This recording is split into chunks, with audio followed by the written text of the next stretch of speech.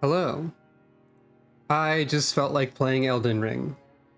I've been playing Elden Ring a lot, been making a lot of new characters for whatever reason, and I guess I felt like trying to stream that just because. It's gonna be kind of like a chill stream about it, probably. So,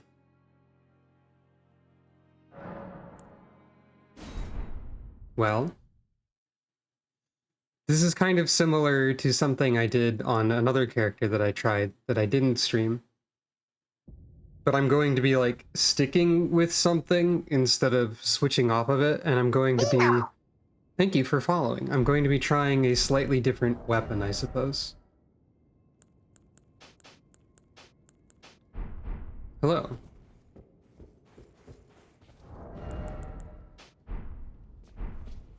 I'm doing okay, I guess.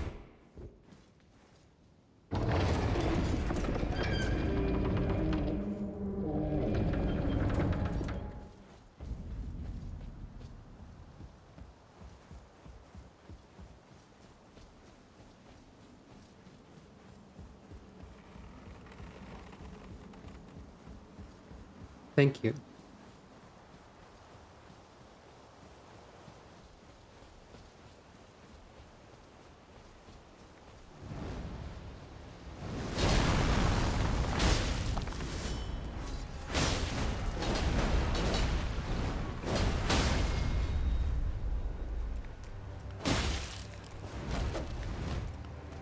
It'd be kind of funny if I could actually beat this boss early for once.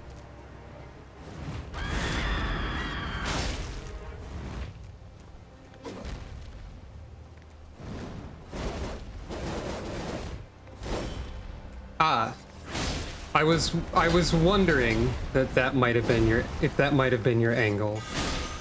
I'm not interested in anything like that, sorry.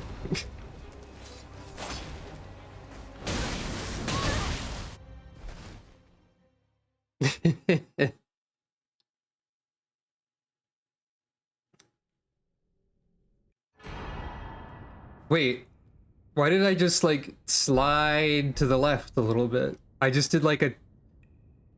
Once I spawned in here, I did like a small like electric slide. Well, anyway.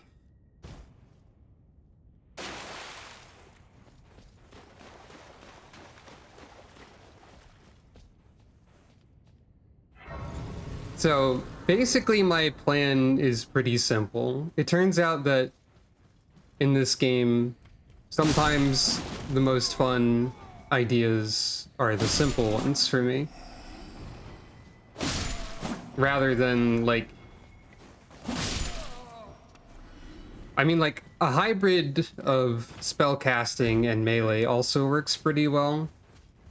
But what if your melee was also your ranged attack? I did this a little bit with a different character.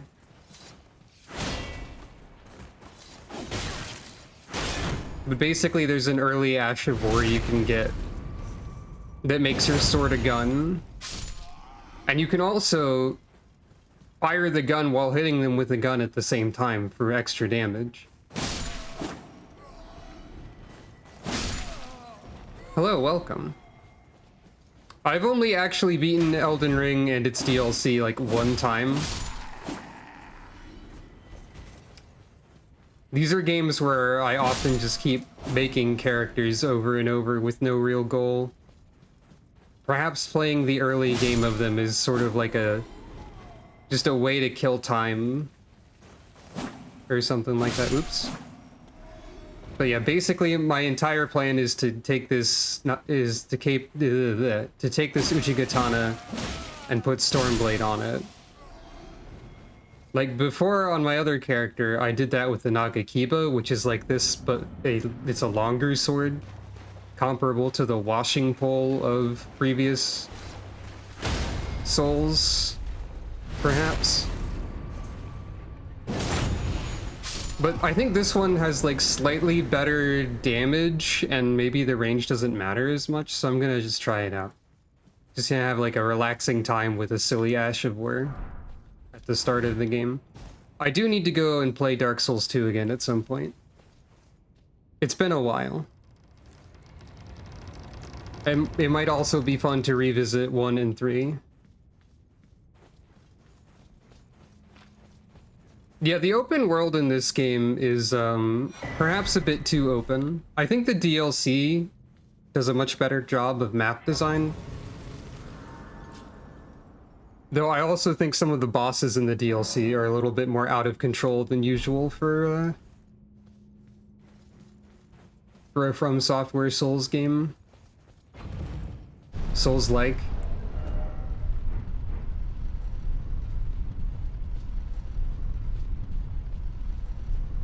Unsheath is also a really good Ash of War, by the way. Sometimes the best things in this game are the simplest. There's a lot of Ashes of War and like special moves and so on in the DLC, especially that are like, here's a wind-up that takes about as much time as the enemy killing you instantly while you're trying to do the wind-up. In other words, it's really easy to get out of it. Maybe having more poise would solve this, but you know, blah blah maidenless, etc.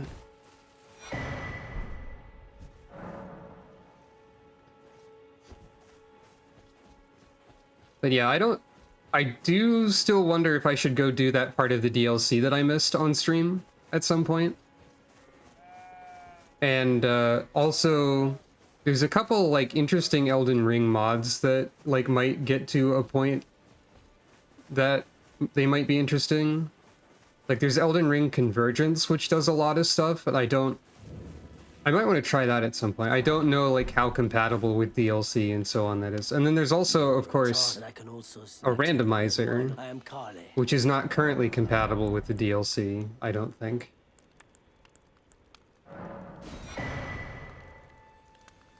Yeah, kicking as an Ash of War is interesting, but it is like they just removed an option. Shields feel like they're more prevalent early game. Like sometimes they can be a bit of a problem depending on what you're trying to do, and other times they don't seem to matter much at all.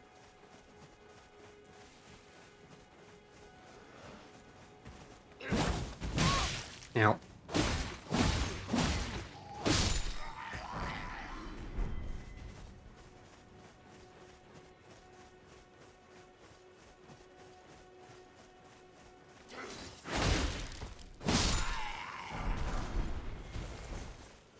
The other reason I don't really want to like immediately go get the Nagakiba again is because to get the Nagakiba super early, you have to kill a guy who's supposed to be like on your side. You gotta kill a friendly NPC. And like, he's not very important, but it still doesn't feel great to do that.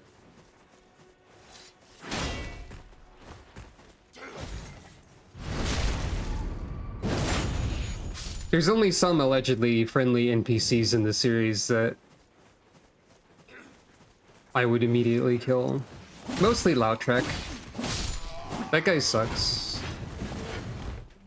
And it's also very funny to kick him off of a cliff. Ow.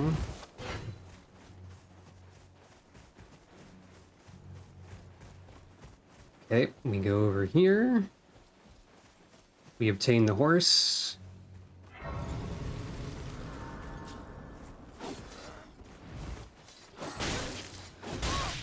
Or we die, because this guy won't leave me alone.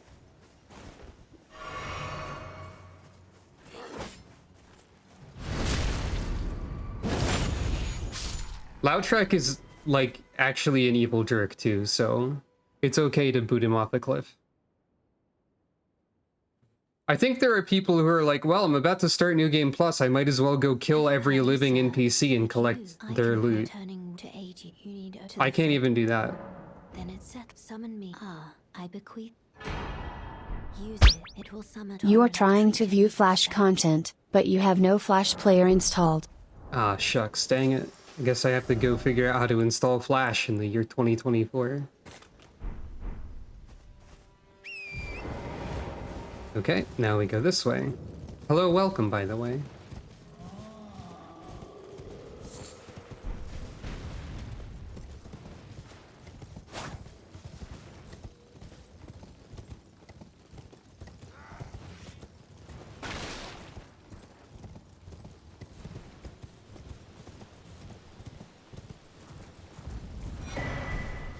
I still think it's funny that if you follow the road here, wolves fall from the sky to attack you, but you can just sort of like move around the road to avoid that.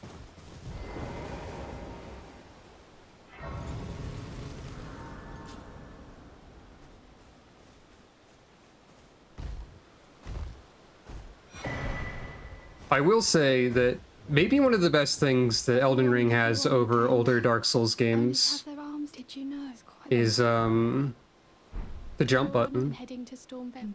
Well, that, but I don't have. It's scary. I want Jumping to in Dark Souls 1 through 3 is a pain. Can you take the poor thing? And it'll be glad. It was a pleasure. Oh, tell them I'm fine again. If I remember correctly, Lautrec, like, is a bit of scheming and lying, so he's not like a great guy, even if the Firekeeper gets mad at being revived. I think the Firekeeper is mad at being revived because she gets, like, May I have a word? her tongue back, which is, like, sacrilege, if I remember correctly. I was in Stride Torrents. I don't think I've ever told Ronnie that I can't summon a horse. Thanks for the horse, Ronnie. I mean, Rina. Before the time. Quote unquote.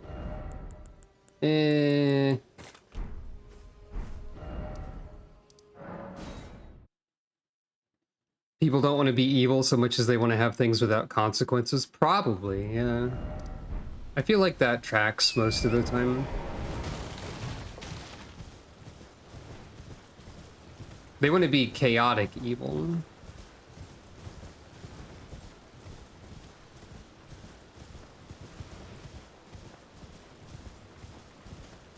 Or perhaps chaotic neutral. Ow.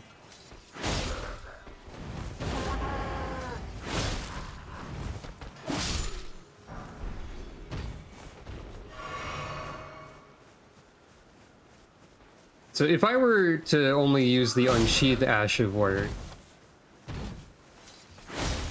I would basically either want to use the Nagakiba instead of the Uchigatana, or I would want to use Moonveil. But I think the Uchigatana might be okay with Stormblade instead.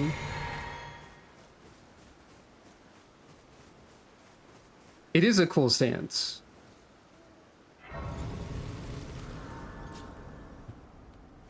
All right.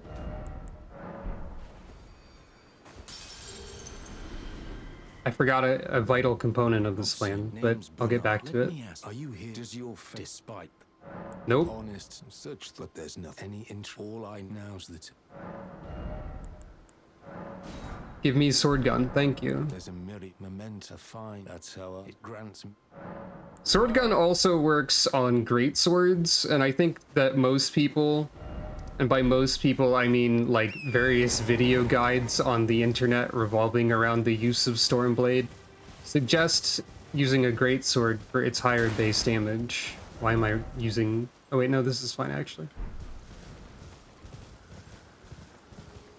However,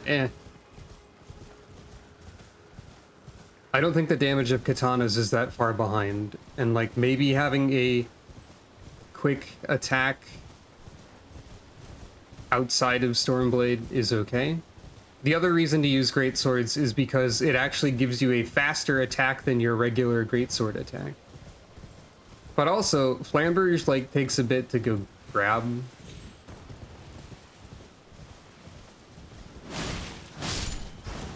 So, you know.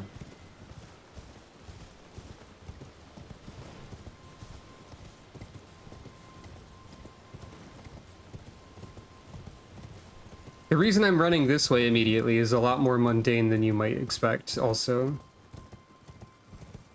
I played the intro of this game enough times in, like, the past month that I just, like, come pre-equipped with ideas. I'm only getting this because it's here.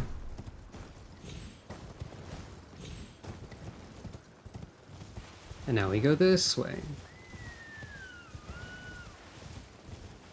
Perhaps not that mundane, I don't know. I have to go this way in order to buy a quality of life feature that they don't give you immediately. By which I mean the lantern. The entire reason I'm breaking sequence and skipping Stormveil, well, I guess it's not really breaking sequence if they give you this route to it, is to buy a lantern instead of a torch. Ooh.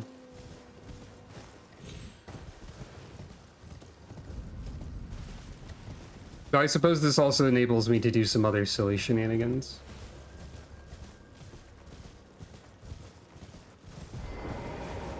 First I'll poke this, but I won't sit at it, because if I sit at it, I'll be abducted to the hold immediately.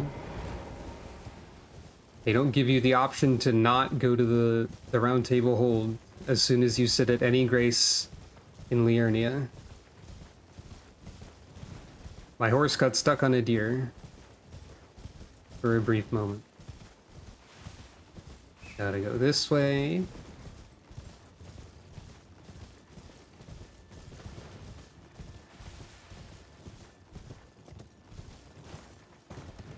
Ignore this camp of enemies.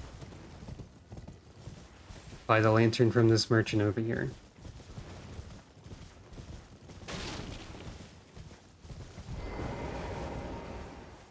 You're surprised no matter. Why don't... Oh, but don't.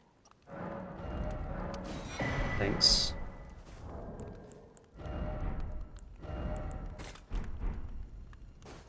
Alright, now I can see anything ever.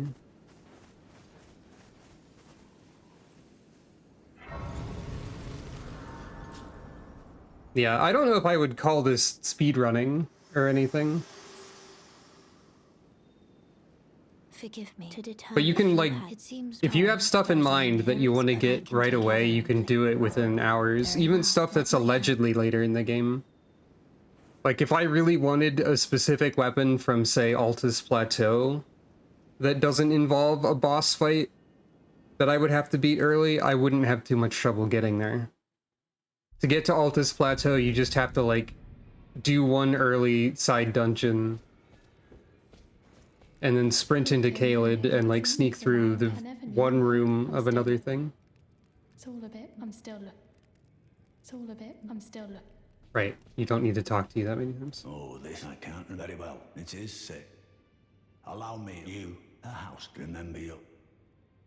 There's nothing left. Oh, welcome. I teach and explore so that one day, ensuring... By the way, you do. Most time you are... Well? For some reason, I still insist on talking to everybody. Ah, I'm... Well, the honor of... By the way, she's my servant. Take your eyes off if you find her. Yeah, I do miss the Master Key sometimes, for sure. You're new, no matter how you're... The girl, she's crazy. She has it. I saw in her eye. I see you've nothing special. I'm trapped. That's all there is. No, I've no grudge against my being. Besides, despite my decides it.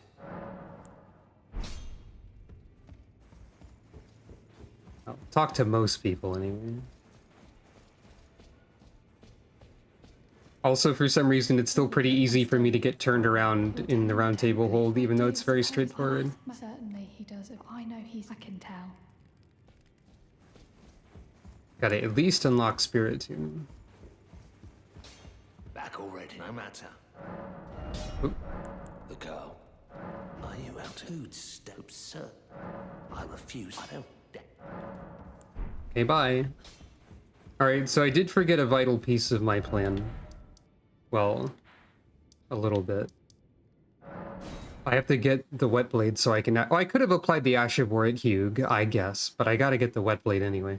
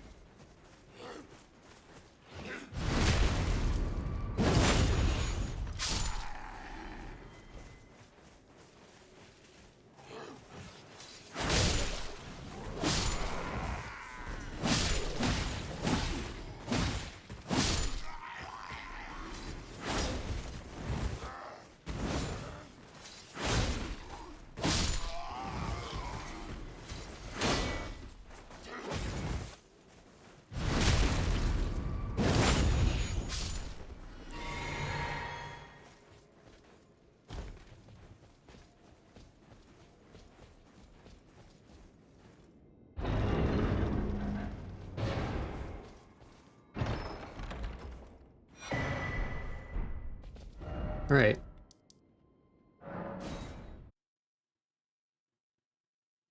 Now, this does remove Unsheath, which is very good. But also, I think this is also very good.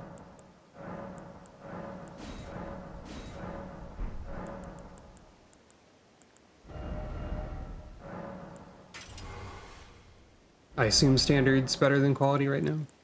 Yep.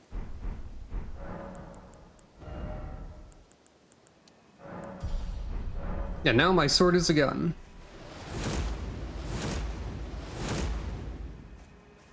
This is very useful.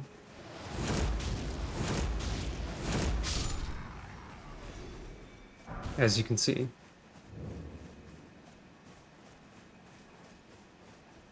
And if you hit them with both, they take damage from the weapon and the projectile. It was not like this when the game originally released, actually. This is an added feature later.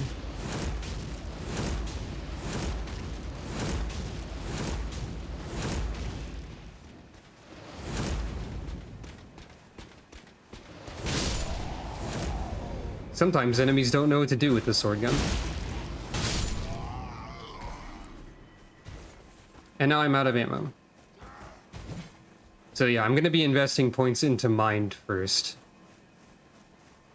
The FP regeneration talisman does not exist until the DLC. So we can't do that. But there are ways to get FP back, I suppose. Oop.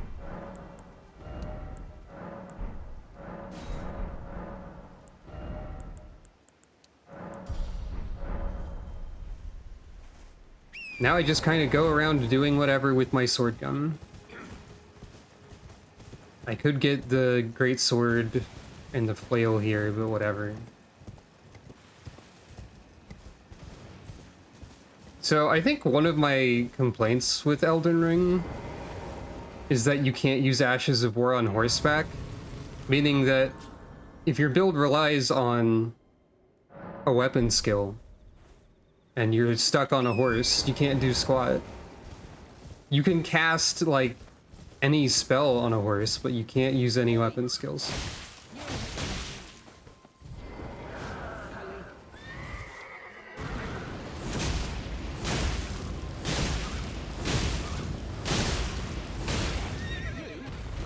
Yeah, you there. Stop pretending you can't see me.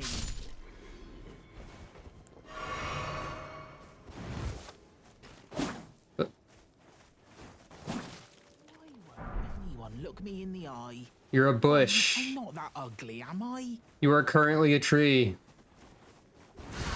There. Some clod. You were just thank you. I was pushed and I ended up. Oh, Yeah. When they and so this is all I hope. It's a little bit funnier with Bach compared to Kenneth Haidt, who's also nearby in the early part of the game, and is just like, won't anyone help the great Kenneth Haidt, repudiator of the fall? And he just keeps saying that speech over and over on loop until you talk to him.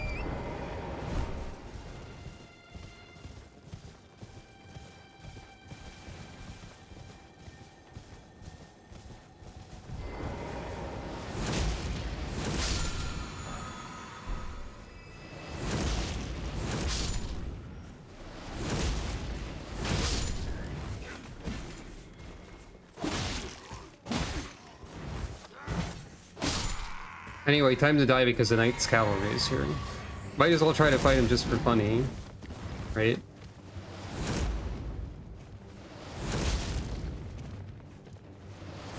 Knight's Cavalry is a weirdly annoying enemy.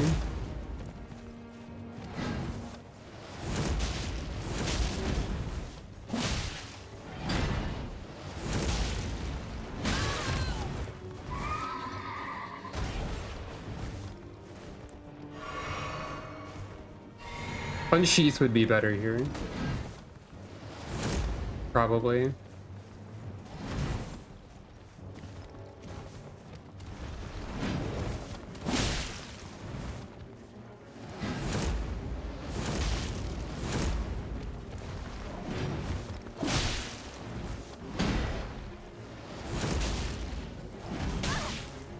I don't agree with that one.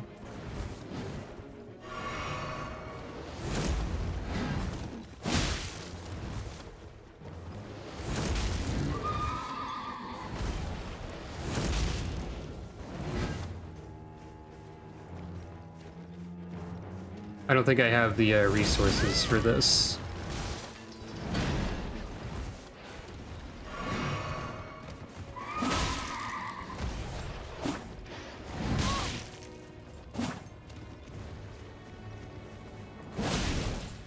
You can do that, apparently.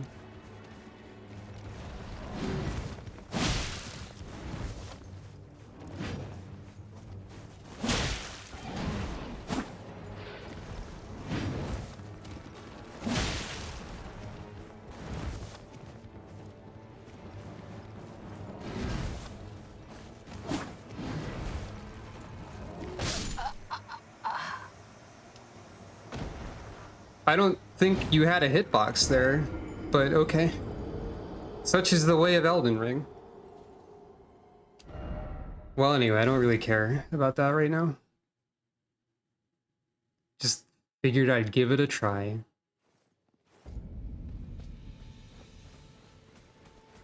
I think Knights Cavalry are one of the most annoying things in the base game, just like conceptually and in practice.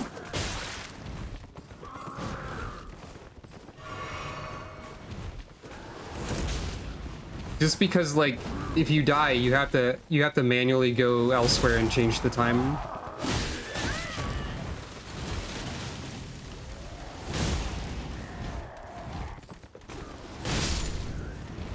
Oh. Falling off that cliff over there?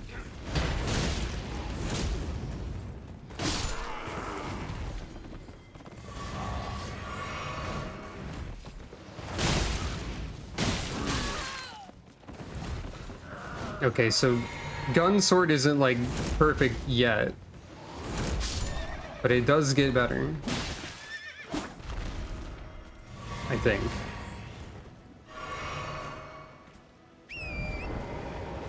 I guess I could arbitrarily go blow up a guy and get his sword early and have a better sword if I really wanted to, but I don't really want to. Why am I even going this way, actually? Well, that's helpful. Where I actually want to go is there.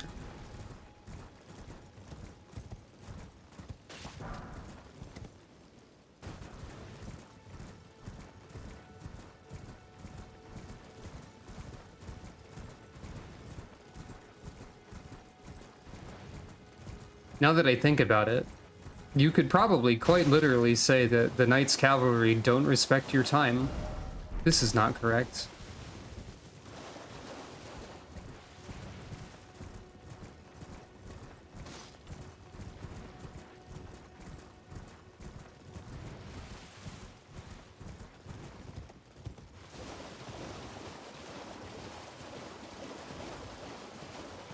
Oh yeah, there's a talisman that restores FP on kill, and there's a couple weapons that restore FP on kill.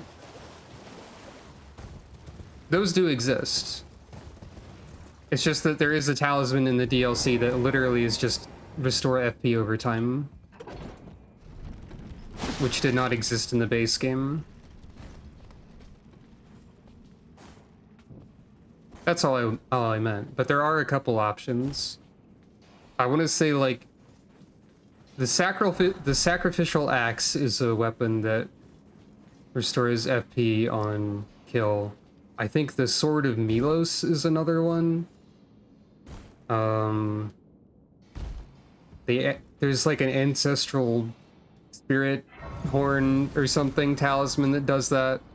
There's the Assassin's Cerulean dagger, which restores FP on crit. There are options. There's also ways to reduce the FP cost of skills, like the Carrion Filigreed Crest. The Sacrificial Axe is technically obtainable right now. I could get that and put it in my offhand and never actually wield it. I think. Oh, that just bounces off you?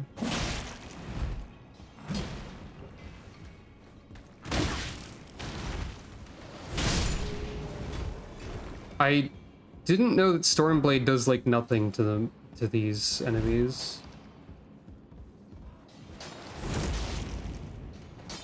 It did like normal damage there.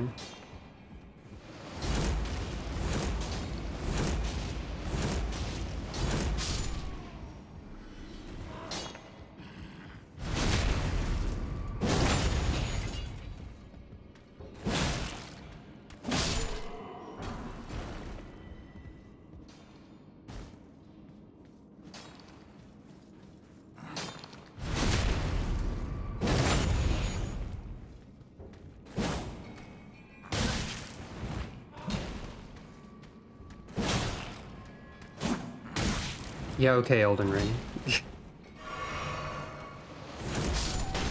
Yeah, okay, Elden Ring.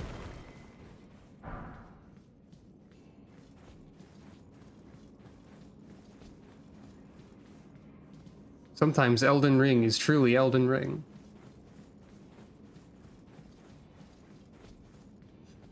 Yeah, I've been thinking about Elden Ring too much lately. Why does that bounce off?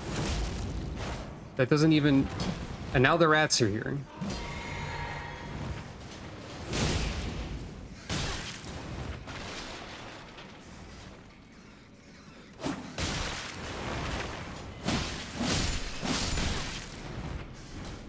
Please welcome the worst enemy in every FromSoft game that isn't dogs. It's rats. Okay, there are interactions that I'm not understanding happening.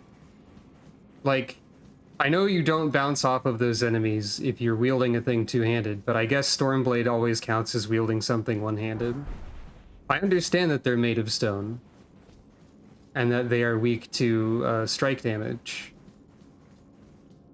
It's just that I guess Stormblade never counts as I'm holding the weapon with two hands, so it will bounce off of them, which I did not realize. The way it works is that two-handed won't bounce off of them, but there are some things it will bounce off of, I think. There's like a hidden stat that's sort of like poise, but not really, called hardness, that applies to different enemy types and like different types of shields and so on.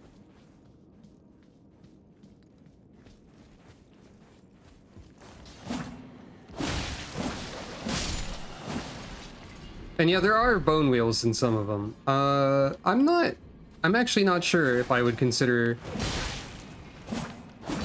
bone wheels or worse than dogs and rats.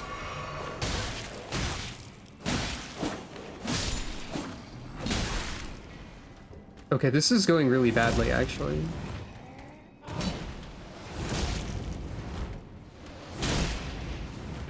Why is this going so badly?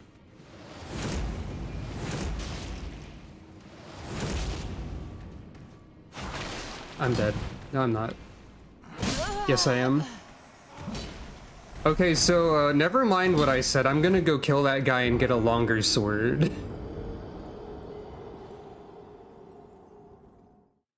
I guess.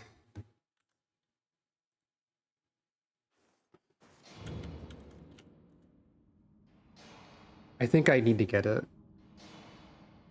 Let me... Does it...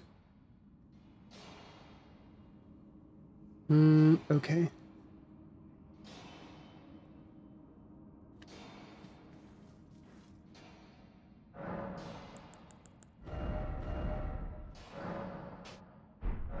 Either that or I just need to actually just use Unsheath.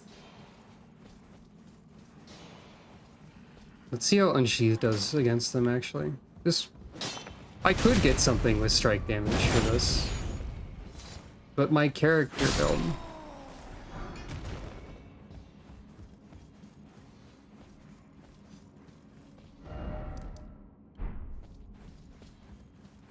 Other complaints about Elden Ring still. You cannot pause during combat to look at your map. And you cannot leave a dungeon that you haven't completed without leaving it manually. Incidentally, both of these things are fixed in Elden Ring Convergence. Funny thing, that.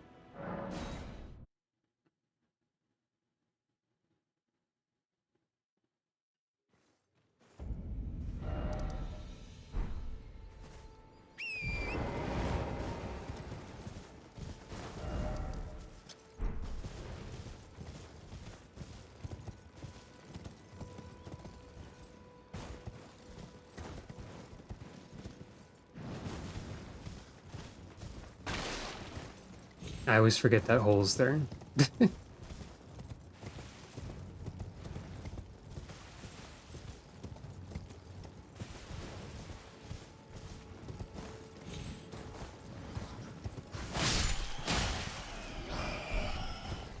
I didn't need that, but I arbitrarily did that anyway. Alright.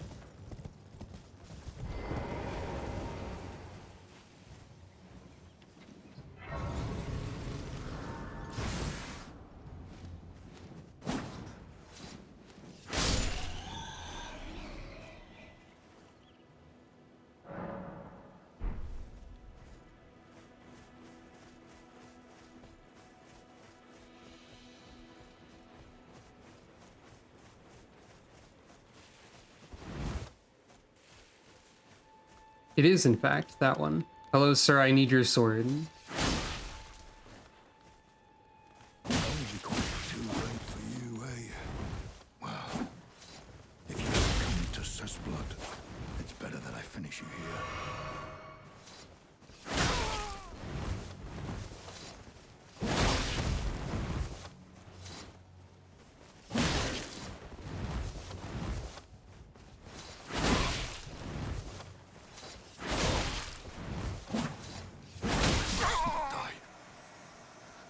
NPCs hate unsheathed. Thank you for your sword. Is eradicated. I need better stats for this, right? I forgot.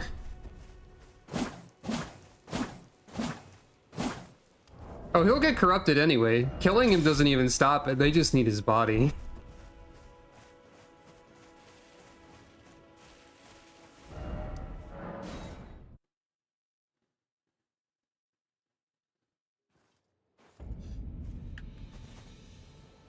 Okay, so I need 22 decks. This might take a bit, actually. Maybe this is just unsheath again. Maybe I don't use the gun right now. At least not for a bit. The gun might be better later.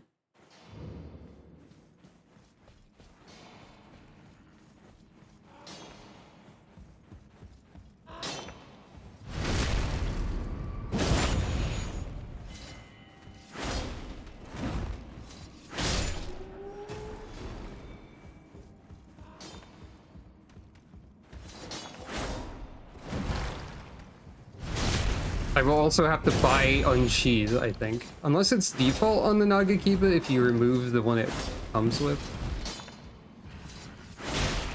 If my sword were cool, this wouldn't be a problem. But I can't use the cooler sword yet. Ow, that was my own bad. There we go. I guess it's EI stance time instead of gun time.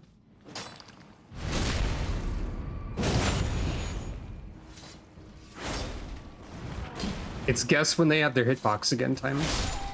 There we go. I don't have a Steam Deck, and I never actually thought about how using mods on that might be pretty difficult. But that makes sense. Dang it.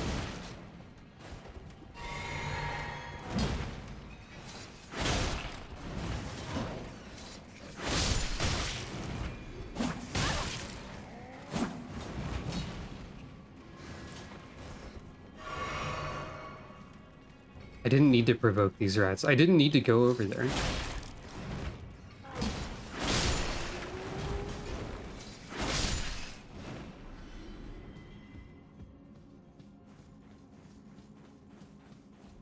I haven't tried any Elden Ring mods yet, just in general. But it might be fun to do at some point. I guess I did drop my runes down here, so it might be worth getting them.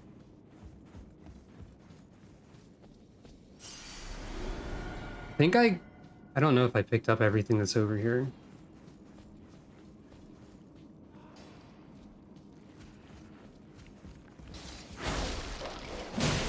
This is one reason why dogs can be frustrating. They're very short. They're very low to the ground.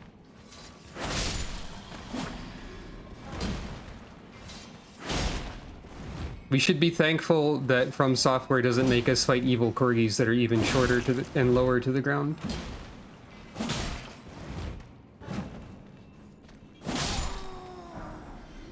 Also, I wouldn't want to fight a corgi.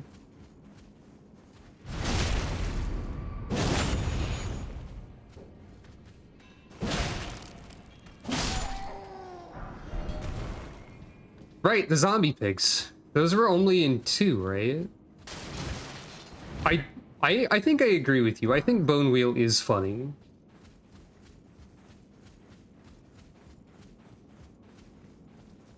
Right, yeah. The max HP draining feature of some enemies in a couple of them. I don't think Elden Ring has any of that.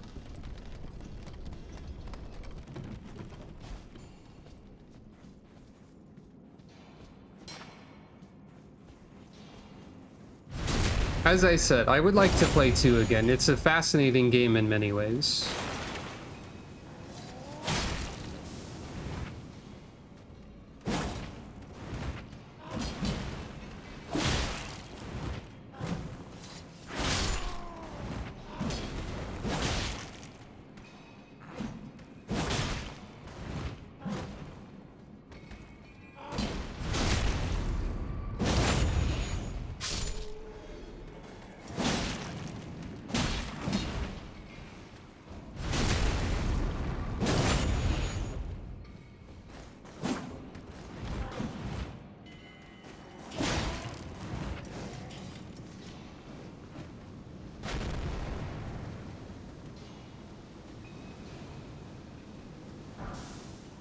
The only max HP draining enemies I can remember are in 3?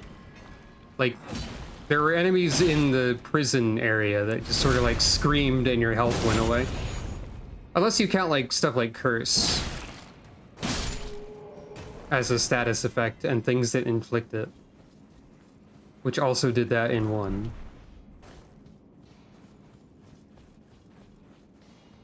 They did take some things from 2, like they took power stancing from 2. 3 made references to 2 sometimes.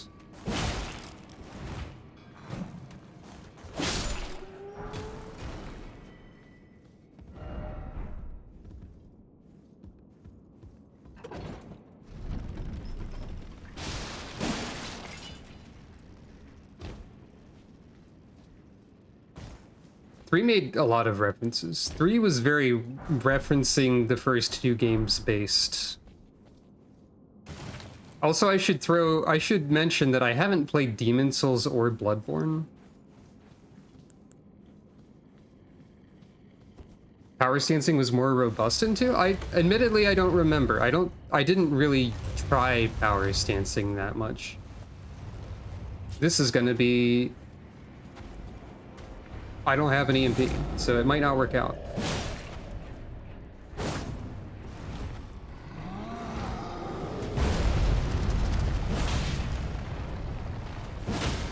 It's fine. It might be fine, actually.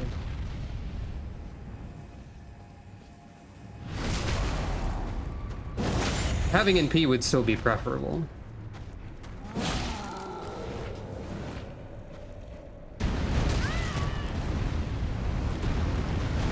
Also, you still do stuff like that, so...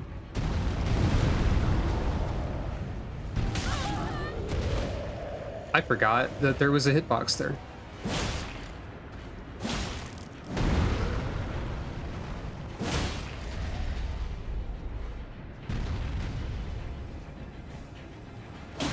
Nope, nope. Hit the weak point. So what was different about power stancing in 2? I honestly don't... Okay. A dedicated command Oh yeah, that's true.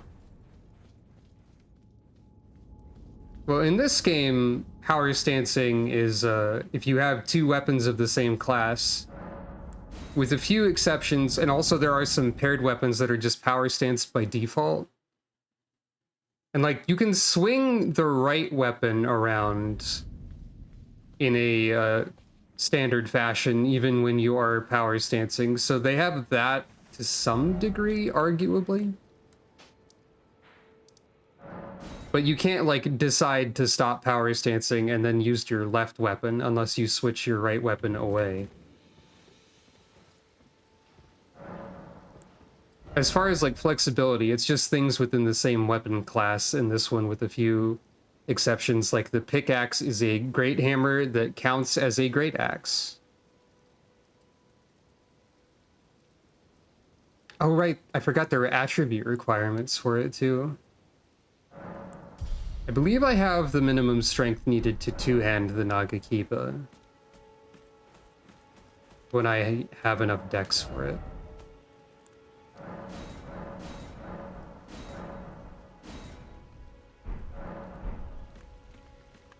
Wait, well, you're... Goodbye. Actually, wait. I'm gonna sell more things What to you. is it?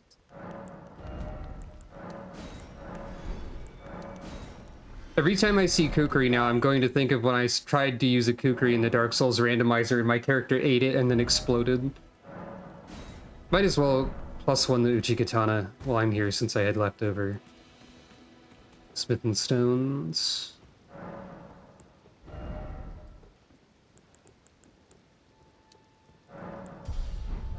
I should also check. Nope.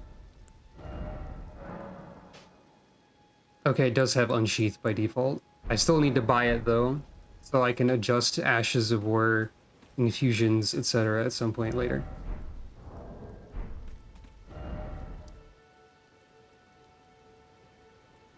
The weapon switch button? Well, in this case, that would be left and right. Holding that down doesn't do anything to my knowledge. Oh yeah, wait. You can technically kick without an Ash of War if you get rid of your weapon, because it is the quote-unquote Ash of War of unarmed. I forgot about that. It's still cumbersome, but to be fair, it was also cumbersome in a different way in Souls 1 through 3. Because you had to do, like, what was it, like, R1 forward at the same time? Oh, the two-hand button. Two-handing in this game is you hold Y and then you press the attack button on the side of the thing you're trying to two-hand. So you're already holding a button for that. I don't remember how you two-hand in 1 through 3 actually.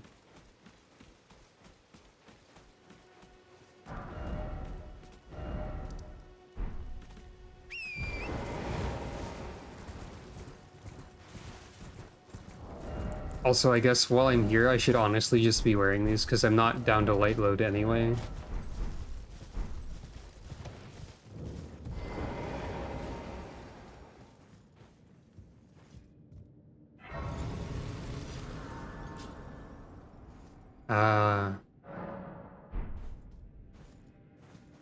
Also, for the record, I'm not too sad about Sword Gun not being immediately great, because mostly I just wanted to swing a katana around and not use my brain much, while also making my character, like, vaguely cute looking, I guess.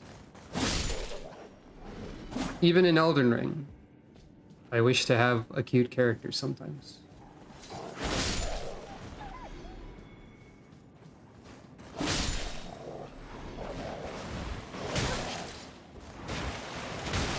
Welcome to Dog Zone. It sucks.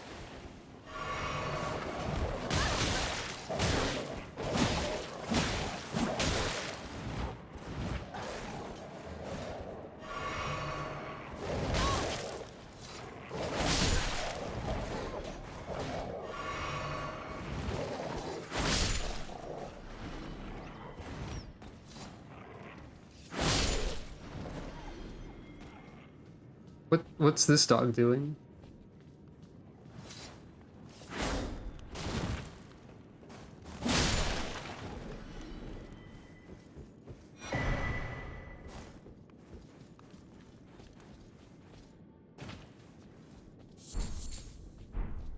That's an odd feature. I assume that feature is mostly there as a bit and doesn't do anything.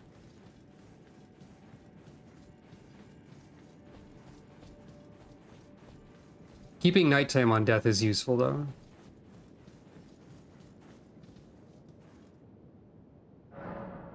I should play Convergence sometime. Not gonna do that right this second. I'd have to install it and all that.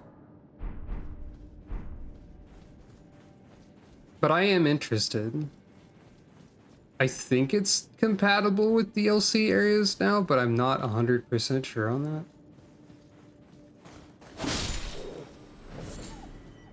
It makes some pretty significant changes to base game areas, so... It seems like they'd probably want to make some significant changes to a DLC as well. I keep expecting Unsheathed to hit, but my sword does not have that reach.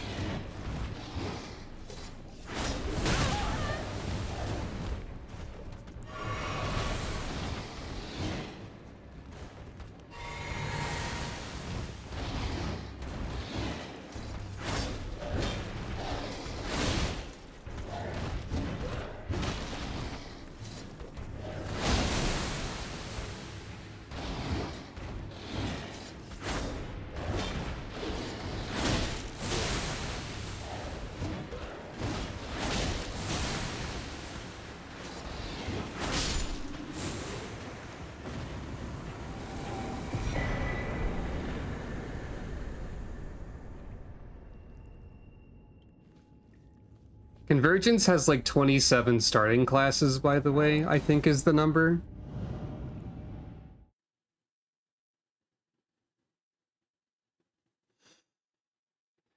Oh, okay. I didn't realize there were patch notes for 2.0. When I looked at it like a day or two ago, I didn't see patch notes for that far, but maybe I missed them. But yeah, it has like 27 starting classes. They expanded a lot of concepts into like being their own schools of magic. Like there is wind magic now. Like they made new types of sorceries and stuff for like everything that existed as well. There's a lava sorcery in Convergence that does the funny mandatory in many video games lava adjacent effect of you leave a trail of fire behind you when you move around. Well, pools of lava in this case. It does seem interesting. It feels funny to me that you can choose to play Convergence as a class that basically functions like a regular character in the base game if you want. Because there's like plenty of options for you're a melee character, and I don't think those are significantly different. Not in the same way that like the spellcasting classes are, because they added like new support for different kinds of spells and whatnot. I could be wrong about that.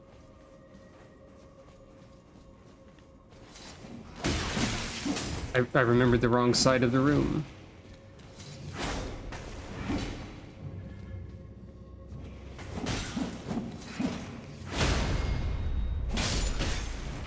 Yeah, something like that.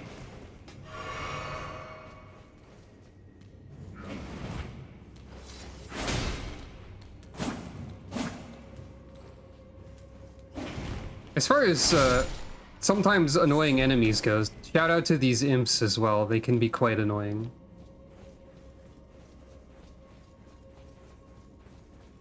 But like if I remember right, Convergence has like entire classes dedicated to like there's like a glintstone sorcerer, there's a gravity sorcerer, there's a rot incantations one, there's a magma one, there's a death one, there's wind, there's golden order, there's and so on.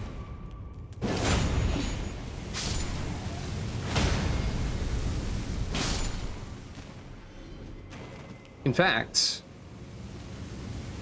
unless an imp is gonna jump me from this door, just for funsies, I'm gonna open an internet browser, not on the screen. Elden Ring Convergence classes. We can talk about what classes exist, just for funsies. Okay, Retainer, Strength Index, Physical Damage, Defensive. Vanguard, same but like with some different stuff. Marksman, bow user, they changed bows a lot, I think. This wiki seems to be memes a little bit, so it might not be accurate.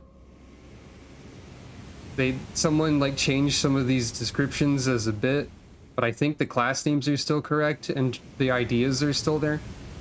Dreadnought, they're like a heavy armor, strength, defense one. Sellsword, dexterity, starts with a twin blade, I think. Rogue, dexterity, and stealth.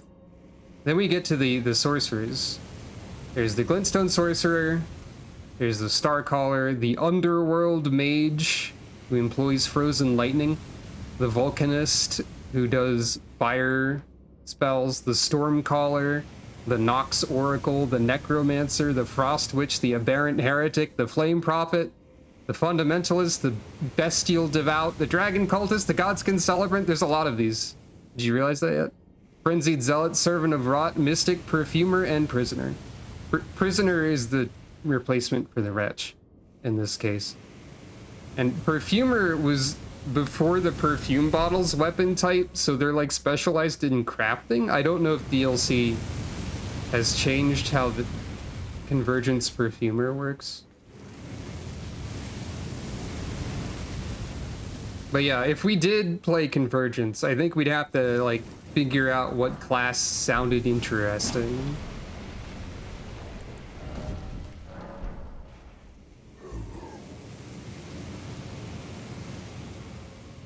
There's many options.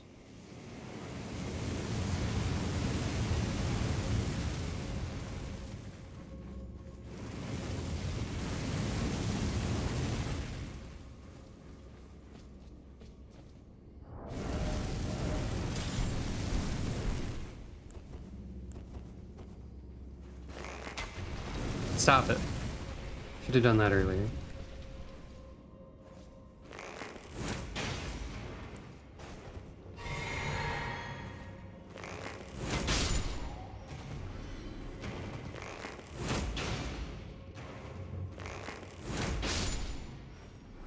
Should have done this earlier in general.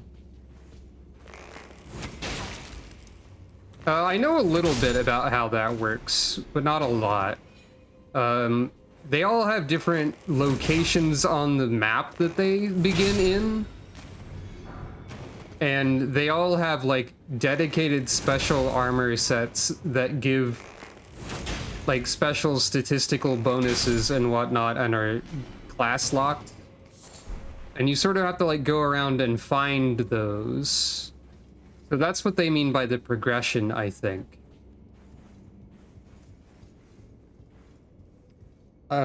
I believe if I were to look at the patch notes, I would be able to find some examples. So, Convergence, patch notes. Okay, there's the, I just completely missed the 2.0 and up. But I believe the patch notes somewhat outline some of the stuff.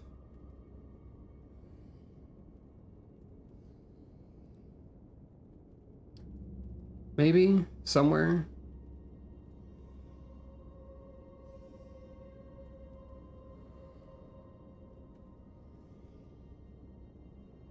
Maybe not. Or maybe not in an easy to find way.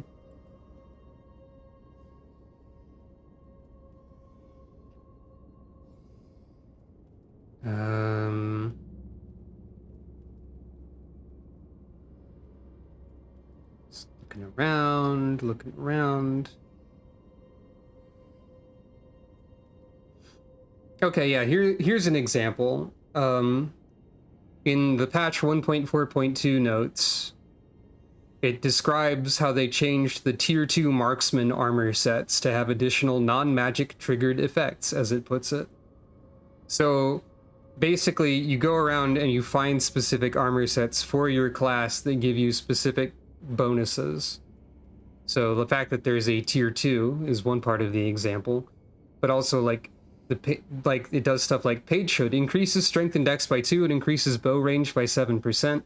If you don't have a weapon equipped with int or faith scaling, it has the effect of sniper's lethality. When you drink your wondrous physic, you gain an effect that greatly increases your bow range, makes you less likely to stagger, and decreases the stamina cost of your attacks and the FP cost of weapon skills by 50% for 1 minute. And also, the next time you hit something with an arrow, it will break the enemy's posture. So there's like a lot of elaborate armor effects like that that are tied into each class and the progression thereof. You're given like hints as to the locations of this armor and stuff in the game when you start as that class, I believe. Ow.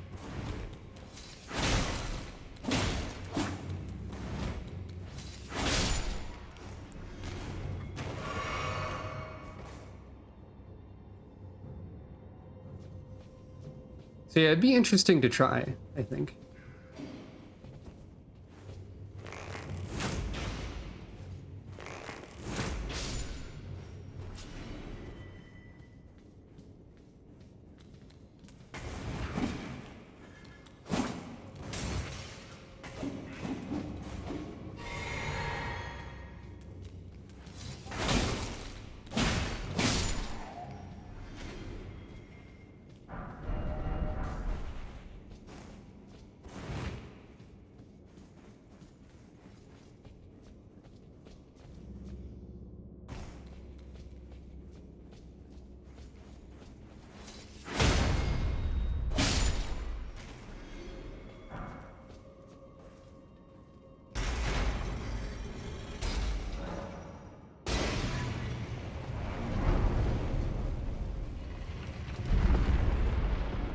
It's funny that they have like the entire setup of like the catacombs is like you find the switch and you open the door and all that.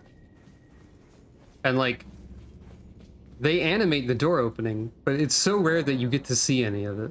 It's just a little bit funny, that's all. Probably just opens like a regular door though.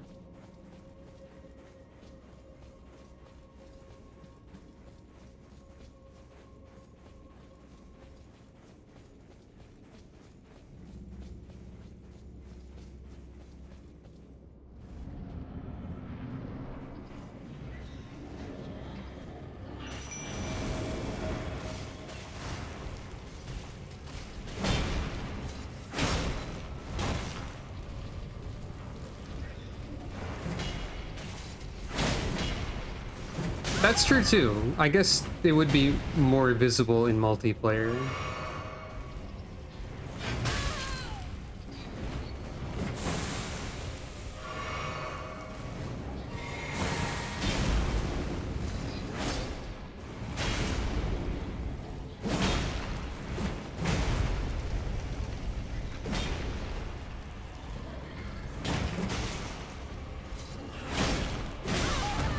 Speaking of annoying enemies,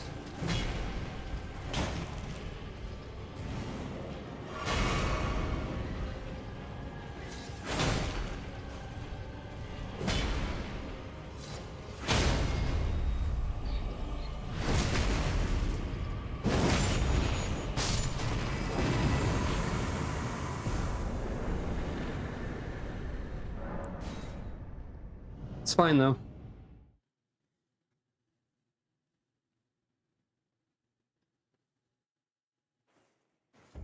There is also an alternative to katanas and unsheathed, which is straight swords with square off, Both very similar Ashes of War, but like also surprisingly effective.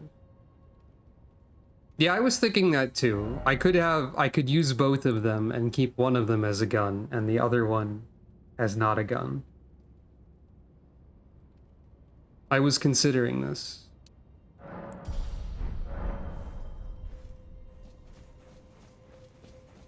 I could also power stance them, but I don't know if that would be very useful. Especially because they're very different sizes of katana.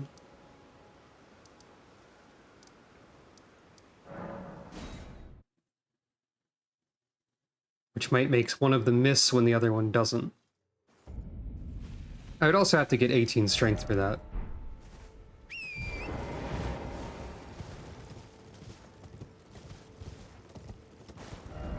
Anyway, I guess I'm going this way. I don't believe there are any free weapon skills, no. You can use weapon skills when you don't have FP, but it usually doesn't do anything.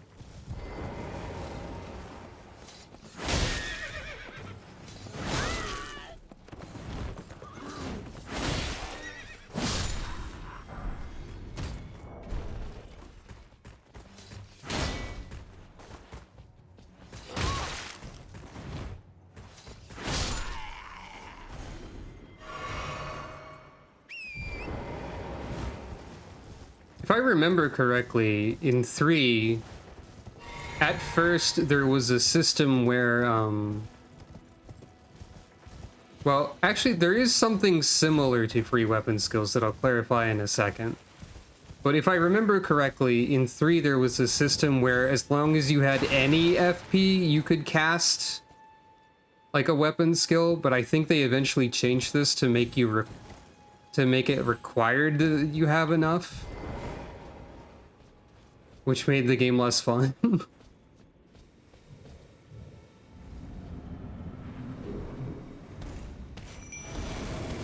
I remember it was like, I want to say it was like the Dragon Slayer Great Axe or something was the name of it. But I remember like, it had a fun special move that I destroyed people in PvP with. And I was able to use it with like only having 1 FP. It was very funny.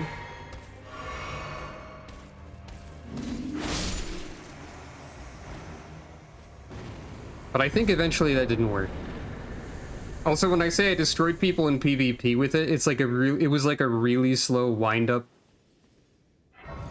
And then like it slammed into the ground and did a big lightning explosion. And like, a lot of the time people would dodge this, but if it did hit them, they would die instantly and just be like immediately flat on the ground, and it was very funny. But to clarify like free weapon skills and stuff, there are some weapons that have unique properties that like are free that sometimes work.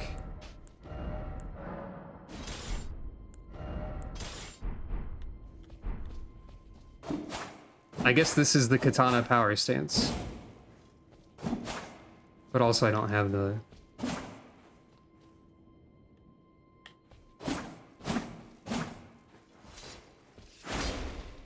There. But yeah, there are some weapons that do some stuff. Let's go to one of my millions of other characters. Whoa! Thank you, Barry. And hello, welcome. Just for some examples. This is like a melee wizard hybrid I've been doing. Some rapiers can have parry as their Ash of War. But like one example, this is the Dark Moon Greatsword. It does cast FP to buff it, but once it's buffed, strong attacks shoot a beam like this. And this does not cost any additional FP to do. So there are some weapons that do stuff like that. And I think since I turned into a strength character, I don't think I can actually make it work. Oh, no, I can still use the Wing of Astal. But there's also the Wing of Astal, which is another intelligence hybrid weapon. And this one you don't have to buff. And its strong attacks do also shoot a beam. It's not as good of a beam, but it's still a beam. So there's some weapons that do things like that sometimes. And that's fun.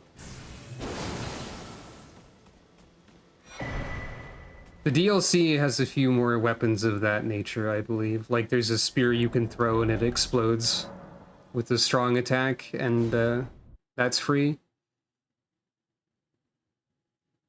But I don't think there are weapons with entirely different offhand movesets, but you can put parry on an offhand weapon and parry with it.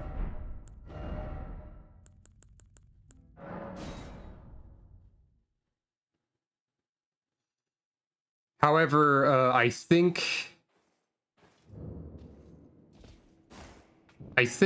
that there is no real reason to put parry on a weapon because it is always better on either a small shield or any shield with special parrying Ashes of War.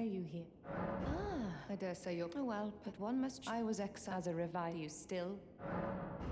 Very well, but I refuse to anticipate. I'm not gonna actually learn any sorcery. But yeah, like, there are a few special parries that you can put on stuff. There's like Carrion Retaliation, like Golden Parry, stuff like that. And those are all like better frame data than parrying with a parrying dagger or what have you. Anyway, what if my sword's hitbox was better?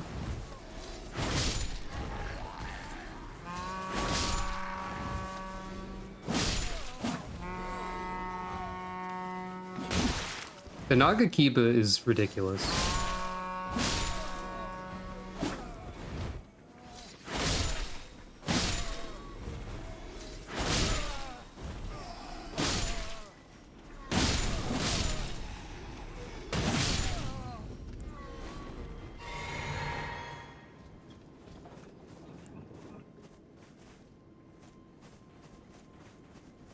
Okay, there's a few possible drops here that would be really funny if I get any of them. No. It wasn't the shoes. Those enemies have some drops that have a 0.5% chance of appearing. And they're fairly mediocre, all things considered.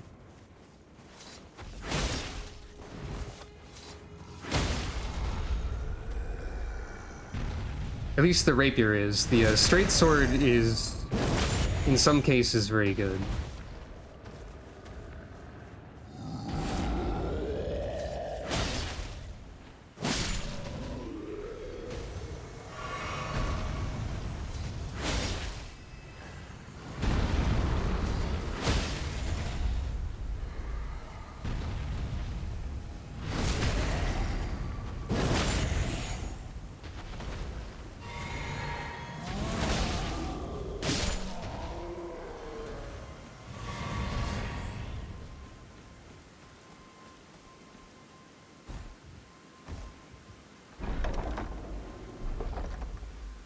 The Nagakiba should also be better as a gun than the Uchigatana, probably.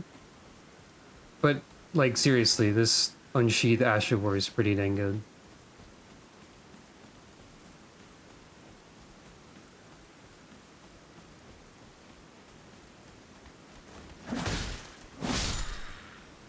Oh yeah, this also has a unique strong attack that's a poke.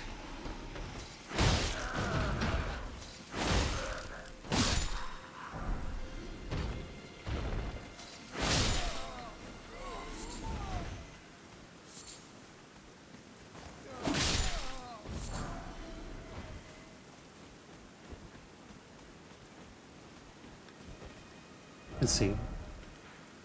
Just sort of going along doing stuff arbitrarily. I guess I'll go east.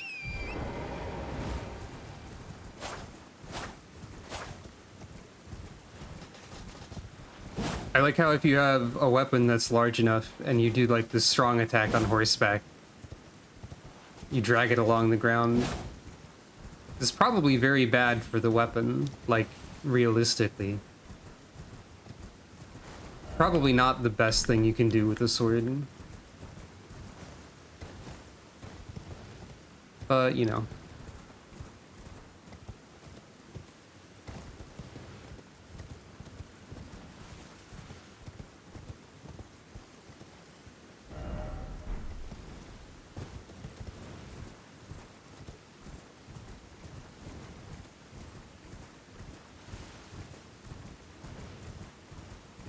Oh, another thing Elden Ring Convergence has is a glamour slash transmog system, so you can make your armor look different or hide your helmet.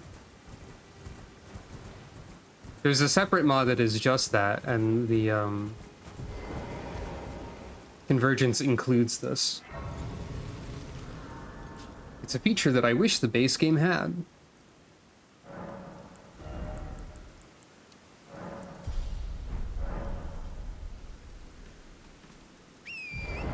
Instead, I'll just have to never equip a helmet.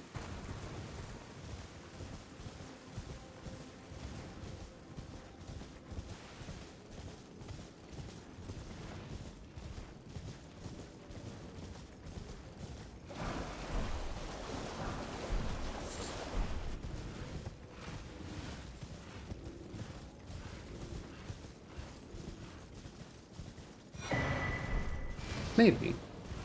We'll see what happens.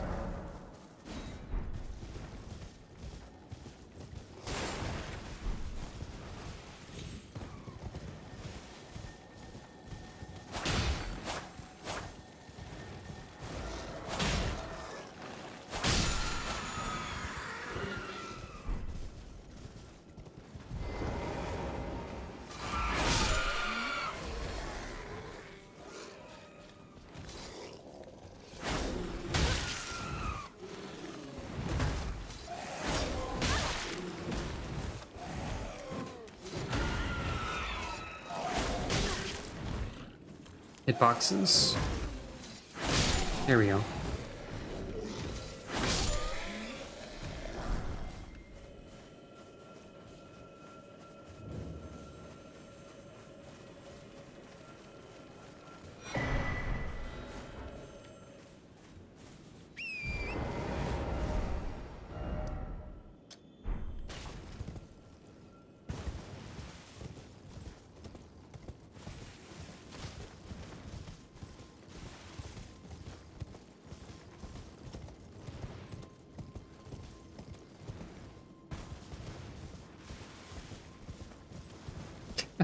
Yeah, that works.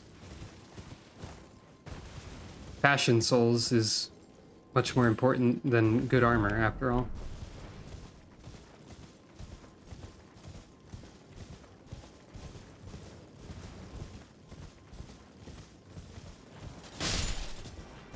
Oh, there was something there.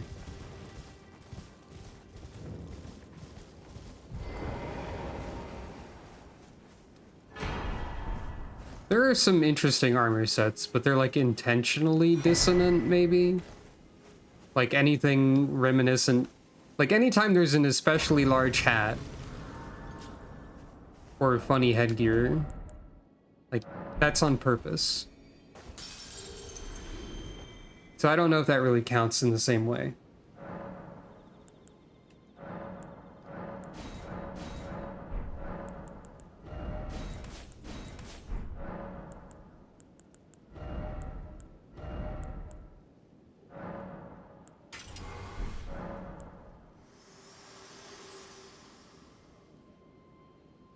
Words, if you wish. Very well, my lord. With thine ye will well. It doesn't count? Yeah, fair enough. Okay, so if I want gun, I can switch over here. I guess that works. I am absolutely terrible at parrying in any video game that includes parrying, so I don't make that part of my strategy. With some of the upgraded parries in this game, it might be more possible, but I've never really tried it.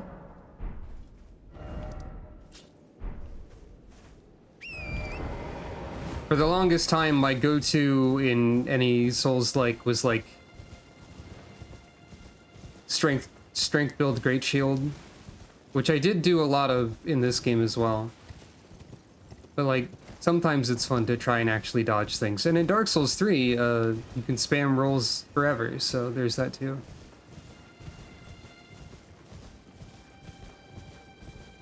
Struggles I have with like stuff like parrying or reaction times or reflexes are part of why I sometimes wonder if like I would hate Bloodborne if I ever got to try it, because they decided no shields in that one. And they also play a role in reasons I don't like a lot of other Souls-likes by other people, because I feel like they don't get that shields are good. Like a lot of them are all like, oh, these games are all about reflexes and reaction time and nothing else. So let's make you do that and also give the enemies no tells ever. So, you know. I think I'm on record as stating that the only good Souls-likes are From Software developed ones. I don't know if that's entirely true, but I don't think I've tried one by anyone else that I've liked.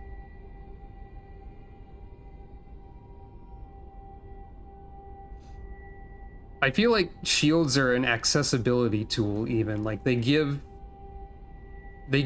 an important option to give the player to like react and deal with things in a different way.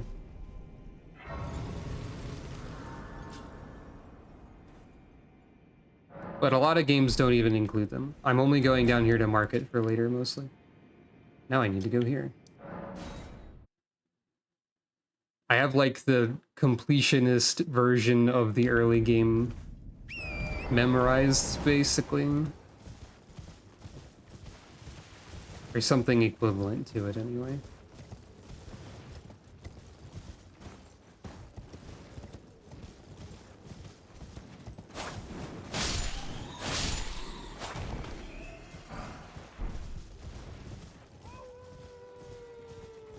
I have to hear the howling. And keep live.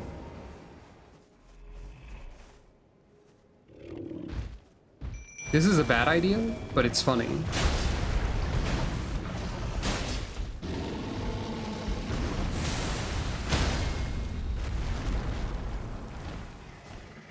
It's not gonna let me get that.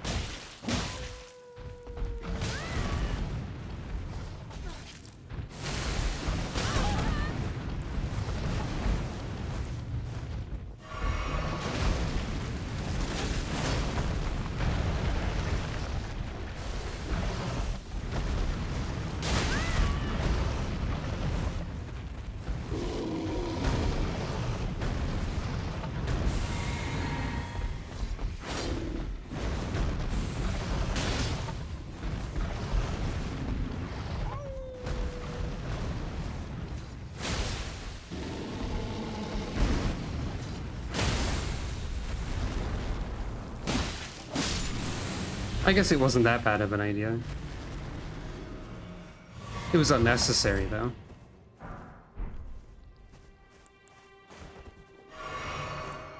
I've only recently realized how you fight bears. Rune bears.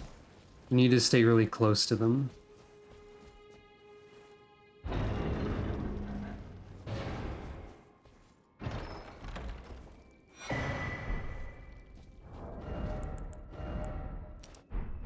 Why not? I guess.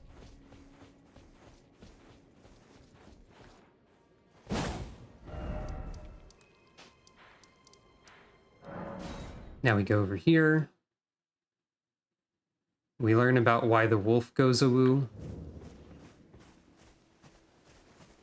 I think that was one of the bigger ones, wasn't it? Well, you're the howl of, I suppose. Next time you don't try, just have. Goodbye.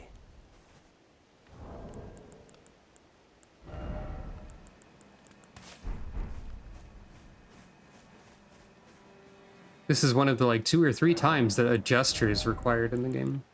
Maybe 4 times?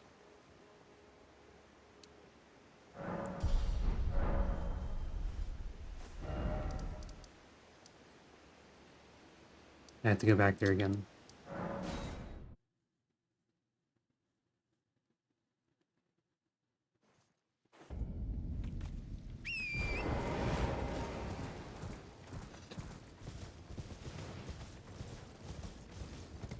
I don't remember that one.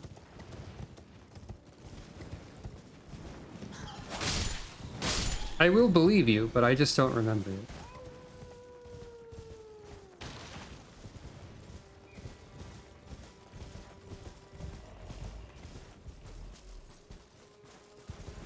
I never remember the best way to, like... Oh, there you are. You're up there.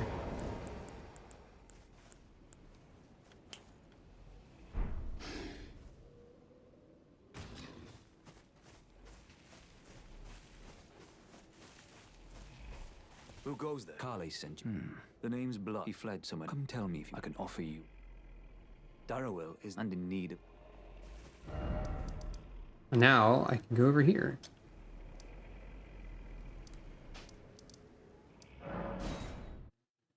And get a free prize that I don't need.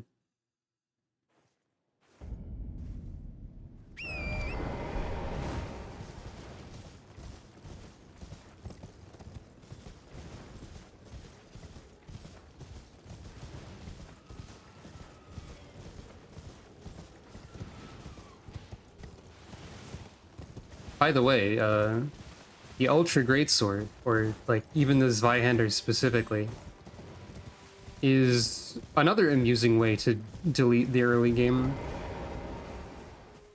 Because you can go buy a Zweihander as soon as you begin Elden Ring, as long as you have the runes for it. Because there's one, like, roughly over here from a merchant. And, it is a good candidate for weapons to use early on, like, a strength-focused build with Warcry, and then you just do a big charge and, like, knock enemies over immediately.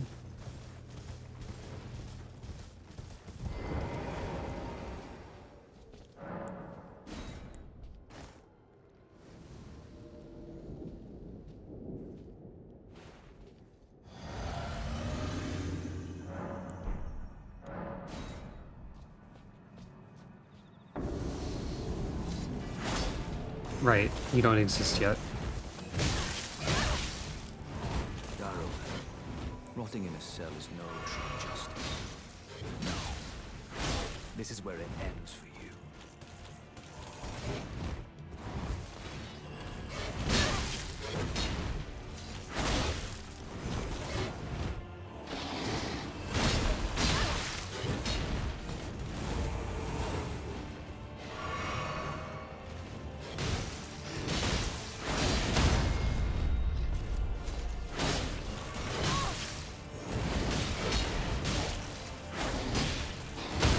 I'm still overestimating my range.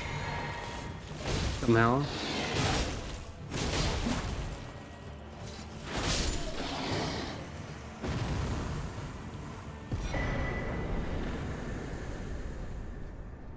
I remember spending hours on this boss when I first streamed this game.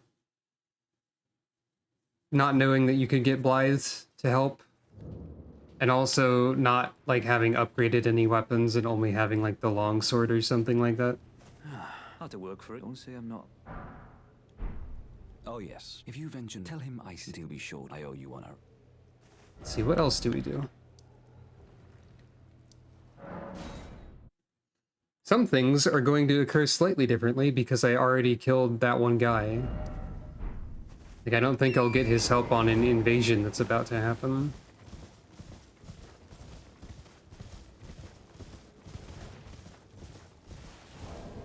At least I'd assume not.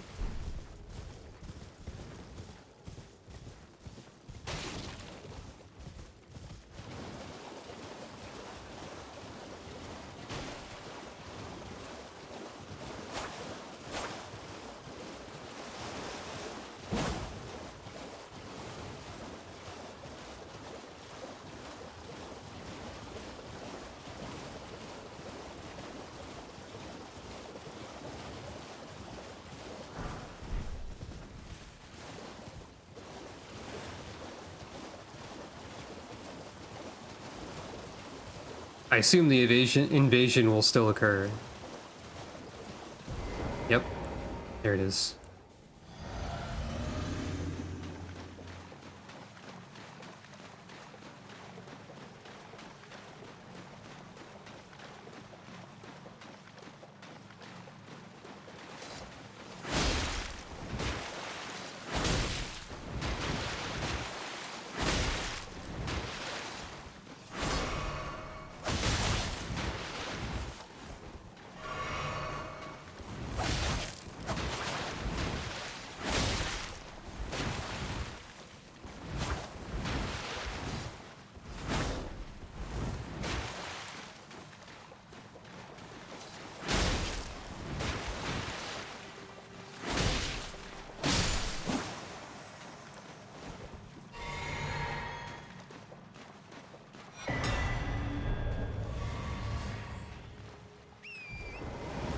I forgot about like the relative amount of like smithing materials games were willing to give you. I feel like this one doesn't give you enough, which is part of the reason why I've made so many characters, probably.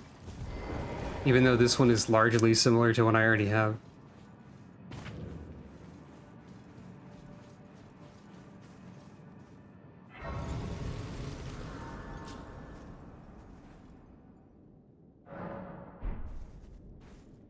Wait, do I have a... I do.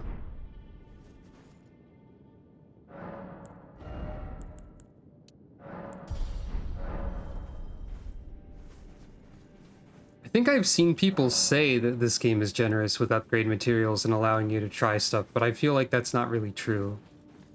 I feel like there's so many things in this game that you might want to try, and like not nearly enough materials for it.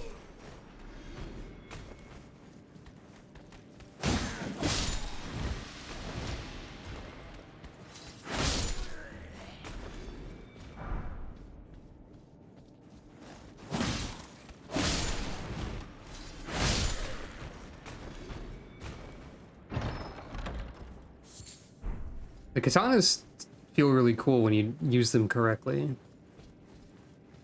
and successfully.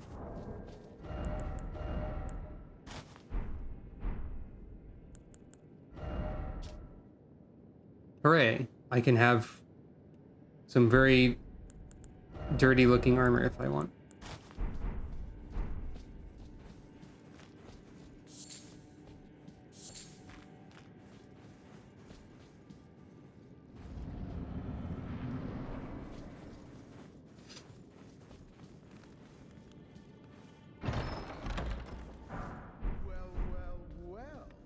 Hello, Patches. Help yourself to a man's personal belongings, huh?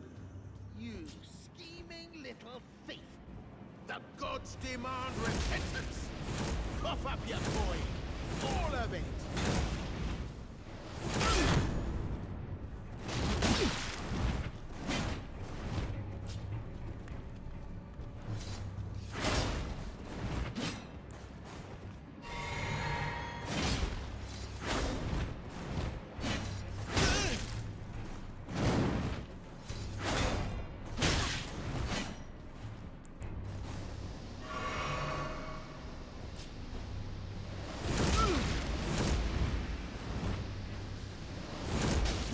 Please!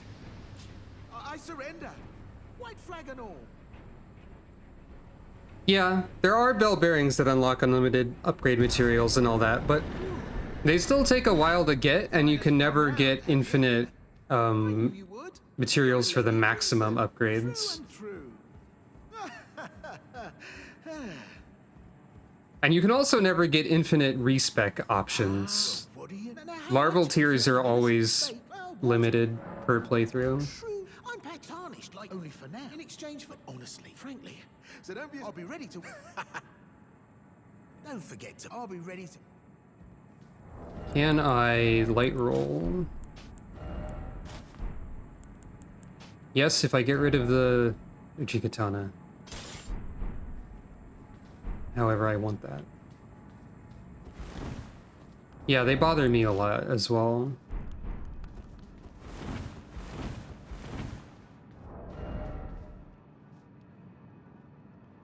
part of why I wanted to try using the Uchi Katana at first is because it's even lighter weight. Well, and I think you can get the blue dancer charm really quickly, which is more attack power for less equip load. I think that's a thing.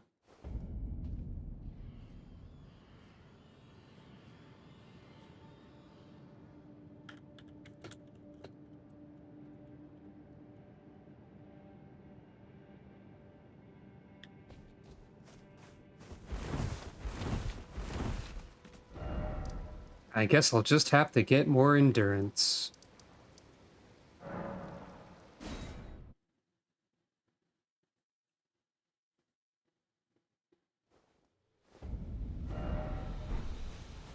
Is the funny prank here? No. Is it nighttime? No. Okay. Wait, how much does Unsheath cost? Here to learn.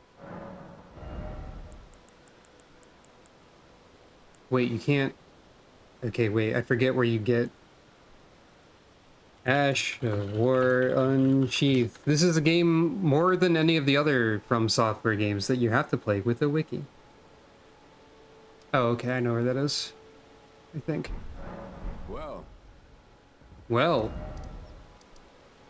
I think that's a scarab that's like directly north of here that I skipped. Yeah, I think it's that one directly ahead.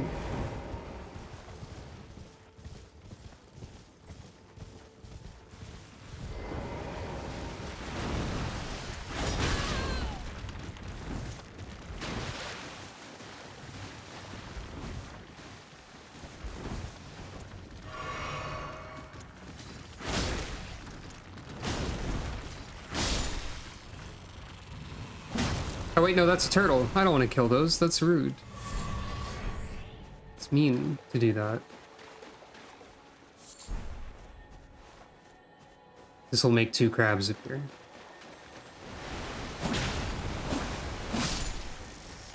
But I just want this right now.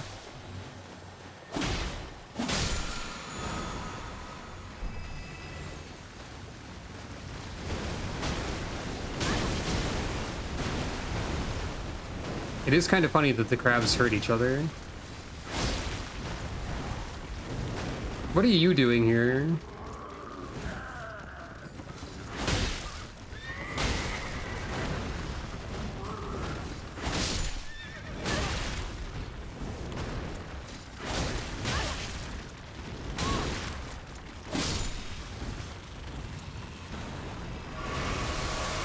This got very silly very quickly.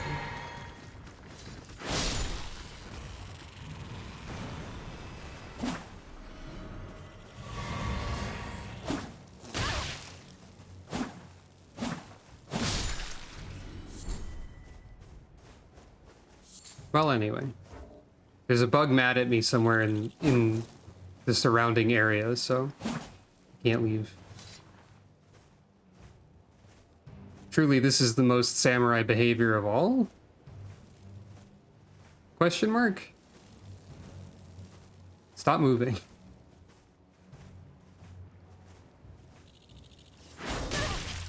Dang it.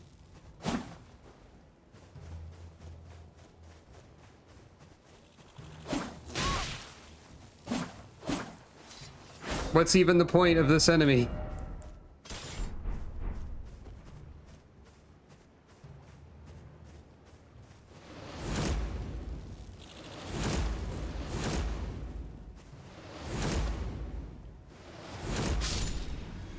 This is what the gun is for.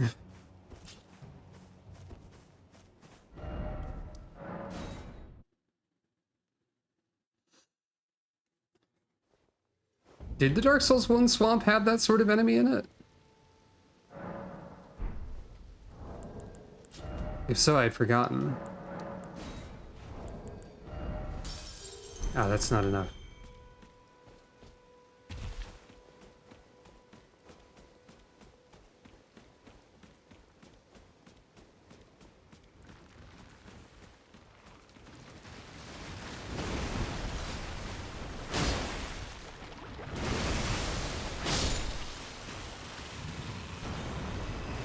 Is that enough? Almost.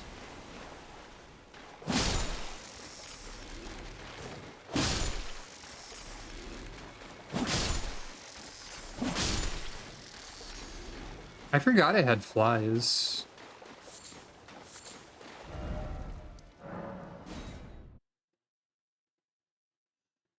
It's not a part of Blighttown that I remember. I believe one was the only one with the rusted iron ring, yeah.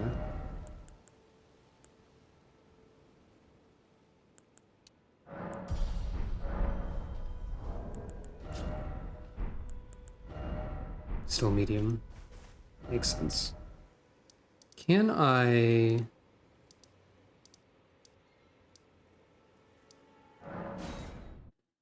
go in here?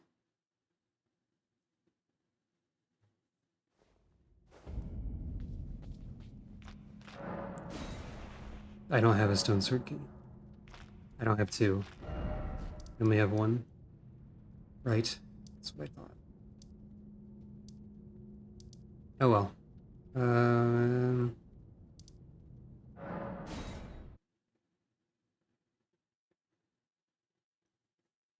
I think one was also the only one with the ring that made you take less lava damage.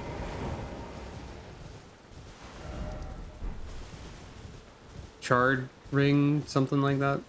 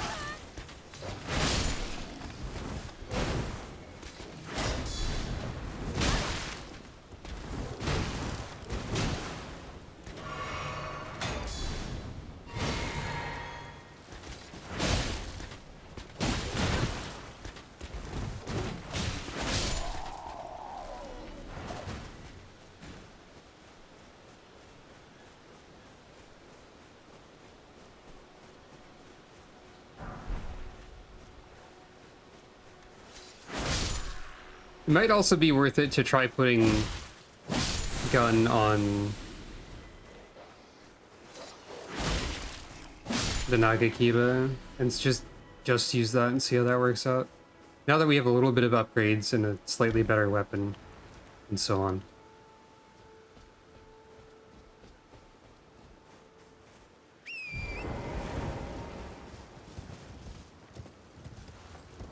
Just because it's a bit of a pain to swap between them.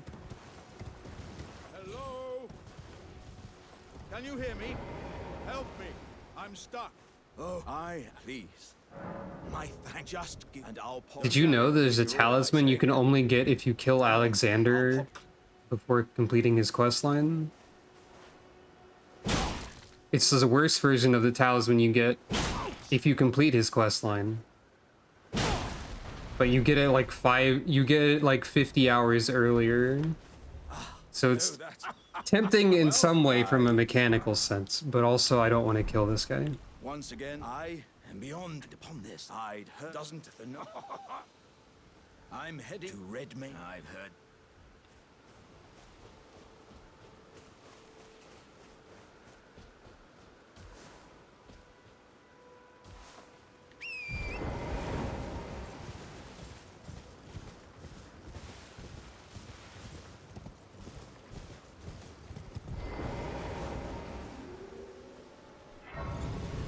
You say killing Alexander is a crime, but according to the game mechanics, the only crime is making someone mad at you and not killing them?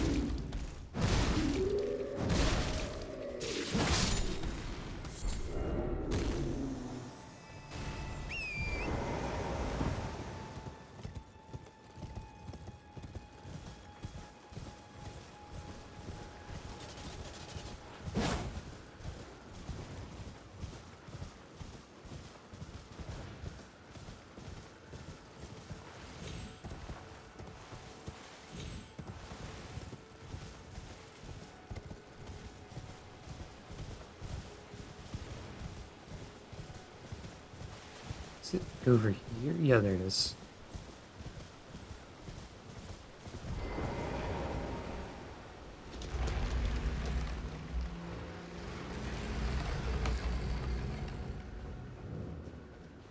But actually, before I go in here for real, I have to leave in order to actually leave.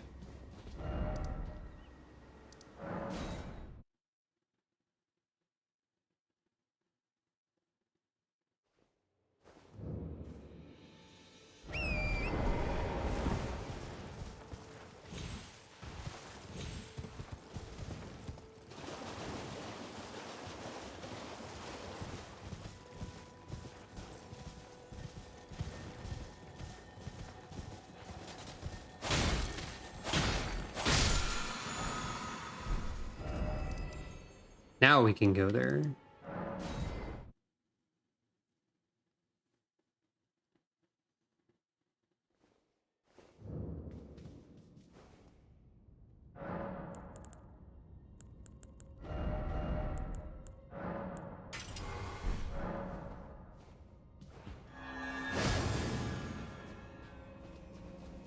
This is the domain of skeleton.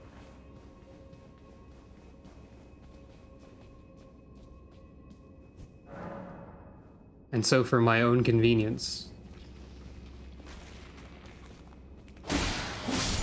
I will make Sword of Eliminate Skeleton.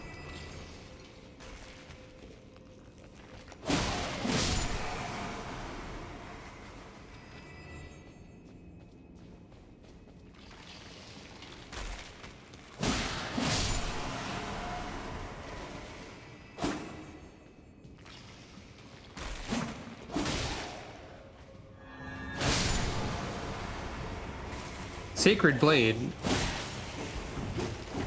is much like, see, the only thing I can think of the other Ash of Warrior as right now is just Gun. So this is very similar to Gun in the sense that, the sword also strikes when you do the initial attack. So it has that going for it.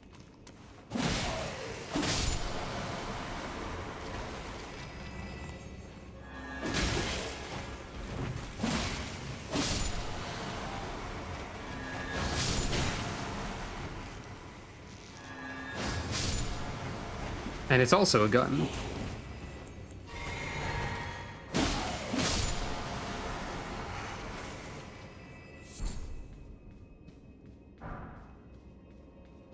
I have an arrow directly through my throat. Is that good for me? I don't think that's healthy.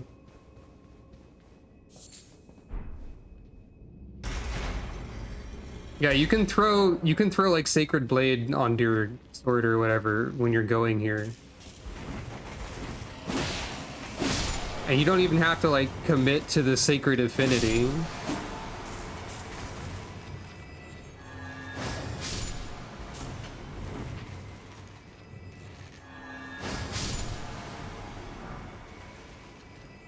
Like, I just left this on standard. I don't even have the, like, choose your own affinity buttons right now.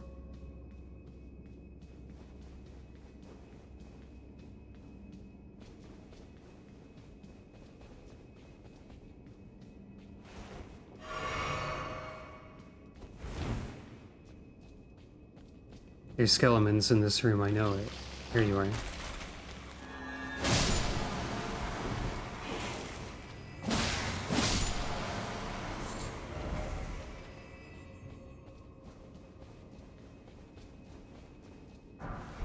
There we can get another Uchigatana.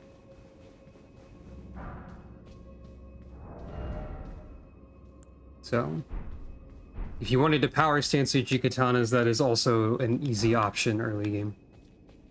Yeah, like, honestly, Sacred Blade might be better on this sword right now than Stormblade. Like, that's entirely possible, just because of the buff. Even if I'm not, like, spec'd for Holy.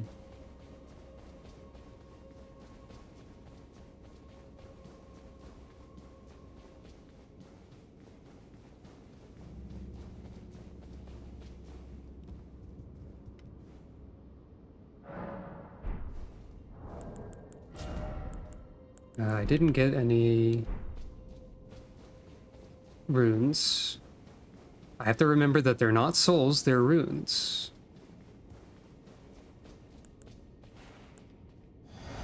Well, the holy damage thing is also a long-range slash, you see.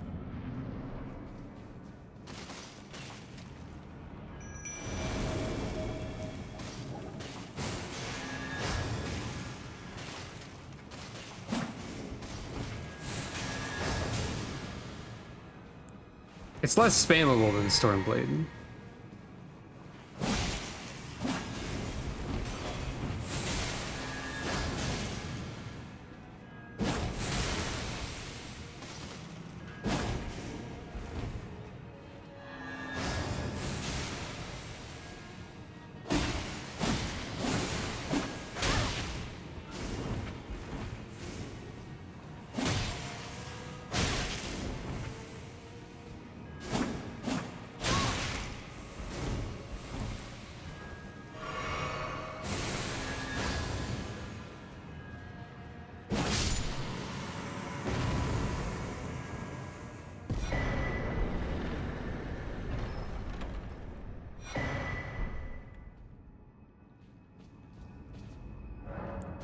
There's another good early option that I might go grab, maybe.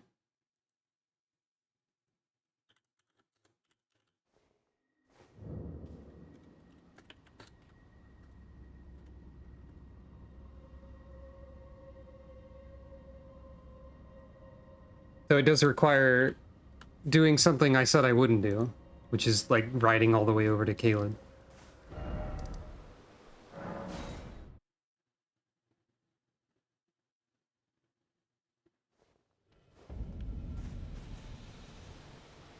I don't know if it'd be great for the Nagakiba either, but whatever.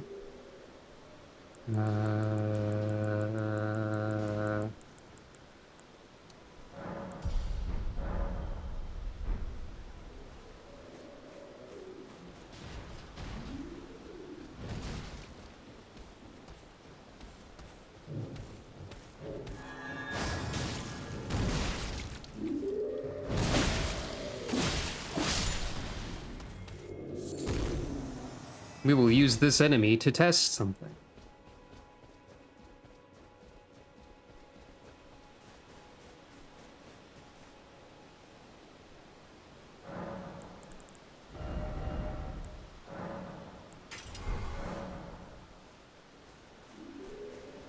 My blade is still buffed. Not... I'm trying to test without the buff, but okay. Hold on, my blade is still glowing. Needed to stop doing that.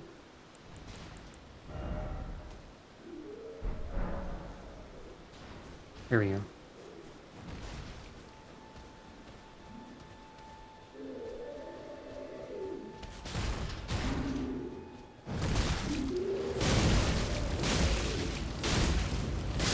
I mean, Stormblade's still pretty good.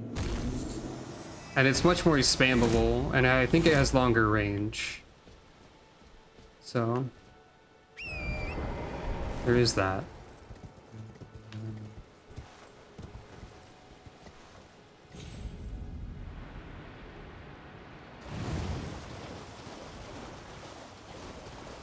I think there's a cave over here somewhere.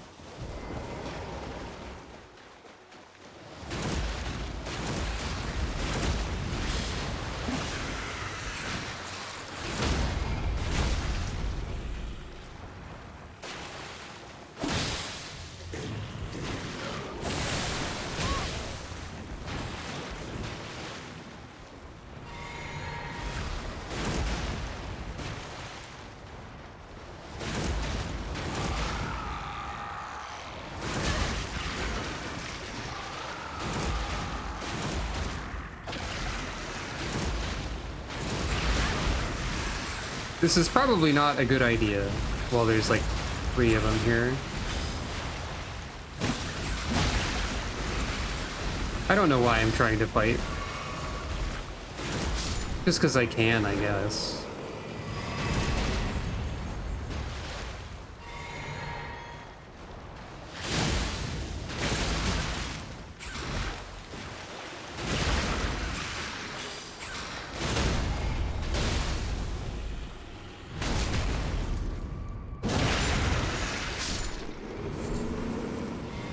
So yeah, Stormblade, pretty good now, actually.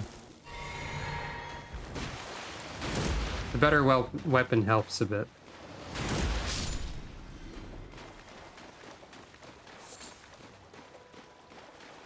Is this the cave? Yeah.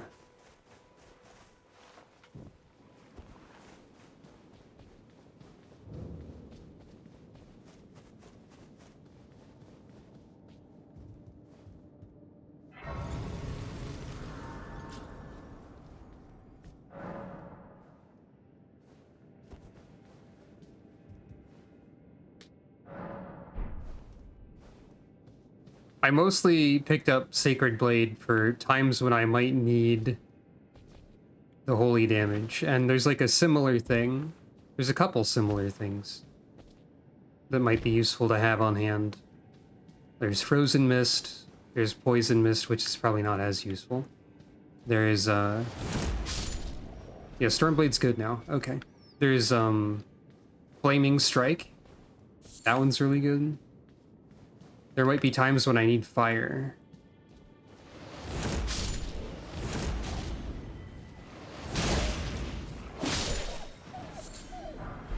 Okay, yeah, now I'm fine committing to Stormblade, I think. But Flaming Strike is all the way over in Radahn's house, or like next door to it. It's in his backyard, or on his deck or something. Which you can just go to, which is kind of funny.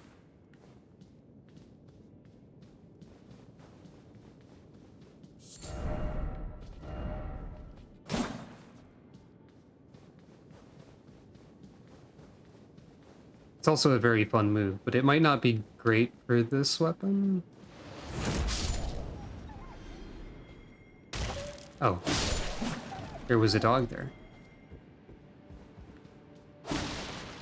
Okay, yeah, now I feel like we are in business with this sword gun.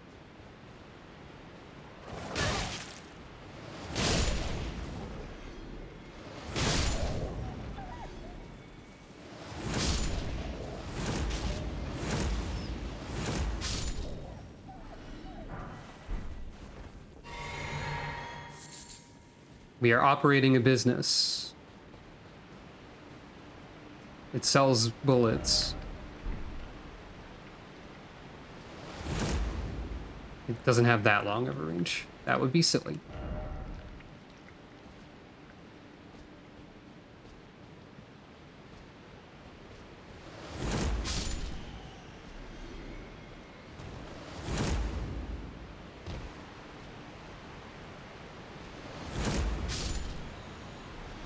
That works, though. Whoop.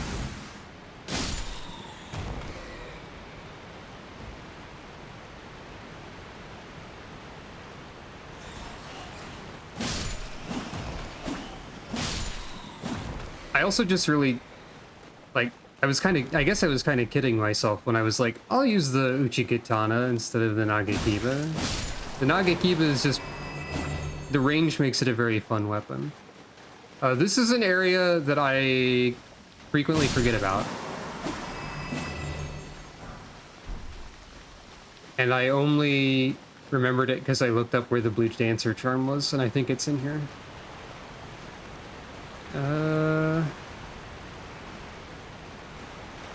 Where do I think I jump.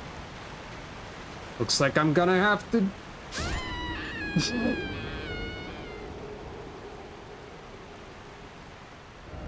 Well, it was funny, so it's fine. You just fall, apparently. Also, there's a stake there, so it's fine.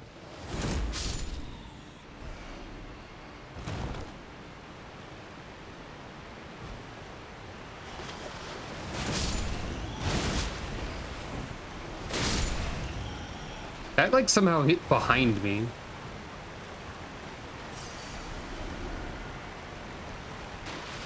It's fine. You do have to jump here.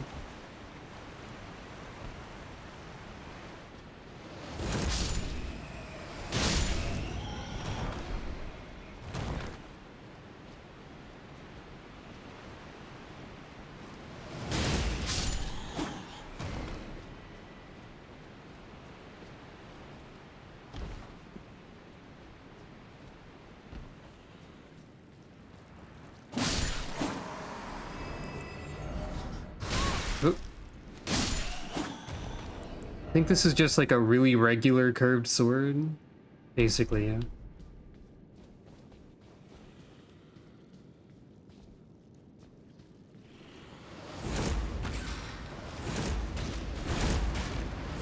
I forgot you had the ability to cling to a ceiling.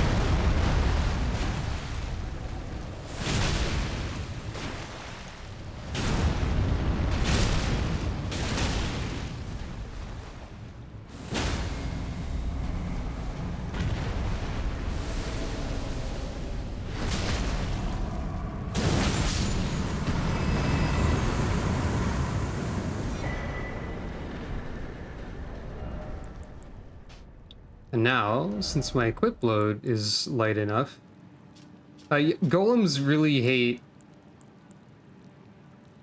that. I don't think the bleed activated. I don't think they bleed. I think they just really hate being crit. This will give me a decent boost. Not the most ideal boost, but a pretty good one. It'd only be 5 more if I had no clothing. Right, I got shoes. I could choose to wear shoes instead of pants and sandals.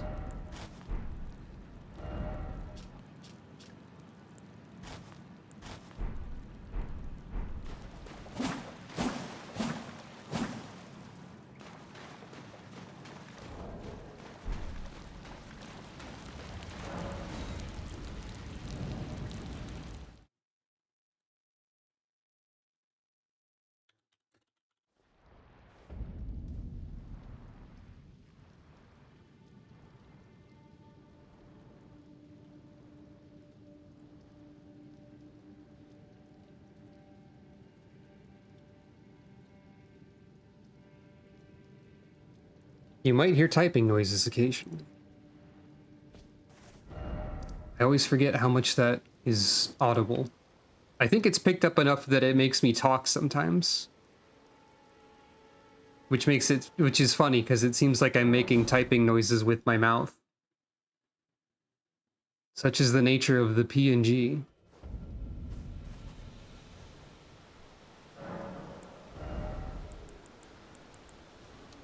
I'm gonna get up to like 20 mind and then like split between, I guess, probably vigor and dexterity. And eventually I think I'll want to set this to keen.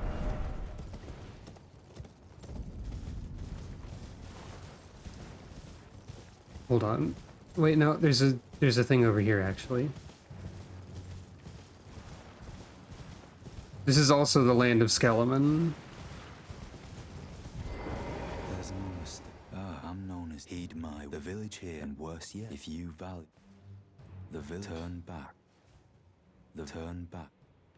You can kill D right here in order to get his sword and armor set if you want.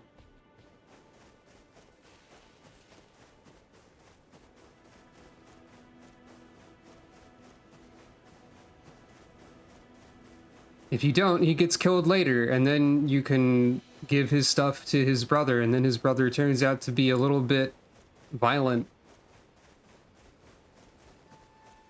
It made me kind of regret helping them.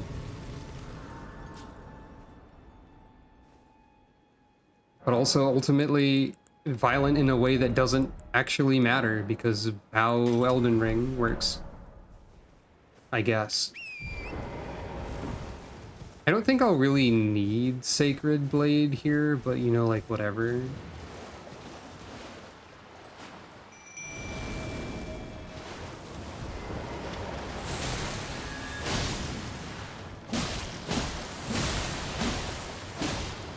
It'll make the boss die faster, probably.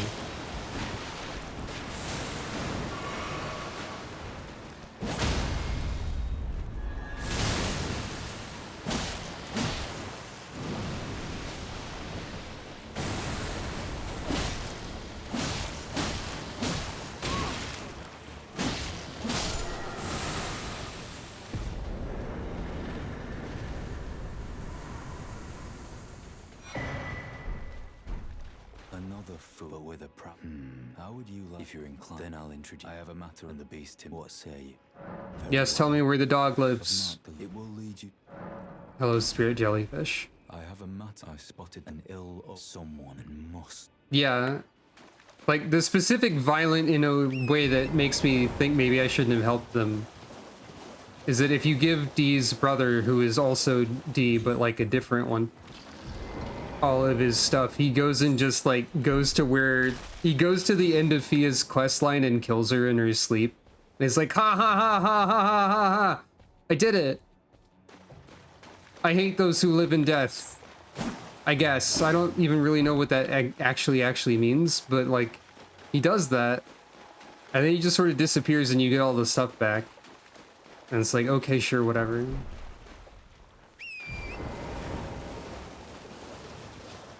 The funniest part about that is that the wiki had to censor his dialogue there because by putting periods in between every letter of a word that he calls Fia. Oh, so I'm one of those who live in death then. Got it. So I shouldn't help these guys because they want me to stop existing. Because I'm ghosts.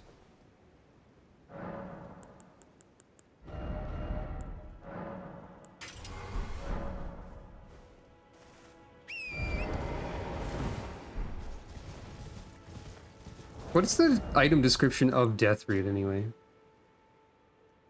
Gives rise to those who live in death.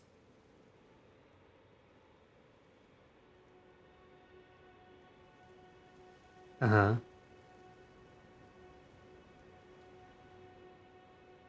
Okay. Basically, death didn't exist until it did.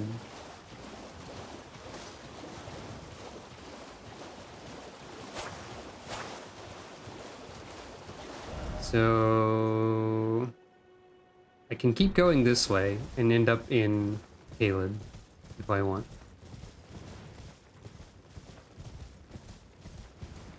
Yeah, that face shows up in a lot of places, actually.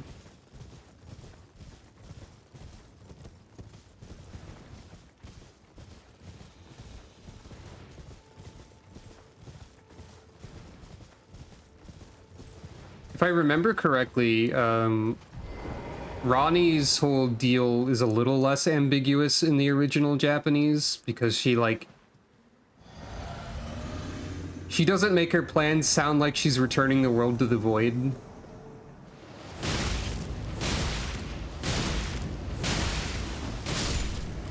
So this is another thing that Stormblade does, if you have an invader.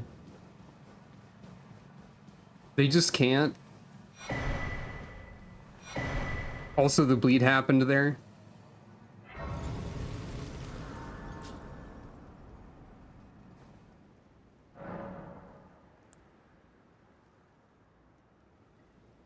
Oh, they're. I think I remember reading it, and I was like, okay, I can see some subtle differences there, at least.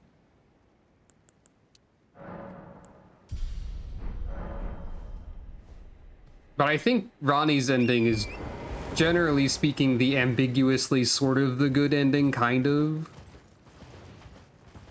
Like, I guess it depends on what you consider to be the good ending. I forgot you could examine these. Like, even in the run I completed on stream where I got the Frenzy ending partially by accident, I presented the, like, the logical reasoning for, like, if you had chosen that on purpose of being, this entire world is garbage, burn it down. And, like, given the state of a From Software universe, I don't feel like that's a completely outrageous ending to actually go for. The only, like, I think the bad ending is the Dung Eater one. I don't know if you could argue that giving everybody the curse is a good thing in any sort of way. But, like, you could, I think you could argue that the Frenzied Flame ending is not a bad ending from a certain perspective, maybe not a good ending because you are eliminating all life, but also this world is terrible. So yeah, the Dung Eater ending is the most, like, making everything worse one, I think. Though I think, like, were I to choose an ending without accidentally stumbling into Frenzied Flame, I would probably default to Ronnie. That might be because I think Ronnie's an interesting character, and I like her whole idea of let's do something other than all the god nonsense is probably okay, maybe. I don't think I really want to be in Caelid right now.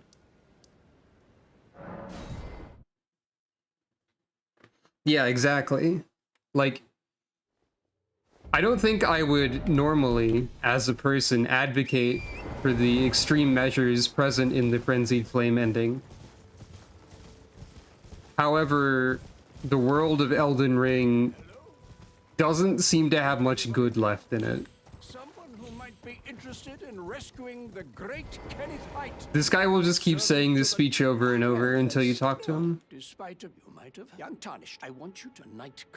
Remember when I first streamed this game and I kicked this guy off the ledge? That was funny. On one of my starting characters. This guy sucks. And he's also very unimportant, technically speaking.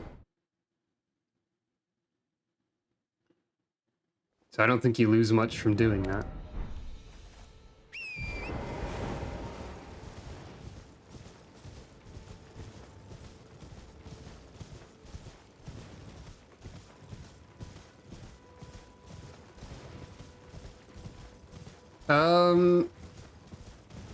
I don't believe he's actually important. Not significantly.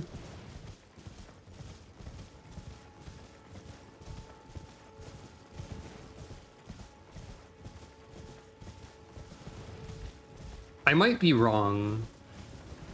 Like, he has some connections with other characters' quest lines, but I don't think he's, like, vital.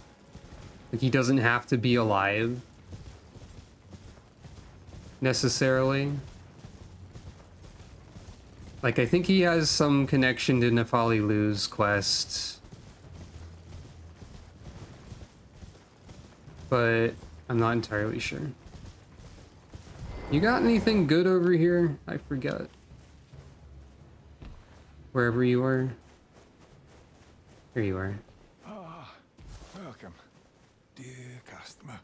Yes, right this well-valued Casties. I'm hungry.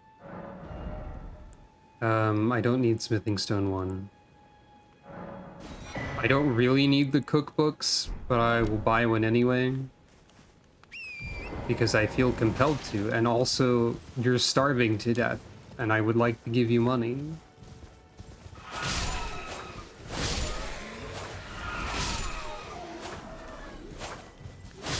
There we go. There's no reason to fight those.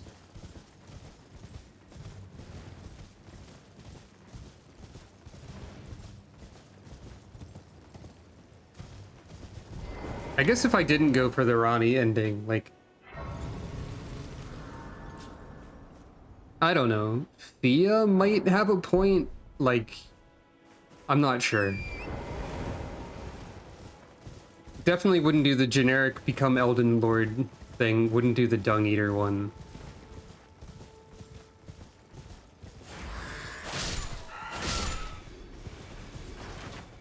I don't know the exact details of the endings, but I do technically need to acquire 2 more of them for achievement purposes.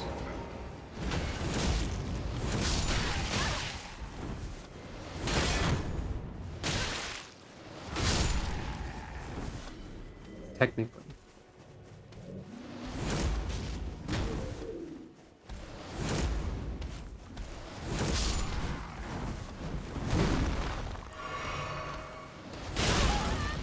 What's hitting me? Oh, there's an archer over there.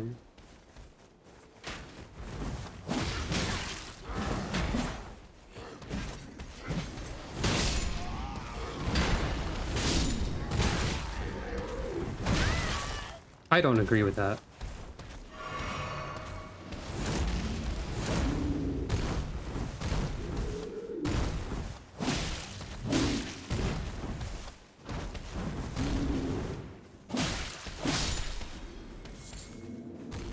Yeesh.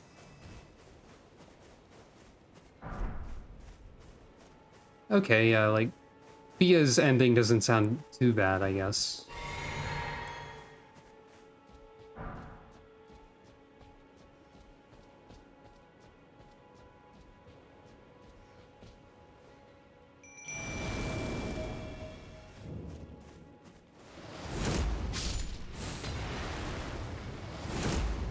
Yeah, it doesn't reach that far.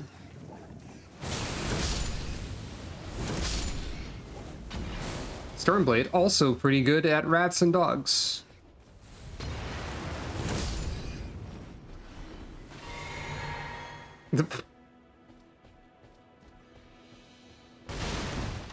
I guess the jellyfish killed that one.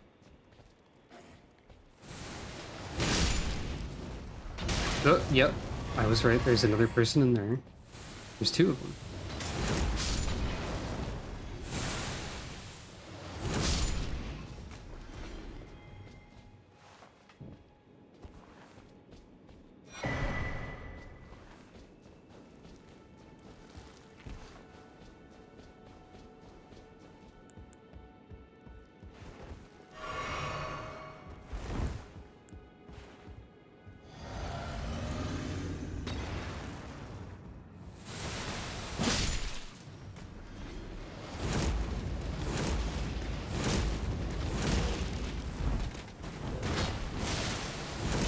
I forgot Gold Mask even had a separate ending, but I guess that makes sense.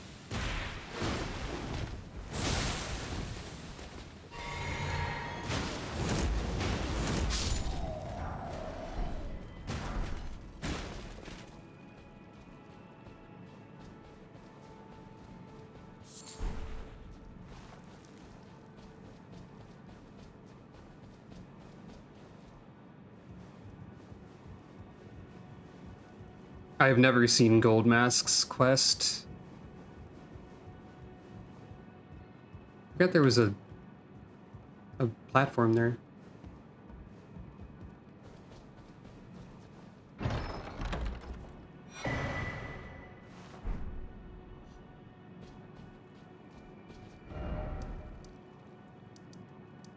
The DLC adds a little bit more ambiguity to the America and Radigan situation, I think. Because there's mention of, like, the ability of people to fuse together as a thing that could be done by the shamans or something like that.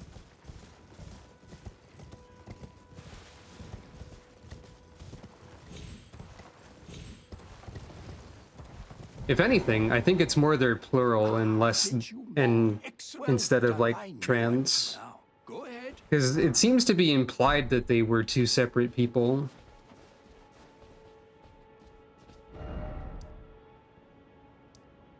Oh, the unfusing is a different thing that happens. That's shoot. I forgot the name. Mikola, that's it. Yeah, Mikola did, like, remove Saint Trina from himself. But I think that's a different thing. Or maybe maybe there is a reverse option, or I don't know. I don't think we're supposed to think about it too in-depth and literally. I think...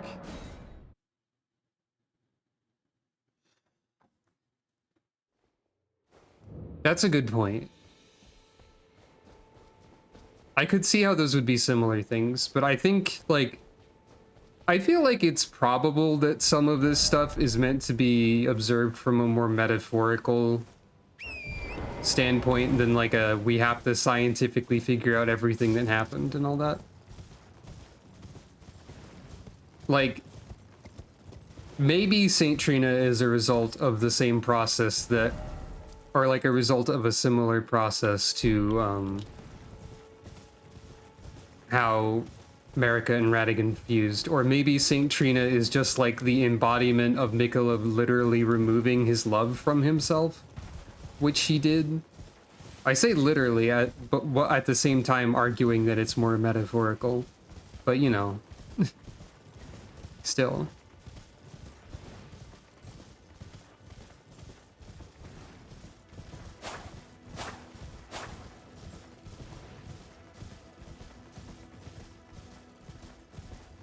I think it's more for the metaphorical idea of, like, what if you abandoned your love and that became a different person?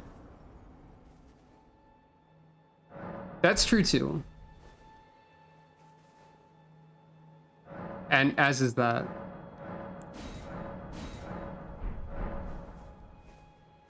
I'm only here to look at a painting. And get this, I guess.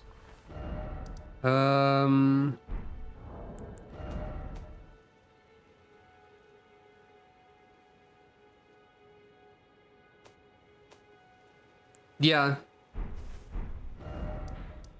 Like, I do feel like without the DLC context, your read of it is more of what I would conclude, I think.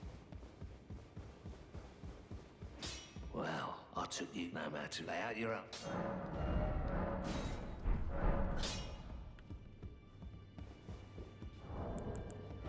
Eventually I might get 18 strength to use this with one hand, though I don't really know if I need to. Anyway, who wants to do something dumb? You want to do some dumb things? I haven't done everything in Limgrave yet.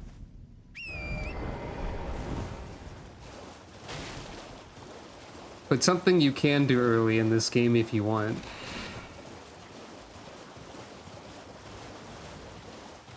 First of all, get these clowns out of the way. Thank you.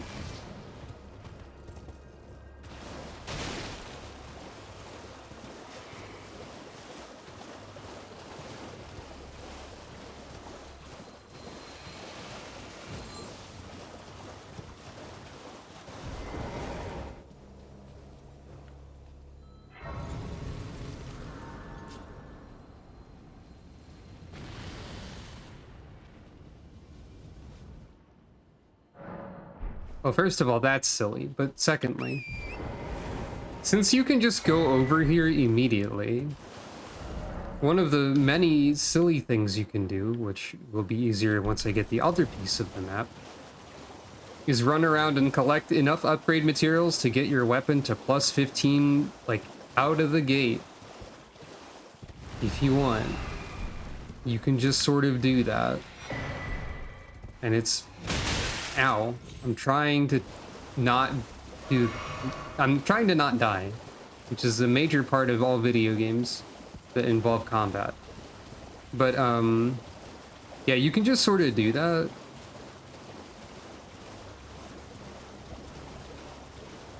Hello. Also, Raya's here.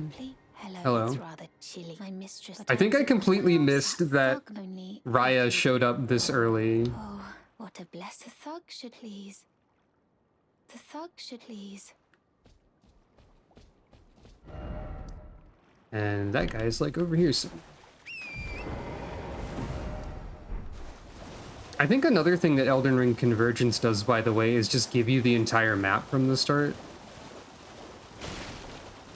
Which is fairly kind of it. Also, Patches is over here now. There's a bunch of early game stuff that I just didn't like. Oh, that would be fun. I think there have been games that do stuff sort of like that. But I might be wrong. By the way, she's a strange. Not that it's if she rings you're making your. Have you ever seen a the clunky can but long ago? Patches here is also like, hey, there's one of those enemies that does a grab on you and kills you. Will teleport you to a cool place that's awesome. If you get killed by it, tee hee hee, I'm Patches. I'm not doing a bit or a prank. And like, he's kind of doing a prank, but also it's true. Yeah, what you were saying reminded me of Excalibur 2, but that's like not from a person on a pilgrimage. It's an adjacent idea to Excalibur 2, perhaps.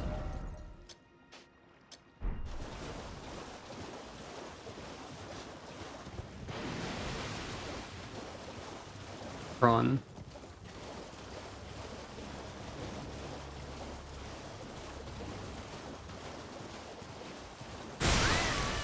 Prawn with laser that hits across the entire state of Arkansas.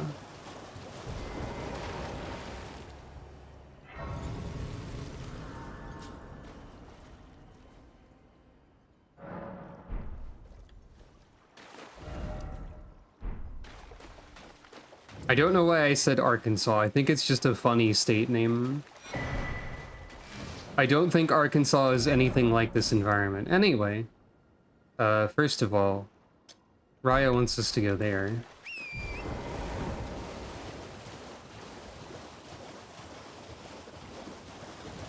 So we might as well. Well, I don't actually have the money for this. Unless I have money in my inventory, which I do. Okay, it's fine actually.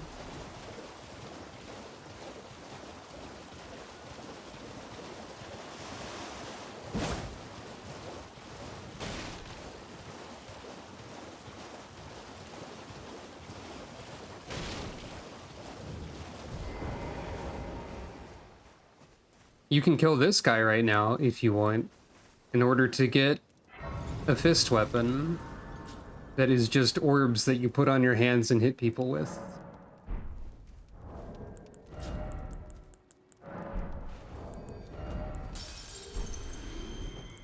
But this guy also has a quest or something, I guess.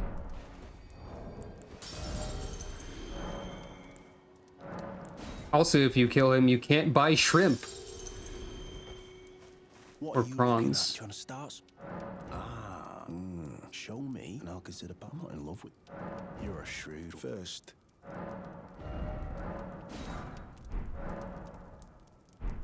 He's not exactly super chill. He's kind of rude. No damn use your bloody idea. Oh, piss. Or at least a little bit standoffish. All right, then. I could be, but You must buy at least one shrimp. I mean prawn. The taste for prawn I couldn't trust. We'd make good mates, I reckon. I'll be seeing you. Because then he becomes your friend. Marika's tit. Oh, all right, well, but it ain't my... Anyway, lucky she ain't that. You're tarnished too, ain't? Can you see it then? I can't see it. Makes no bloody cruel bloody joke. Maybe something with the tree himself. Yeah, he also doesn't like the current state of affairs very much, so... Oh wait, that's not where the guy was. That's where... What is over here? Is this the dexterity shrouding crack tier or whatever? Is that what's over here? I think it is. Yep.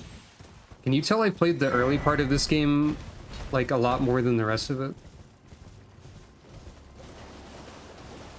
Anyway, now I can't look at my map for the next 5 minutes.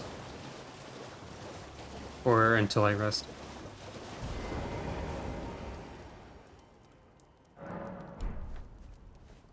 Alright, now back to Raya, and then we can do the dumb stuff. Maybe.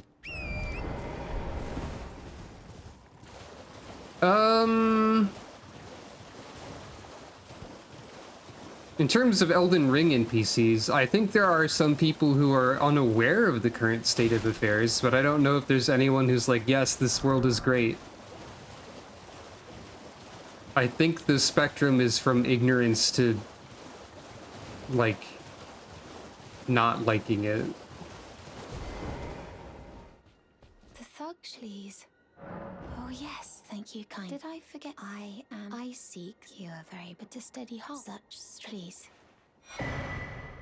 Brave Tarn, most Tarn, but you are no the volcano. Oh, does Gideon like it? But the lift instead at the base. Well, that guy sucks, so I do hope. I guess that makes sense. Seek at the base. It was. I have faith in. I do hope. It's kind of funny that Raya here, if you do her little quest at this point, tells you how to skip the lift. Anyway, in order to do silly things, we must investigate all gazebos.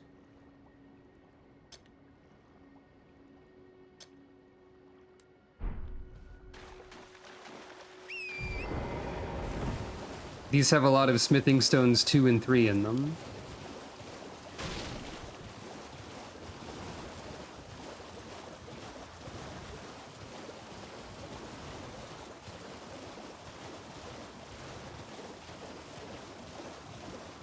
Some of these might be teleports instead.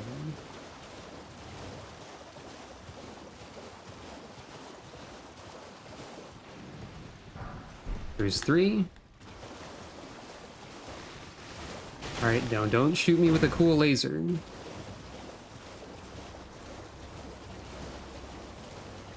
Maybe if I weave, I won't be hit by the statewide prawn laser.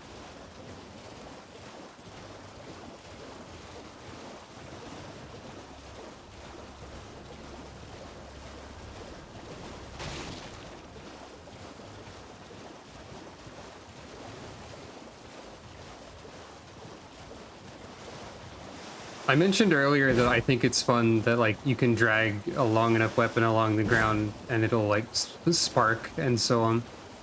It's even more fun with water, I think. Just barreling it through the water like this. It's the little things in life and all that. Well, I guess in this case it's the large weapons in life, which is arguably different, but, you know, whatever.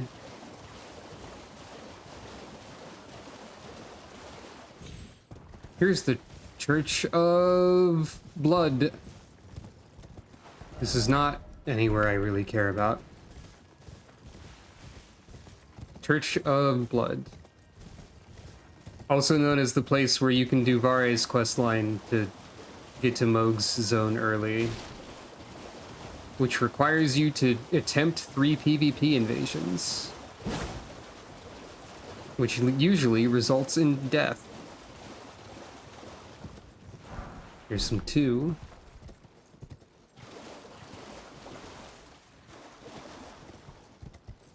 The Sephiroth cosplay is not intentional now. Especially because I didn't think I was going to be using the longer blade at first.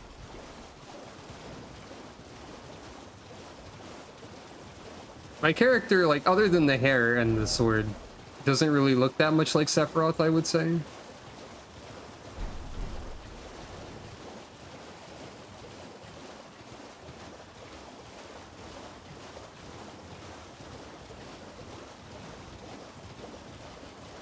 Yeah, the DLC plot twist is kind of wacky. Crap. Wait, is this anything cool? Oh, that's a somber.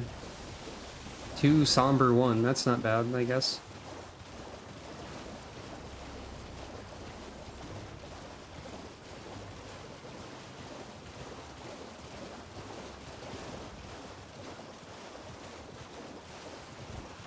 Oh, this is a grace.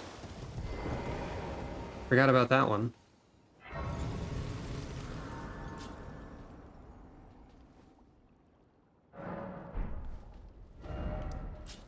Okay. I know there's a thing up here too.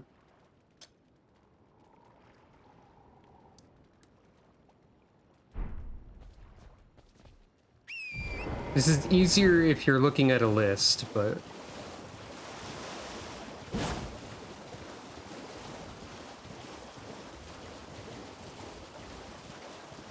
just gonna see if I can manage this without one.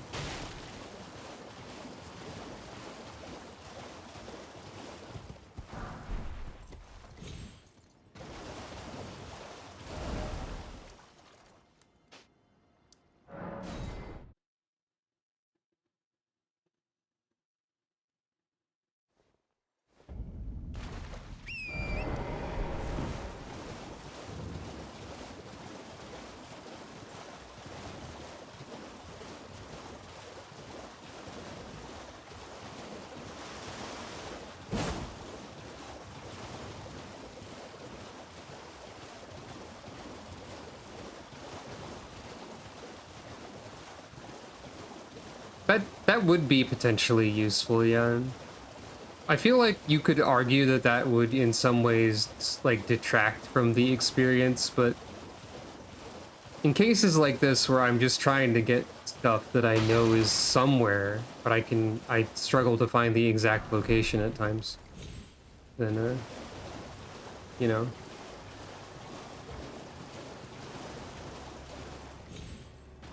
There's something else around here somewhere, which I now have to find without... I think it's like over here-ish. There's like a pile of flowers sitting next to more smithing stones. Yeah, there it is. Wow, it was very close. I would get a lot of points in Elden Ring GeoGuessr. So I need like 1 more 3 and 4 more 2. Okay.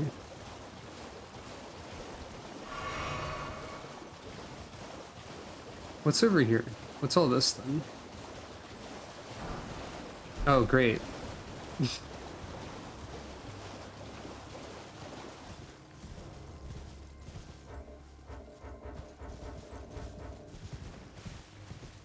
I've been in combat recently. Okay. I think there's some stuff further up here.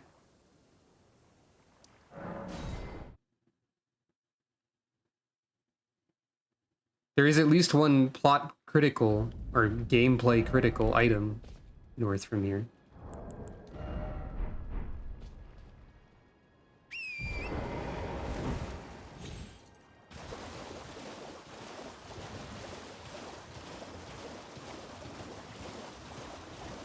And yeah, if you want to be like thorough and you're not trying to just see what happens when you explore on your own, it does make sense to use something like that for sure.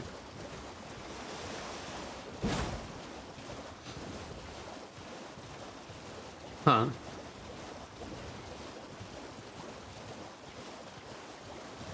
I didn't realize that that was why the rot and so on.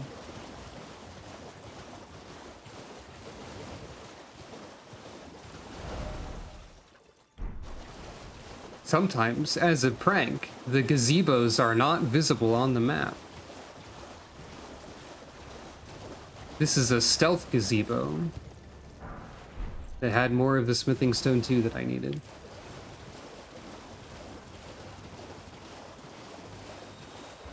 A flower is mad at me and I can't look at where I'm going now.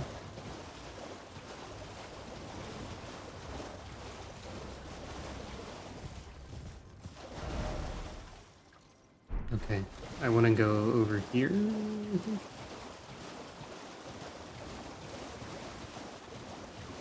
Yep, there's the Grace.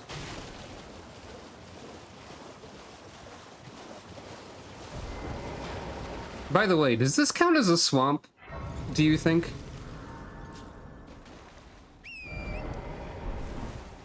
It's not poisonous, but I think it does fit a definition of like a swamp or a wetland of some kind, right?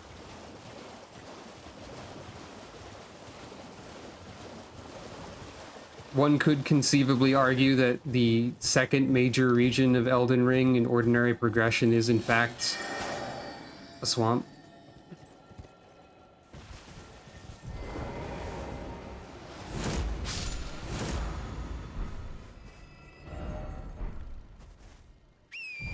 If it has trees, then it's a swamp.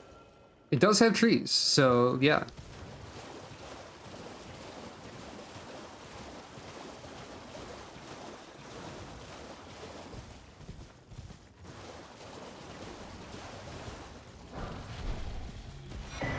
That's the important quest item. Hello, Glintstone Dragon Smaragd. I'm not gonna fight you right now.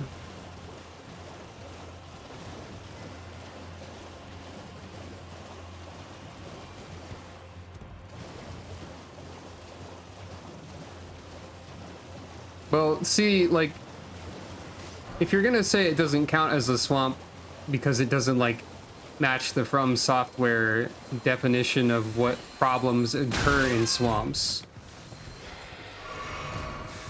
just let me look at this item, thanks. Then allow me to raise this perspective to you. What if this is like, you know how in game design you slowly introduce elements and then you like ramp up the difficulty of said elements? This is the intro swamp. This is to teach you that there will be a swamp, and then the swamps get nasty later. What about that? This is the tutorial swamp. Correct. The Blizzard Zone and Crown of the Ivory King. Now, the Dark Souls 2 DLC is not something I have a great deal of experience with. Huge open area with a bunch of strong enemies that chase you down. Yeah, okay. Fair enough. Do I have... I have enough 3. I need one more smithing stone too.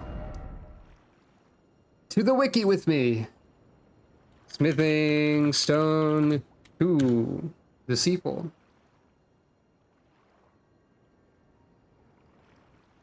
My experience with the Dark Souls 2 DLC is that I went into the first one and I realized that it was like, it had like Zelda navigational puzzles that I didn't immediately comprehend, and I thought, this is not really what I'm here for, and then I stopped playing it. But maybe if I replay 2, I'll have to check the DLC out and see what it's like. I've stated before that my opinion on the DLC of the Dark Souls trilogy is that it's usually the worst part of the game in most aspects. I think with Elden Ring that's not true, because the Elden Ring DLC is better than the base game in several ways that are, like, major. But I think in the Dark Souls trilogy, I overall like the DLC less than the base games. 2 on a corpse next to some crabs. That's one I didn't get, I don't think.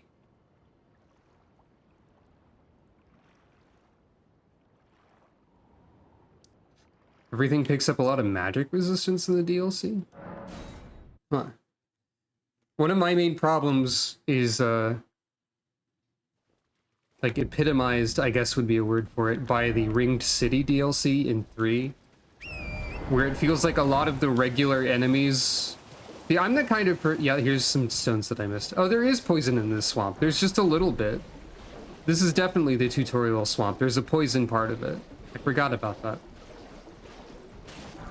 But in the Ringed City is really when it starts feeling like the basic enemies are not basic enemies anymore. They're like all mini bosses, and it never feels worth it to fight them. I feel like the Ringed City encourages the speedrunner's behavior of sprinting past all enemy encounters. And that's... I have a tendency to fight things in Souls when maybe I shouldn't. So...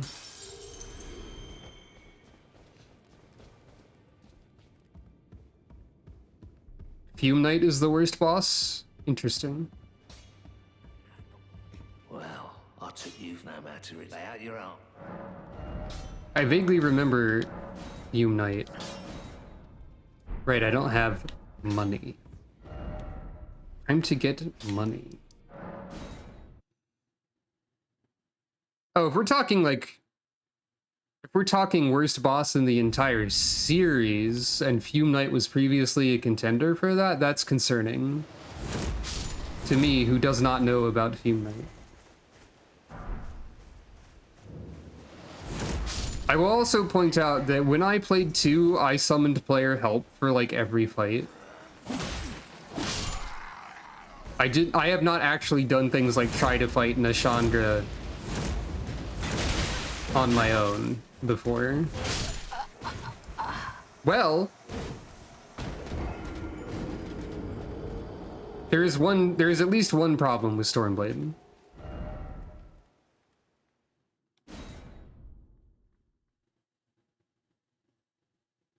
Fume Knight is the same sort of fight philosophy as Melania. Interesting. Oh right, the Stake of America that puts me in the wrong place. Interesting. That sounds like I'll have trouble with that if I actually try to and play any of its DLCs. The main thing I remember about the Dark Souls 2 DLC, given that I only played a small amount of the first one, is that you get invaded by Jester Thomas, who's like the mimetically powerful assistant NPC in a boss fight previously, and it's very funny that they did that. I think he like immediately taunts you with gestures and then like blasts you to death with fire.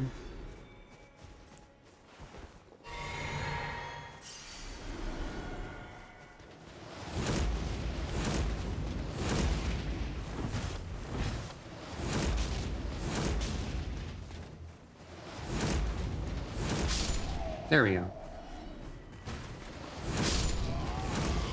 In fact, I think like of all the various like helper NPCs in the Dark Souls trilogy and even in Elden Ring, I think like the 3 that I remember the most by far are Black Knight Targus, who's also an invader later, I suppose, or like an XP of him. Jester Thomas and Felicia the Brave. Shoutouts to Felicia the Brave in the Shrine of Amana area. I remember there were some meme, like, there was some like goofy little comics about her having 99 strength and 1 intelligence or something like that. She mostly just got herself killed by the wizards. The opposite of shoutouts to the Shrine of Amana as an area that exists. The Shrine of Amana is one of the nightmare zones of base game 2. That is 2, right? Yeah, that is 2. I think part of the reason why I say I like the DLC in a lot of them less is because when I think of like, okay, what are the most annoying areas from my memory in any given Souls game? Assuming I've played the DLC will often be on that list. Like in 3, which is the one I have the most experience with in terms of the DLC, I think. Like the first DLC is kind of like a maze It's like kind of difficult to navigate, and the second DLC, as I mentioned, feels like it's not worth it doing anything except running past all of it.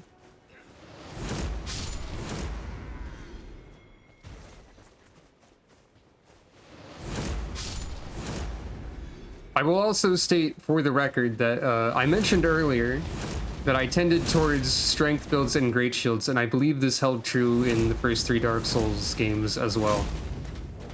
I tended towards like turtling, tanking style, even though there weren't block counters and things in that. I will say that this did enable me to defeat Calamite on the first try both times I've ever fought Calamite, which is kind of funny. Like, I don't know how difficult the Black Dragon Calamite is, like, supposed to actually be. But I have never died to Calamite, which is kind of funny. Yeah, Amana is like, do you have a ranged option? No.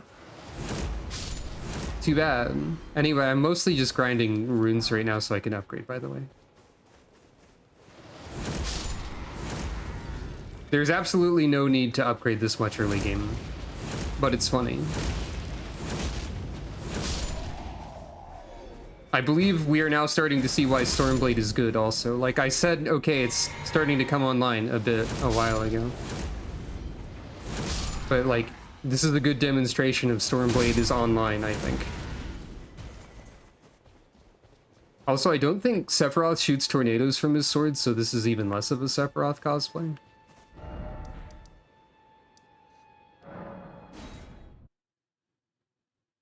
Right, the problem with where is the floor. That probably would have been more of a problem in 2, given its unique torch stuff that I'd forgotten about until recently. Well, I took you no matter. Vacuum Wave is an entirely different Ash of War. Like, there's literally a Vacuum Wave Ash of War. It's very different. Okay, we've got +9 now. Oh, can I upgrade any? I have you to. I can happen. I'm as yet. But and if there's well, I search Roderick. I guess I'll upgrade the jellyfish once for now. Anyway, I'm not done being dumb yet. Let's go up here.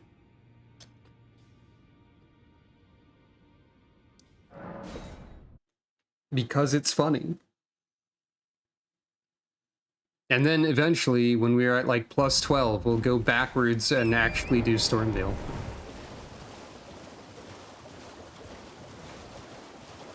That's true. To be fair, I feel like a lot of the DLC special weapon attacks start to approach that level of like long attack animation. And that is, of course, a bit of a joke because none of them are anywhere close to actually that long. But still.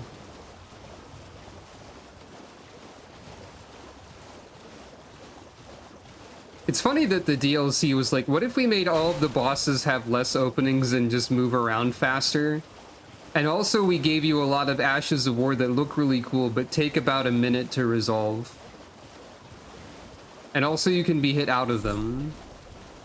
Like, presumably, even if I actually had remembered how poise mechanics worked when I played the DLC and made sure to have like 51 poise or whatever, when doing stuff like the Pull Blade of the Bud special attack, I think I probably still would have gotten knocked out of it a lot.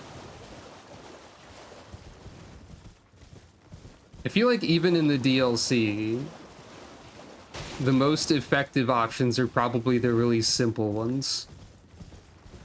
Like anything that's like has a lot of mobility or is pretty quick or is like has a lot of utility and like range and so on. Basically, yeah. It does feel like a lot of this stuff is kind of held back by the rest of the game. For the record, also, as far as the way poise works is effectively like it's a, if you didn't know, it's like an invisible meter, and when it depletes is when you stagger or like flinch or whatever. And the most important poise breakpoints, quote unquote, are 51 and 101. Because a lot of enemy attacks do 50 poise damage. And then there's another tier of attacks that do 100 poise damage. You can only get 101 poise if you're using a specific talisman and like a lot of really heavy armor. Hello, welcome. And also, yeah, it does feel like in a sense it feels like there's a lot of joke weapons, but I think I would say it's more like there's a lot of joke builds.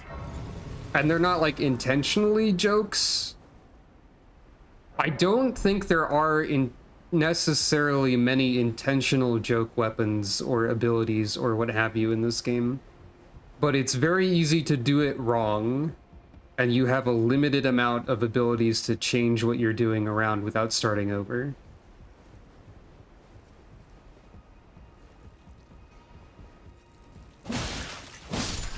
More than ever before, From Software has made a Souls-like where you need to look at a wiki and look at a bunch of videos explaining what build ideas people who are good at coming up with build ideas have thought of. Amusingly enough, even those people, like the people on the wiki for the game that like post a bunch of build guides and whatever, even they have said in at least one build video that they like to have light roll in the DLC because the bosses move over a lot more. So like that makes it seem like less of a quote-unquote skill issue and more of a like, yeah, they really did just make the game like this now, huh? The ladder animation is funny because of how far apart the rungs are. I've never really thought about it. Is this like a weirdly constructed sort of ladder? Does Elden Ring have weird messed up ladders and I've never thought about it? I don't typically use or observe ladders in my day-to-day life. But now that you mention it, I think the rungs are generally closer together. Here's a dungeon with a funny prank. Somewhere in it. Oh no, I do barely not enough damage to... This is a dungeon with a funny prank. Funny prank as one word. If you step on these, they explode and poison you. Well... Thanks for the demonstration, vulgar militiaman, which is the actual name of the enemies and not me disparaging them.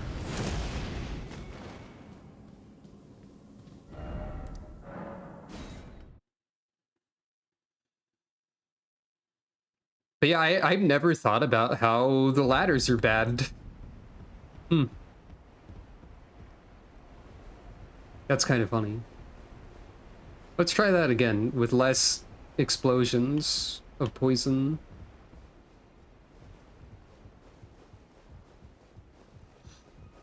I feel like there's gotta have been ladders in Demon Souls, right?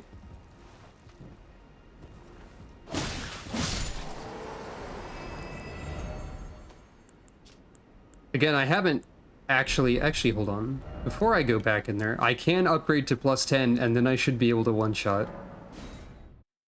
But, I have not played Demon Souls or Bloodborne. I said that earlier, but like, I know there's ladders in Bloodborne, but I don't know if there's ladders in Demon Souls, but I think there probably are. Well, I took you no matter to lay out your own.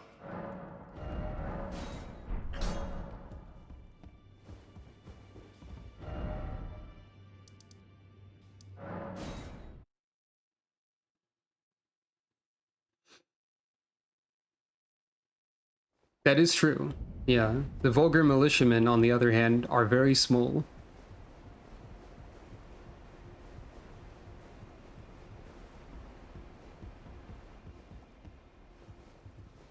Dark Souls 0 is a funny name for Demon Souls, I think.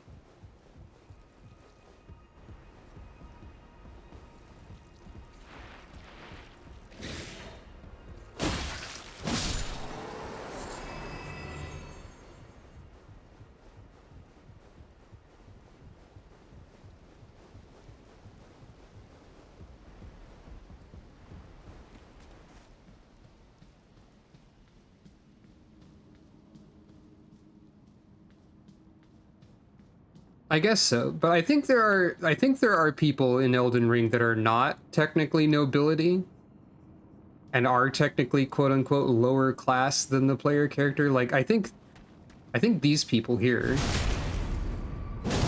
whatever the miners are called, are probably like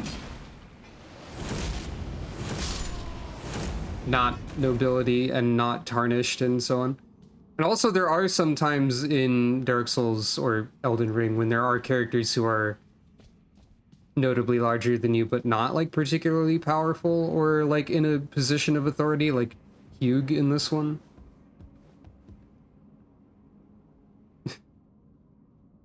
I think they can climb the ladders.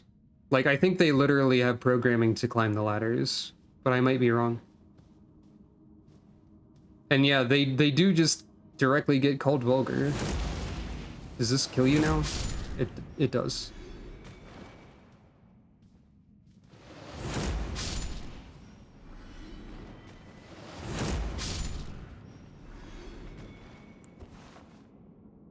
Stormblade is fun.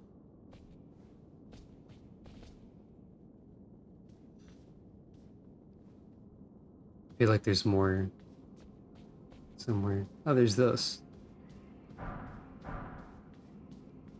Those are good, we want those. Whoop, almost stepped on it again.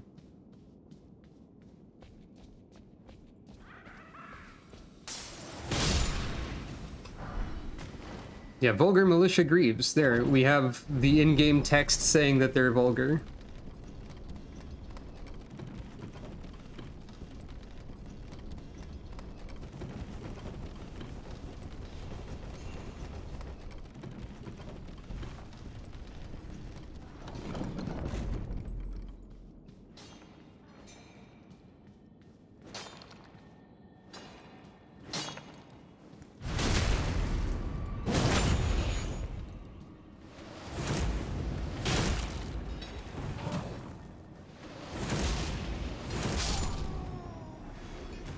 By the way, I feel like this dungeon is notably weird.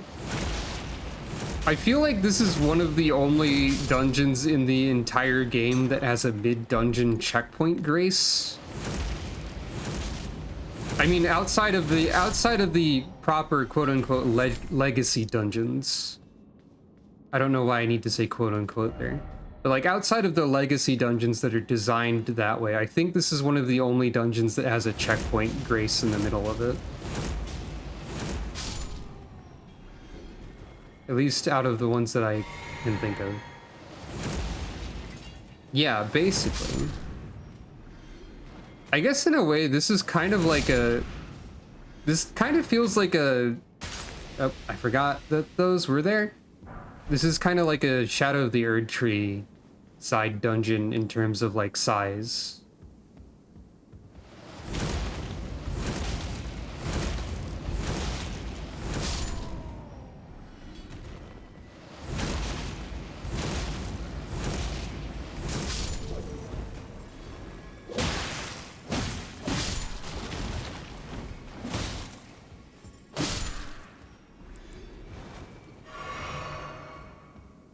Yeah, it definitely feels like that. Like it could have been something else. Or like it could have been a remnant of the game being something else. Also, it does this funny prank. Oh. Nope, funny prank? There we go. I think this is the first time there's an exploding one of those. But here's the checkpoint. One of them. Actually, it's not just one checkpoint. There's another grace directly before the boss fight of the area too, instead of just a statue, or a stake of Marika rather. So this is like a pretty notably weird outlier in terms of world design. Here's the other way to Altus over there. How many? I only have 2. I forget how many you can get here exactly. I guess it's a bit more like a legacy dungeon, but it doesn't have the length of a legacy dungeon. It doesn't even feel like one of the smaller legacy dungeons. But I guess it kind of is.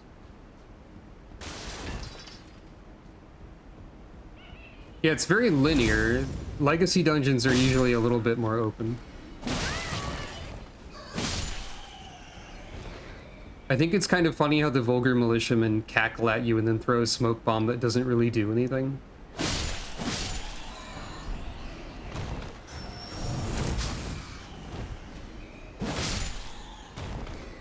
This place reminds you of Demon Souls. Interesting. Like, what little I know of Demon Souls, that sounds possibly accurate. I don't know if I've ever noticed this ladder.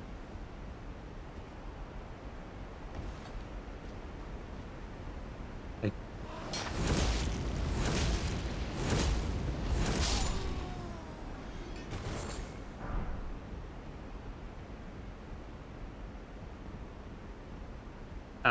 I must have been here at some point.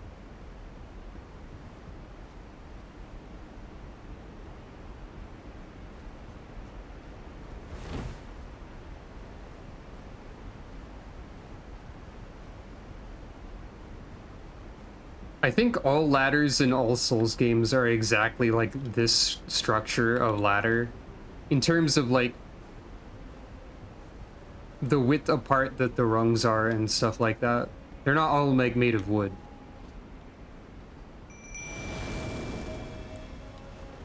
But I'm pretty sure they must be all the same because they've definitely reused that ladder climbing animation in like every game.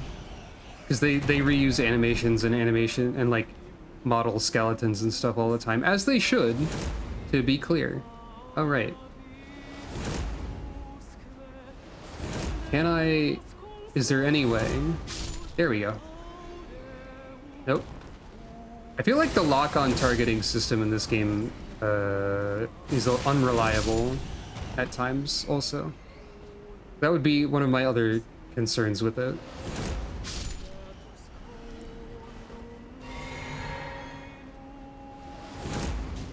But yeah, what if sword was gun? What if you could simply pick off threats before a dangerous enemy or a group of smaller enemies got to you, but you didn't even need to use a bow or a spell for it?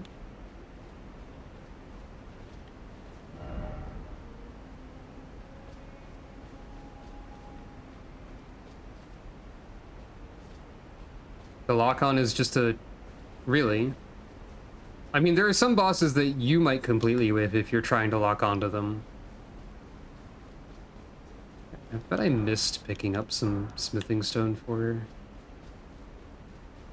Here and there.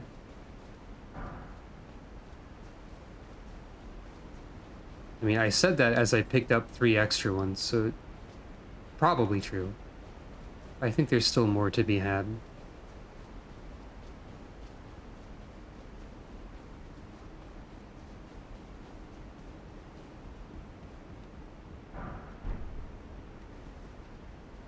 This is also a weird part of this dungeon design. This little area here that we were just in is like one of 2 places where you can summon a spirit ash as well. You know what this kind of feels like, in a way? It kind of feels... There's also something over here. It kind of feels like the Painted World. And let me explain what I mean by that. The Painted World in Dark Souls 1 was like the first place they designed, if I remember correctly, so it's sort of like one of the prototypes for game world dungeon design, etc. for that game. So this kind of feels like that, but like to probably like a bit of a different scale. But yeah, like tech demo vertical slice-ish, that's a good way to put it, for sure. Like it feels like they're showing what their world design can be like, and like different elements of the game, like in this more difficult area, you can summon a spirit ash to help you. And like there will be checkpoints throughout the dungeon and stuff like that. It does feel like a bit of a vertical slice. That's a good way to summarize it.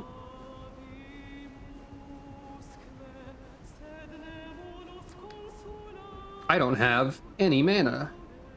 That's not good for me. That's my entire game plan. I should have spec'd more into mana, probably. By that I mean I should have put more flasks in it.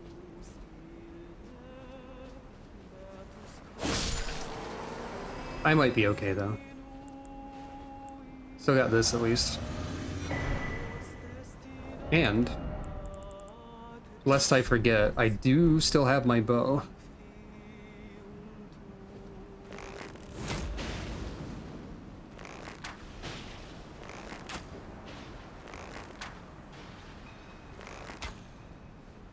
Yeah, the singing of some enemies in this game is interesting. Lock on, please. Lock on, I'm dying. Lock on.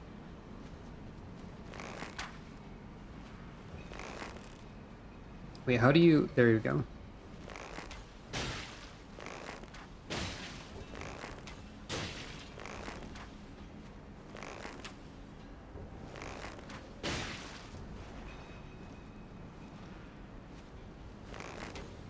This is very silly.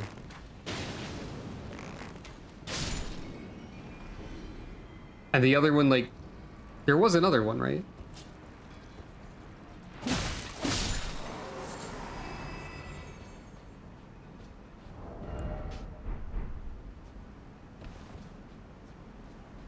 Yeah, for sure.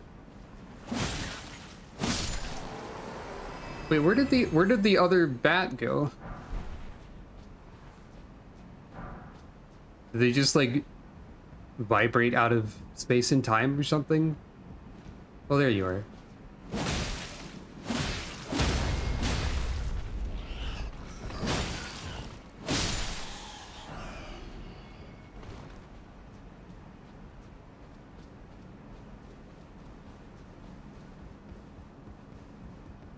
Wait, I need to check for smithing stones.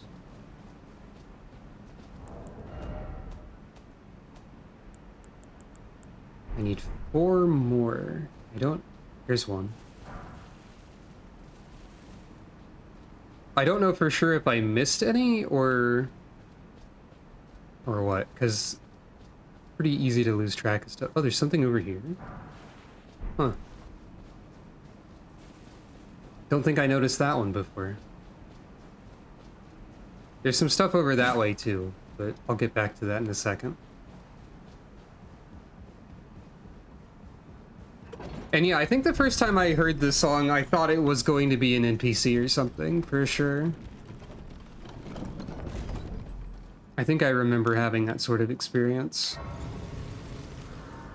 Alright, let's rearrange my flasks a bit too.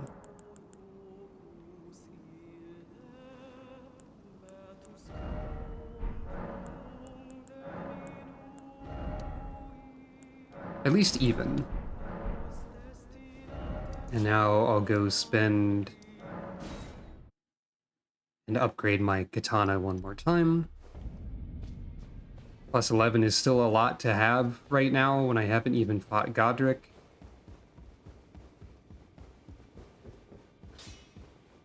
Well, I took you no matter lay out your arm.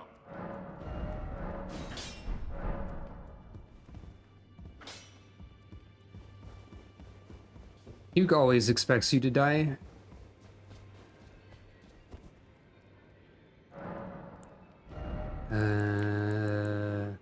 Right. 12 vigor is not a lot to have right now either, for the record. And, I could probably fight this boss already. Maybe. But I gotta go back and get some other stuff first.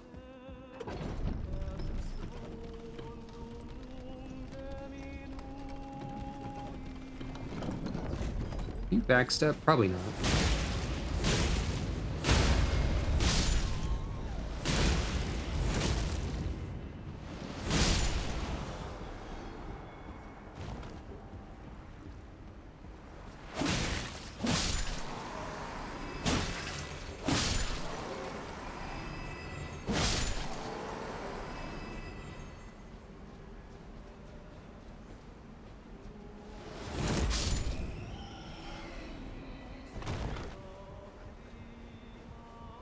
I had a moment when I was playing this game yesterday where two NPCs or two enemies that I happened to defeat somehow got their like ragdolls caught on each other, and they began to rotate around in such a way that they were like they started to spin rapidly, and that like slowly propelled them across the land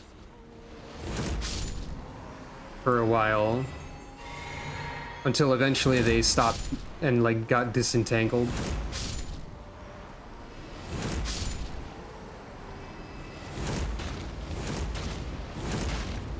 I thought of that because I saw a bat fall off of a cliff, but you know, only slightly relevant.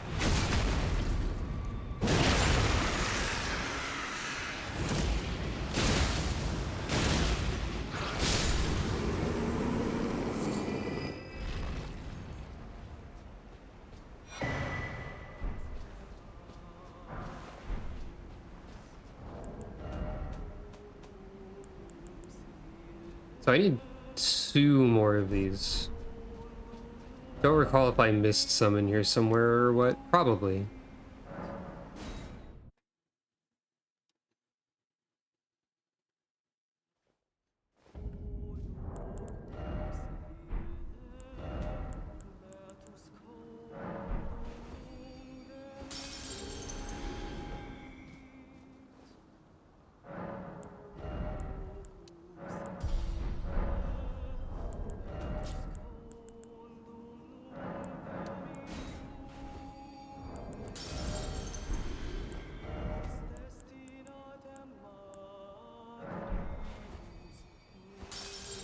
Might as well grab a couple levels.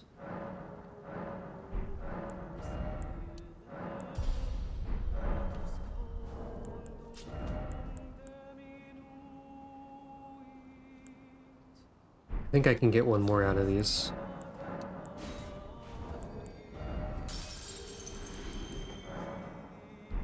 Elden Ring is making me do math.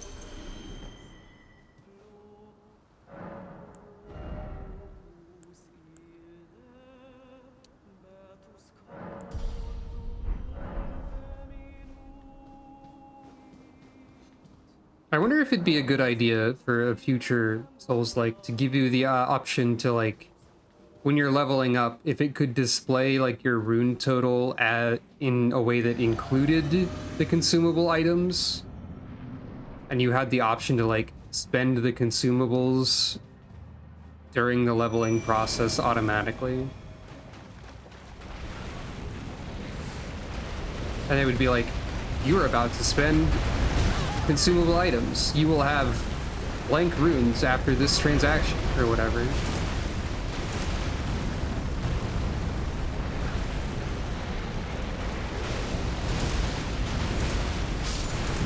Well, rip the spirit jellyfish, I guess. I didn't need to heal yet.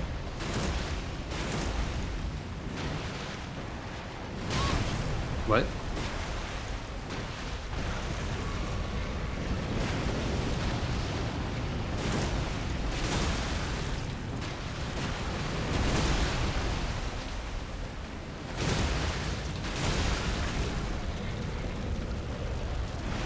I'm emboldened by my gun. And how I have a gun.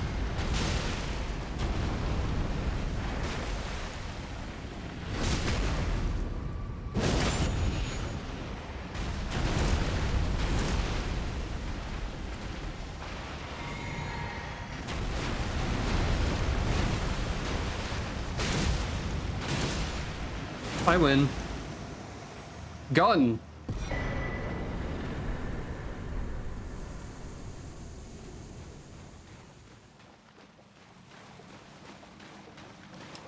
You get 1 elevator key. You get 1 of the Dectus medallion halves over here in Fort Height. And you get another one in a fort over in Dragonburrow in part of Caelid.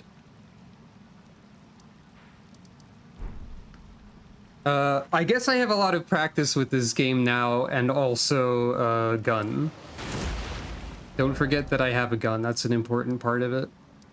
In fact, Why not? Let's go get the other part of the medallion. I should have activated the grace that was in that room, but you know, whatever.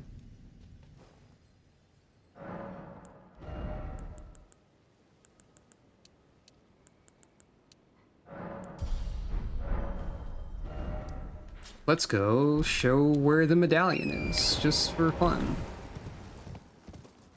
Here I go, in Caelid. If you go get the 2 medallion halves, it's very easy to get to Altus, like, very quickly without fighting anything. Isn't this, like, a pretty alright something? No, it's Whirl o' Flame. That's nothing. This, though. This is another thing you can get. Quick like. Well, I mean, if there's not dogs fighting me, I guess.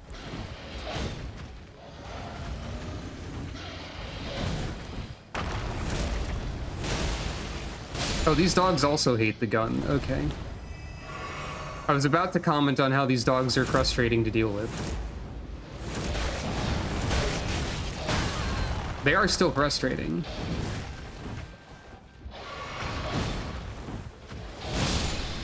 But they don't like the gun too much.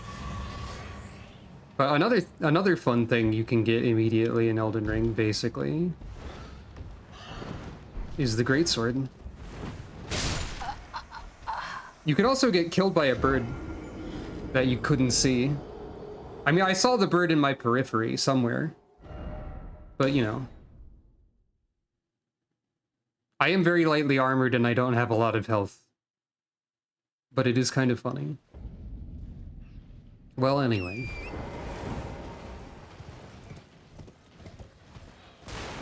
There's just like a frame of bird talons appearing on the screen and I'm dead. Sometimes it helps to see From Software games as comedies. If you can manage to see the events that happen to you in these games as humorous, then you have become powerful.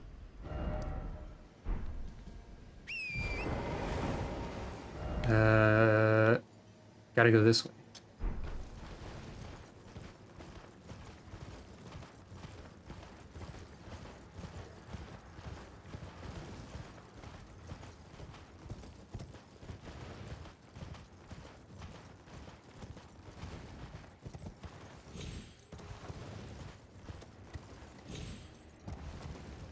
Oh, Loon gave a big dissertation on that? I didn't see his playthrough of Elden Ring.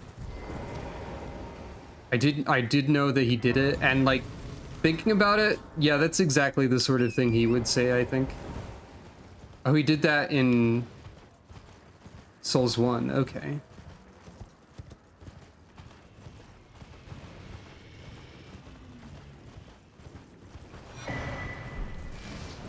Gotta go to Dragon Barrow.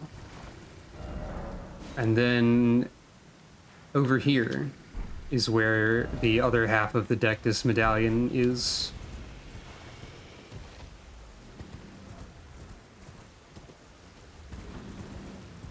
I don't think I've ever tried killing these regular dragons that don't have names. I assume that this is a way to get dragon hearts, because you need to have those to buy dragon items or something.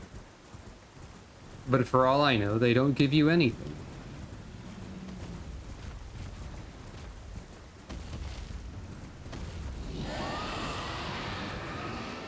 I also don't know what the deal is with this very large dragon over here. I assume you cannot fight this dragon. And or that you would not want to. Am I on the... You can? Well, fair enough. Yeah.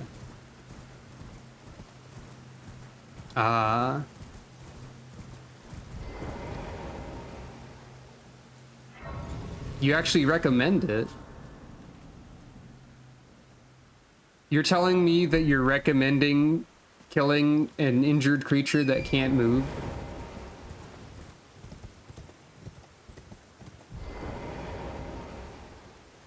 Seems rude.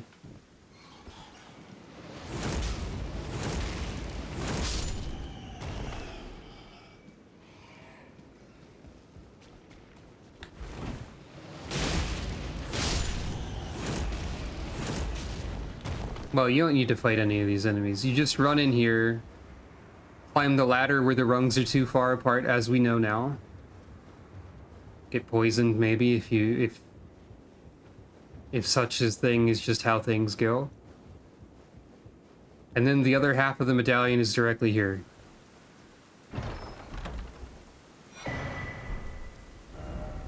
Hooray.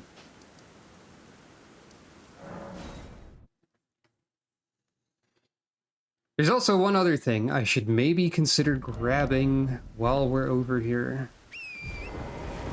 If I can. And I say if I can because it kinda sucks. A little bit.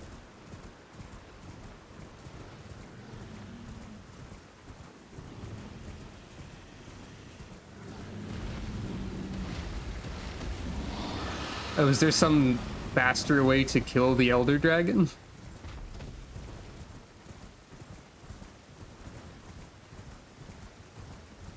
You think those rungs were closer together?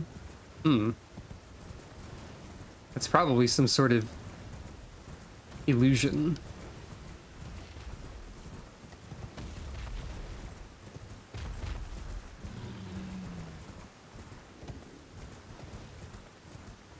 Oh. Have I gotten this grace before? Probably. Yeah, I must have. You might notice a bear in the distance. Keep this in mind for the next few minutes. Think about how there's a bear.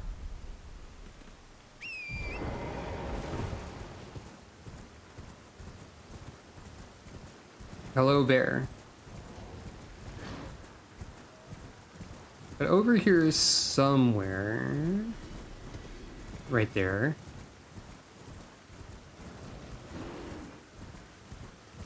Over here is an easily missable medallion. That's one of the best ones in the game. And by medallion, I mean talisman. And when I say keep bears in mind, I mean it's because they put an entire giant rune bear in these cramped tunnels and it can kill you instantly. As a funny bit. Because From Software are a bunch of comedians. Bear. I think it's through there.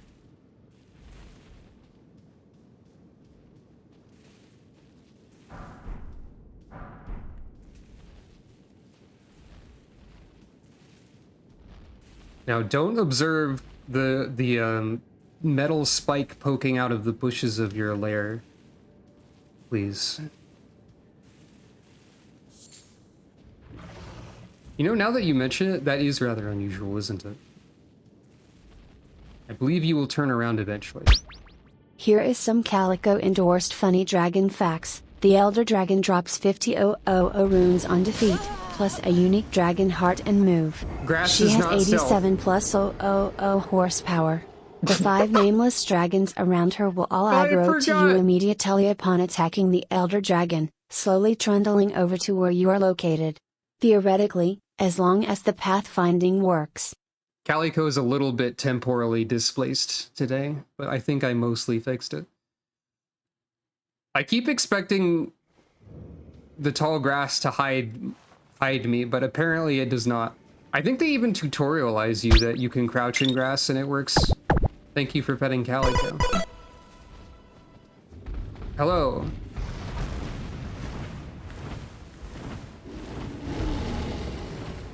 I flinched a little bit at that.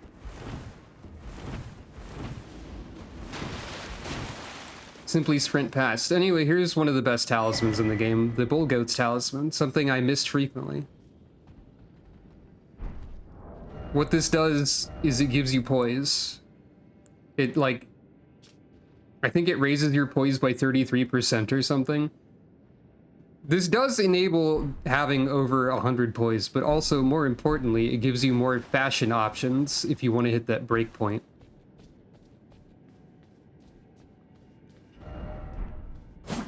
There is no hidden path. How much damage does my gun do to this bear currently? Just out of curiosity.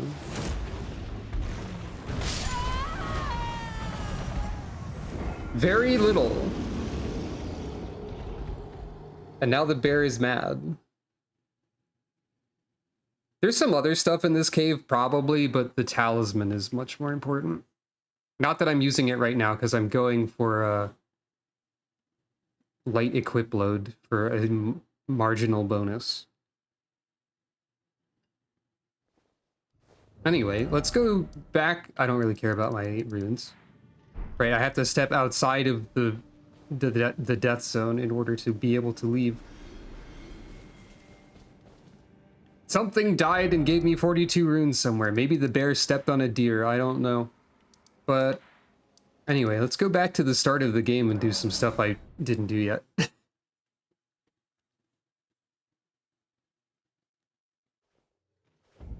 Now is the part where we see how it's funny when I take a +11 Nagakiba with a gun attached to it into the opening of the game.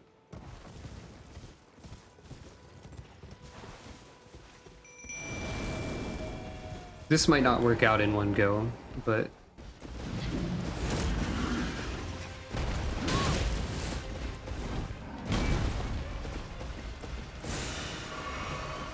Also, notably, can reflect the Stormblade.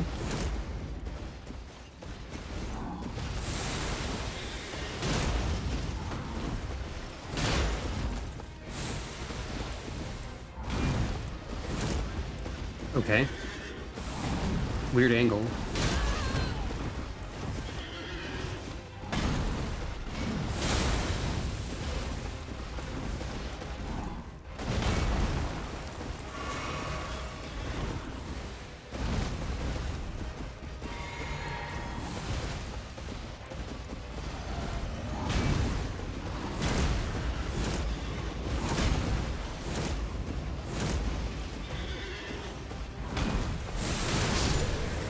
Okay, it worked out in one try, actually.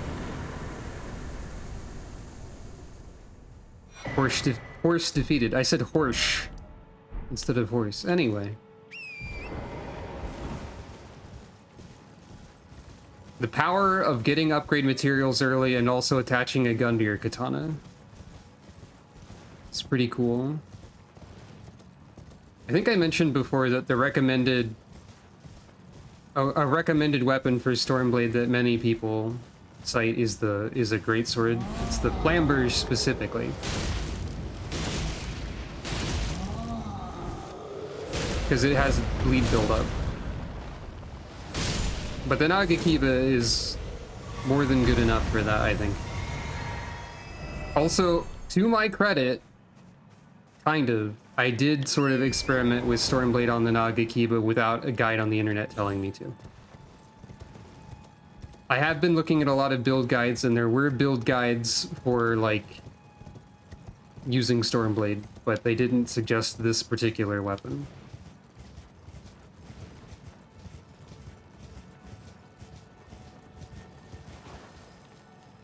I forget what this is. That'd be really cool if that had hit.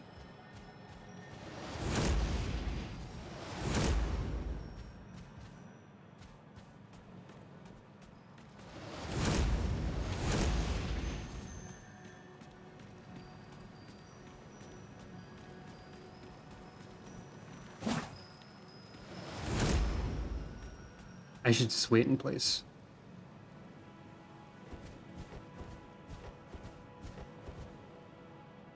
Wait. Oh, right, because of my physic. I was thinking, why do I have the axe talisman effect? There we go. Oh, stamp sweep. Okay. Stamp sweep is probably okay. A lot of the basic Ashes of War seem like they're actually quite good. This is not the correct direction to go in, I think.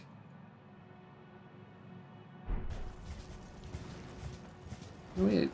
No, I think I actually do need to go this way. Yeah, okay. I got turned around a bit. Stormblade is a good example of fairly basic Ash of War that's good, I suppose, already. Gotta go help Bach the Seamster, who's been beaten up in this cave. Sometimes I forget about this. Oh. Oh. You.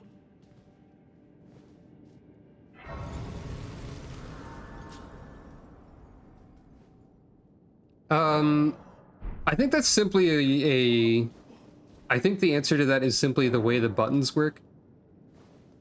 Because, though, with Stamp Sweep, I think they could have combined Stamp Sweep and Stamp, the uppercut one into one Ash of War. Because I think the way those work is you do the stamp, and then out of the stamp, you can press R1 for a regular basic attack, or press R2 for, like, a special follow-up.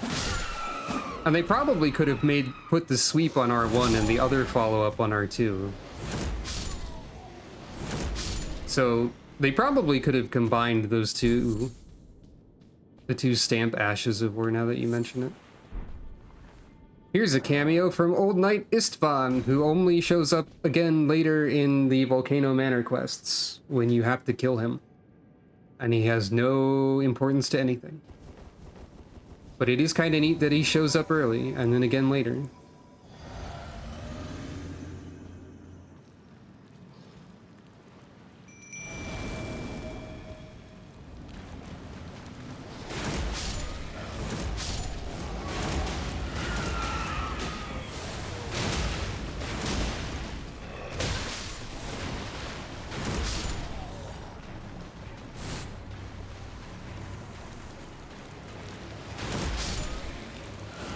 The other chief even hadn't even made it into the room yet.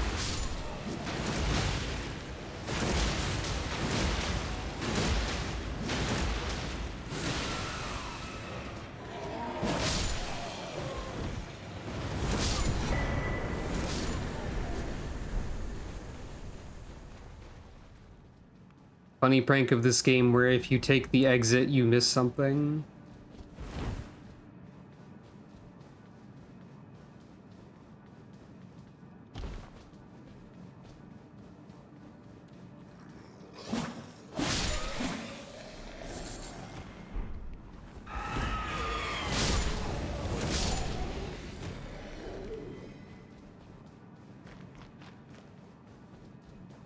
Because back here is the Church of Dragon Communion, but it's also like the crappy version of it.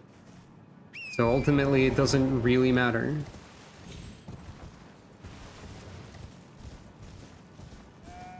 And I'm also not going to use it, so...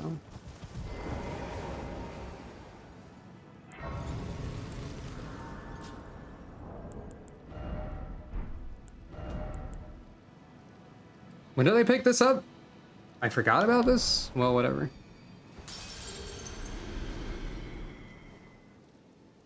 Probably running around Caelid.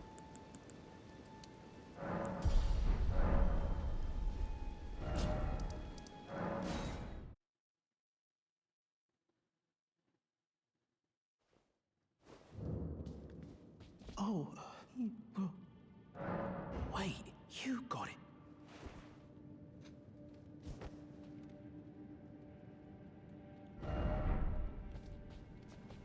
I have to wait for Bach to do that. What made my mum, and that's so I always wanted to. Thank you very. I always want. Okay. And I guess we can now go south, where there's some other stuff going on.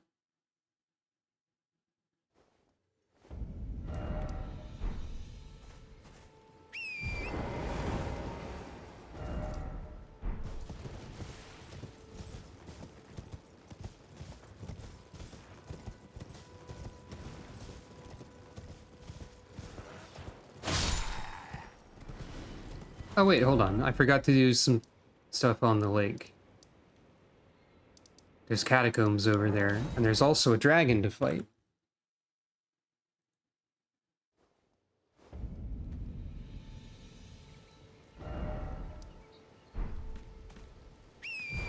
Now, on account of horseback battle, I cannot use the gun on the dragon. But that should be fine, probably.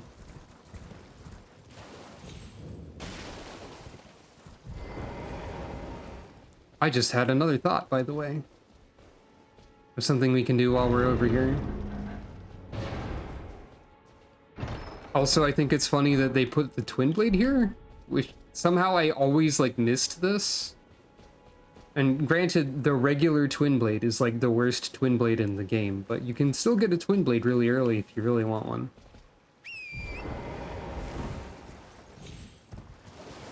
Personally, I don't like twin blades that much in this game, I don't think. But yeah, before we actually fight the dragon, let's do something dumber than that.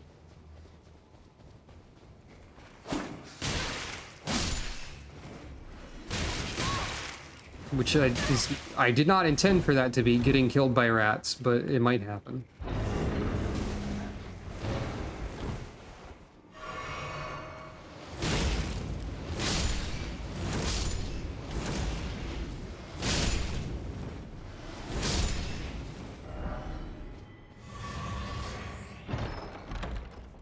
Back to Caelid with me. The classic transporter trap really early in the game that sends you to a later game location, which is a pretty funny bit. But also you can get Smithing Stone 5 here, so I can upgrade my sword even more than I should. Assuming I can find a bit more Smithing Stone 4. The Caelid warp is a pretty good bit.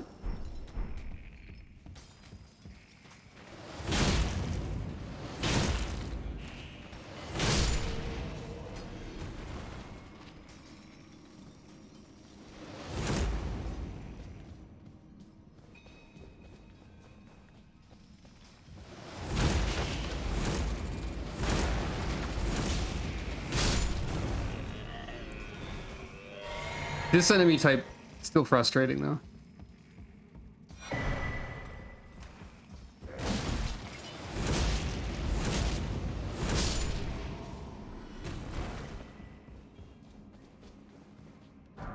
Yep, Smithing Stone 5. Yeah, the map, like, expanding as you find more of it. And, like, making you realize, for real, like, the actual scope of the game is pretty cool. Ow.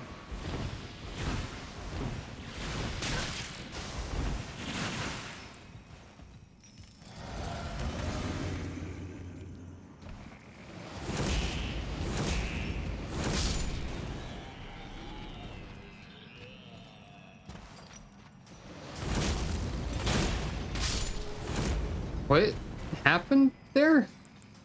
I feel like that enemy got stuck in the wall and took damage from it and then died.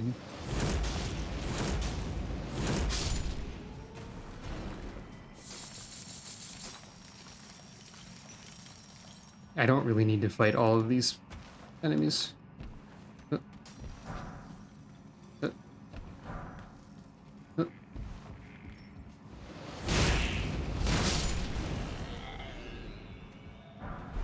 I guess that's a good illustration of, or demonstration, either or, of Stormblade in melee, because that killed that Kindred of Rot in 2 hits instead of, like, 3.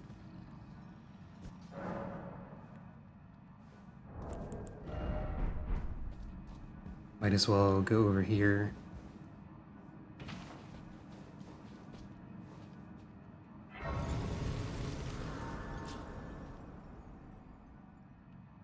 On one hand, I could sit down and gain a level, so I will. But on the other hand, it'll mean all the Kindred of Rot respawn. But that's the price we have to pay on occasion.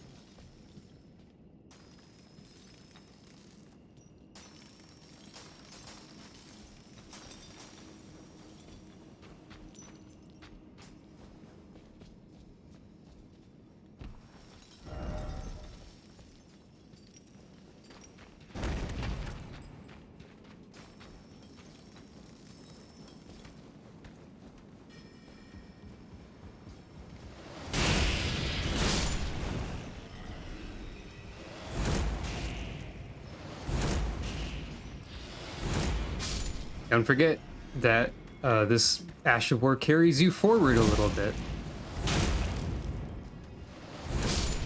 So you might fling yourself off of a cliff if you're not careful, which would not be terribly ideal.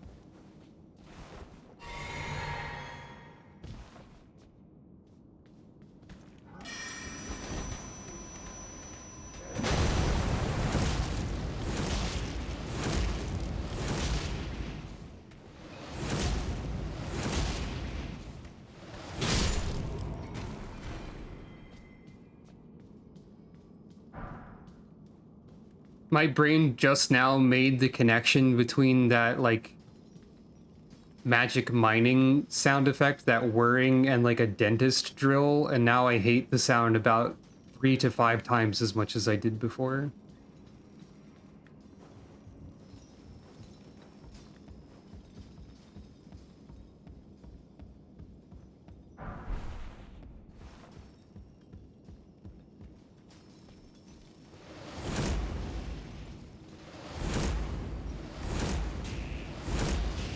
Okay, actually this does more damage than I thought sometimes? I don't know.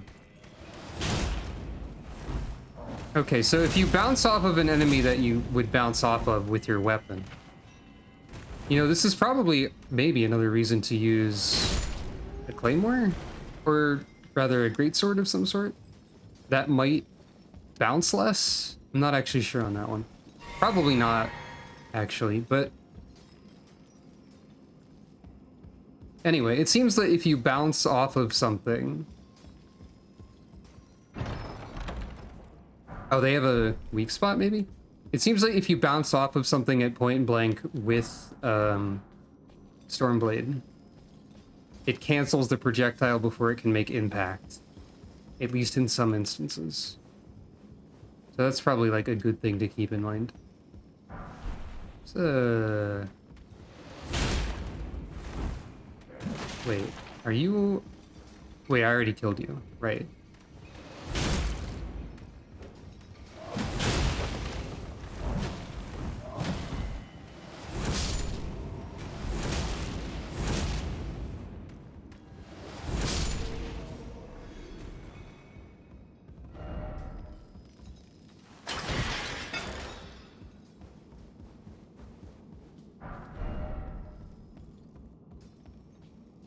Here's the shortcut. Here's a funny prank part.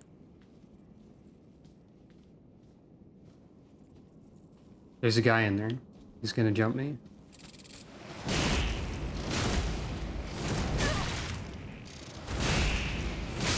Okay. You didn't know about this upper area? This is where the actual completion of the dungeon is, quote unquote. I say quote unquote a lot, huh? Didn't really think about it before.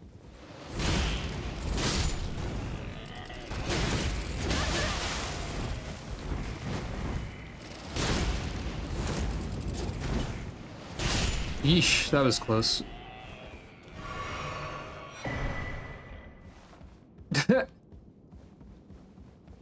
Hitting a ladder to make it fall to the ground is so mundane. I do that all the time.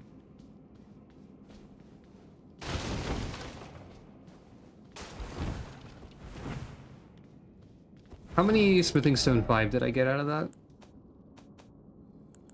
7. So that's enough for 2 upgrades. Anyway, there is a boss here. That is funny though, yeah. I do not expect to win here, especially because I don't have many resources remaining. Okay, the gun does a good amount of damage though. Oop.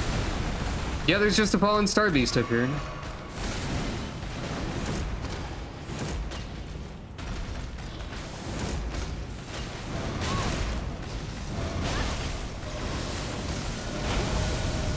Yeah, I don't have the resources for this exactly.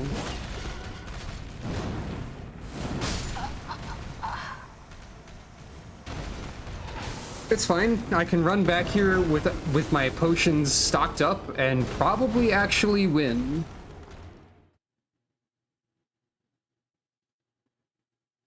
It's kind of funny that you missed this too, because I'm pretty sure the reward for this is at least somewhat significant. Not like a key item or anything, but there is some notable prizes from this.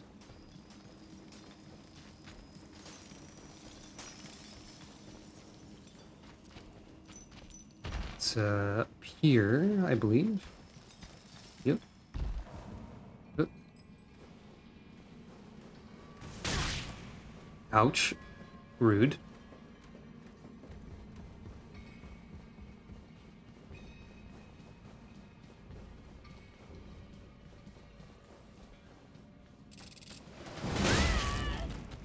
Rude again. Come on, man.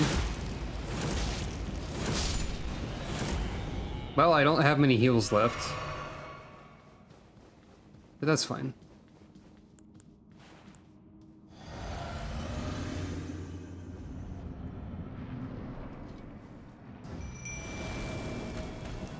I got this in a couple tries.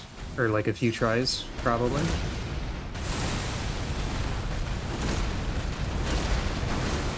Especially if the boss decides to get stuck in the wall for a bit.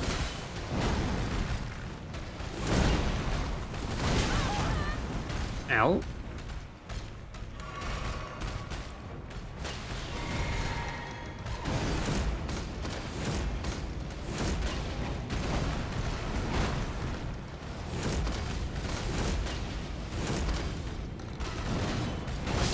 Way too early.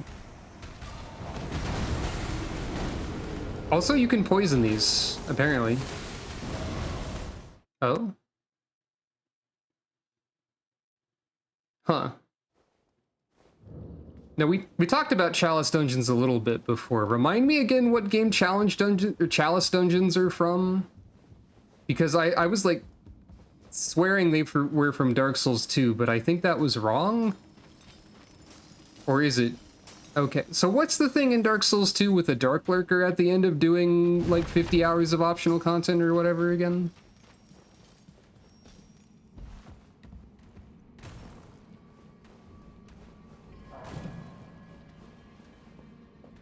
Fight Pit? I thought it was some kind of weird dungeon. Let's see if I can roll past this particular enemy. Or just sprint past them, as the case may be.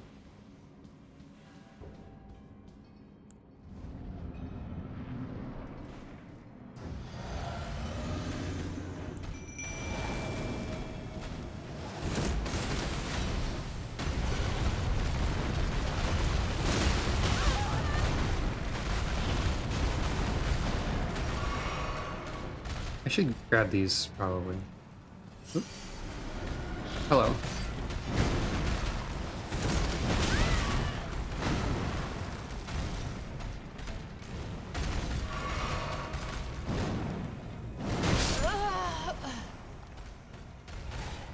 Whoops. Bungled that attempt, but at least I know I can run past everything. Dark Fissure of Yore. Huh. I just know that that's a boss that I've never fought. I never bothered with that part of the game.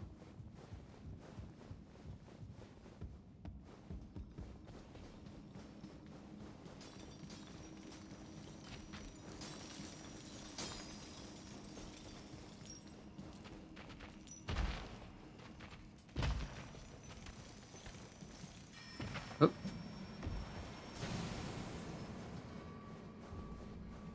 Dark Chasm of Old. Hmm.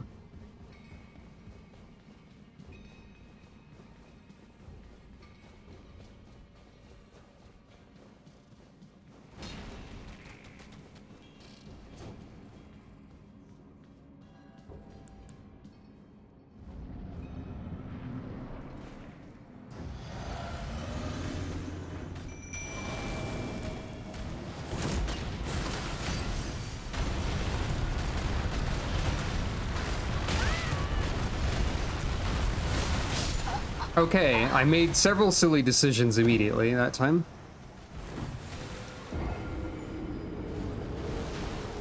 Wait, there's a thing in Elder Scrolls called the Dark Fissure of Yore?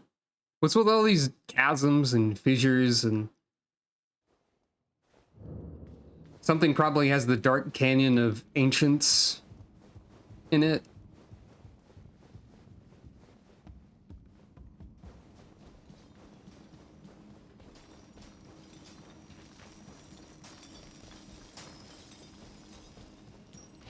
What was the Fissure of Woe in again? Ah, Guildwood. Yes. That reminds me that I did talk about it a lot. I had always considered doing like a Guild Wars 2 playthrough. And I am realizing that I could technically do that now, considering 14 is done for the moment. I don't know how much I want to. Ah, my HP. I need that to live. Okay, let's make better decisions this time. While the Dark Chasm of Old Sites can be accessed in any order, weak to strong in the following order: Shaded Ruins, Black Gulch, and Drangliat Castle. After joining the Covenant, the player can speak to Dark Diver Grandal in any of his 3 locations and offer him a human effigy to open them up. The goal is to kill all enemies and invaders and light a sconce. Okay.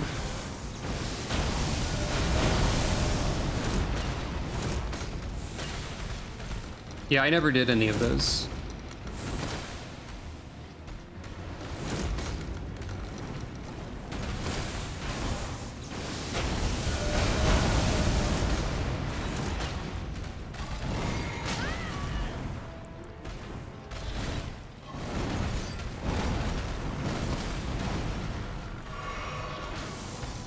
Yeah, they did do that, and it is quite funny that they did that. They put spears which were previously only underwater onto the land. Okay, we got it. That was like the 4th, 5th, 6th? Okay, Somber Smithing Stone 6, Smithing Stone 7. Here's the significant part, the Somber Stone Miner's Bell Bearing. This is how you buy Somber Smithing Stones like 1 and 2.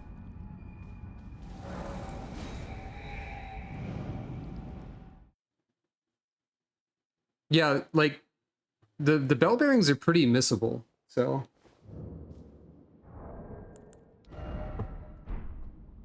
the jellyfish is named Somber Stone Miner's Bell Bearing.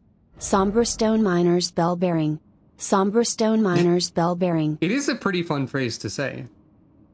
Aurelia. Right. One of, I believe, 2 spirit ashes that is important for accessing something. Okay, I need to get a bit more Smithing Stone 4, I believe.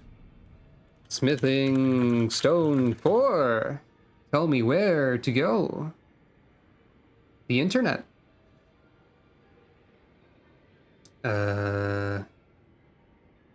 Siofra. There are 11 plus in the cave that I went through, so I missed some in that cave. Gotcha. There's also one in Eastern Liurnia.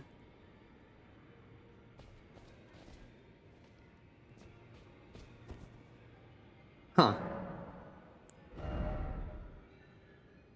I think people hate the Chalice dungeons, if I remember right. Like, they're not good? Is that true?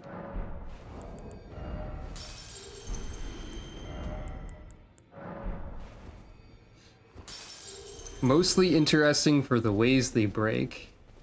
Some of the most important bosses in the game and some completely unique bosses, and they're all terrible. Alright.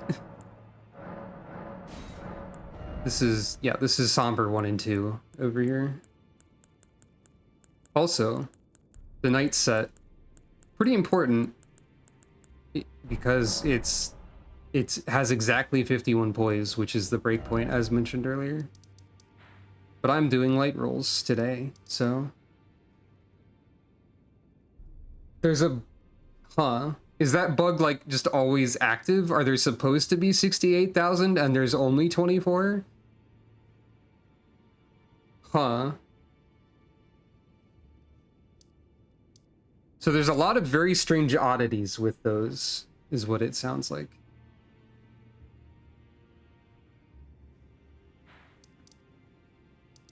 Okay, the first thing I want to do, since I'm really close to a level, I'm going to gather the runes, and then I'm going to go back to that cave and look around.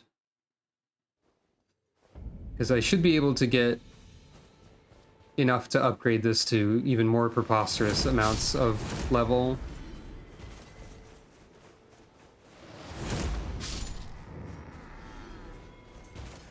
So what you're saying is that there was a lesson to be learned and they ignored it. Maybe.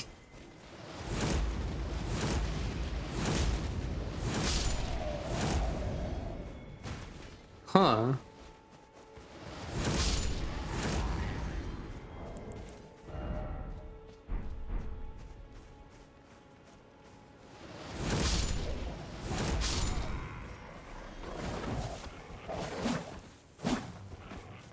It occurs to me that I might...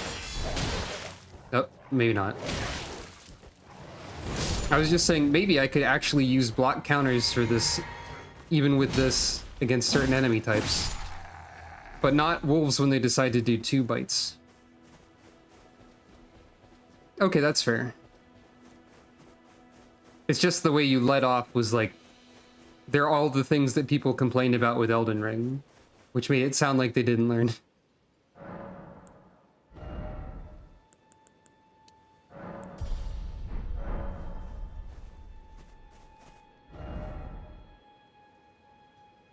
Huh. Zuli the Witch at it again. Hero of the people.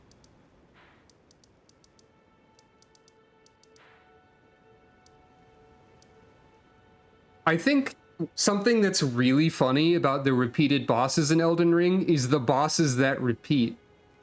Like, do you remember Astel, Natural Born of the Void? Like the big space bug that like shoots gravity rocks and stars at you and like teleports around. There's a second one of that elsewhere that's completely disconnected from it that is also named Astel but with a different subtitle. It's just in like a random cave annex and it gives you a sorcery instead of giving you a remembrance that can be a weapon or an Ash of War. And I think that's really funny.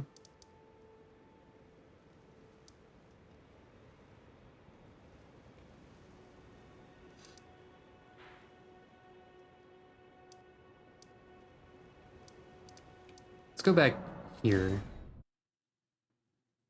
See if I can find the smithing stones that I missed. Since apparently my goal today is to like power up my weapon as much as I can and then just delete Stormveil as a joke. Because it'll be funny, maybe.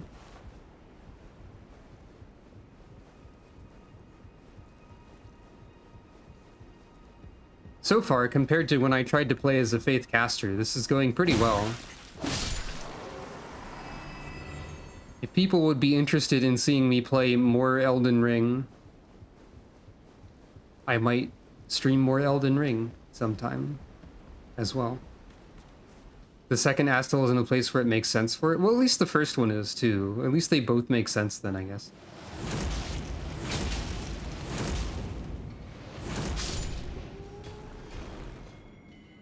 You say that, but there's also a random side boss that's like a fully grown Falling Star Beast that gives you the Falling Star Beast Jaw, which is a colossal weapon that was previously busted and then they nerfed it and now it's okay. I've been watching a lot of videos about Elden Ring weapons and builds, so I know things, I guess. I've also just realized that my lantern is like directly in front of my katana sheath, which is also intersecting with some weird horn or something like that. Oh, I see. Fair enough. But the Falling Star Beastjaw, it used to be that its weapon art like had a bajillion stance damage, and I think they changed it to 4.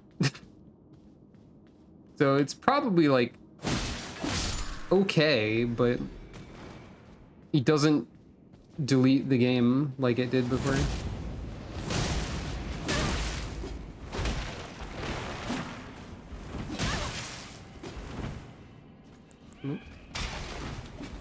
I made some error.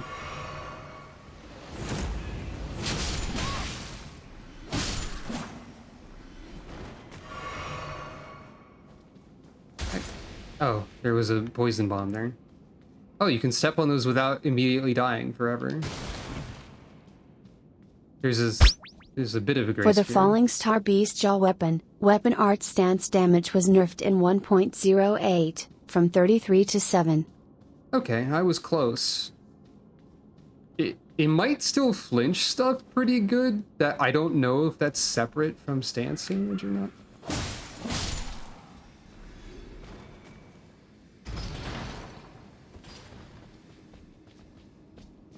Alright, where is the smithing stone? 4.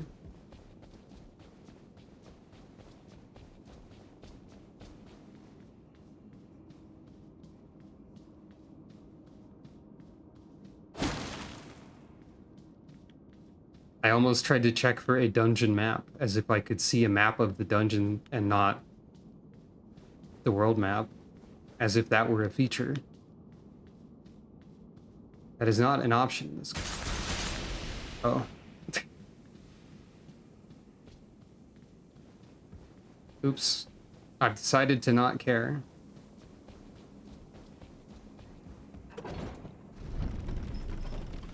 I don't believe there's any place you can fall. Oh, no, there's something there.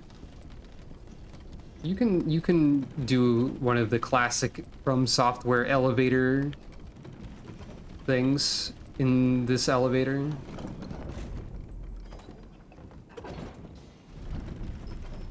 Let's learn about it.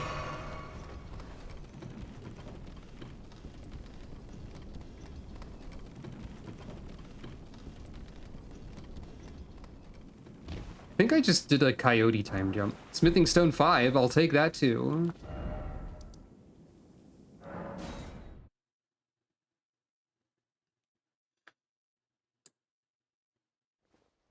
Yeah, those are connected to them too. I forgot the exact details. So.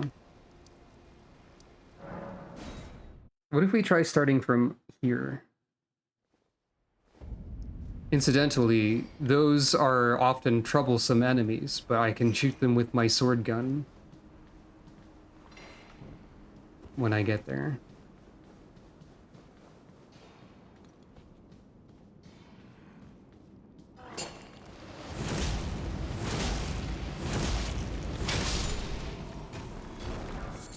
I think these enemies can drop Smithing Stone 4 as well.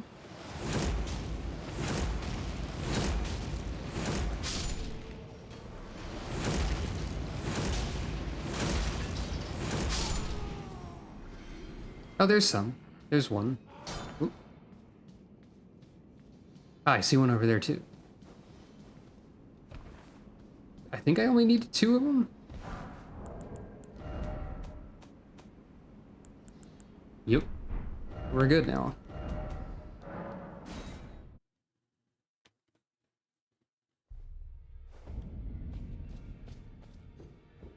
Generally speaking, if you were to just like do everything else in Liurnia before going to Morgott and then Stormvale, that does make them considerably easier.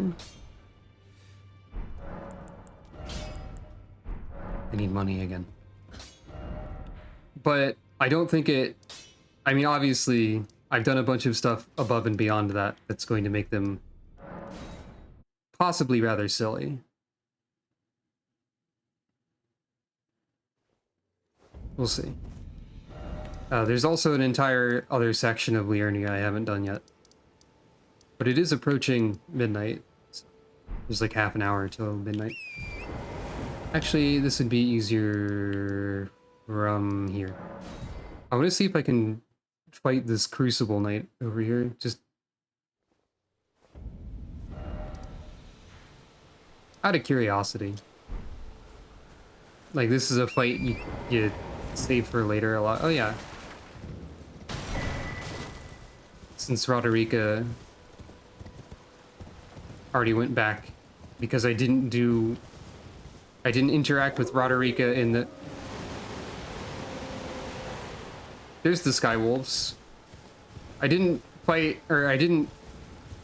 Okay, so normally Roderica, if you don't go to, like, Liurnia or whatever early, specifically Liurnia, actually, you have to find a key item in the castle and then bring it back to her.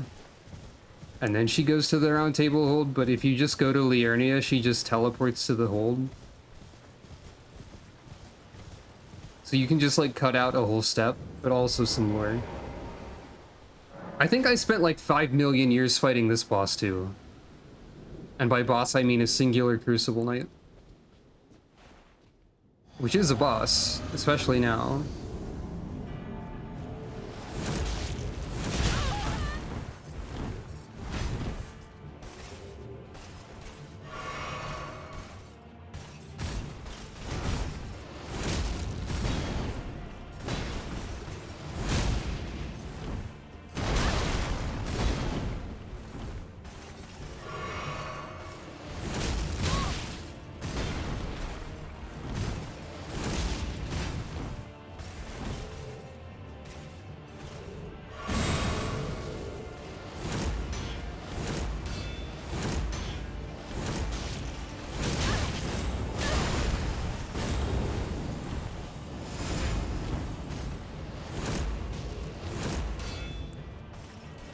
This might take a couple tries.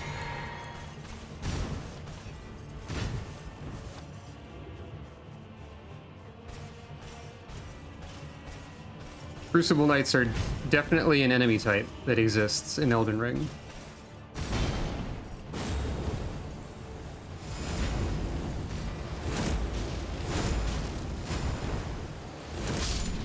Nope, got it.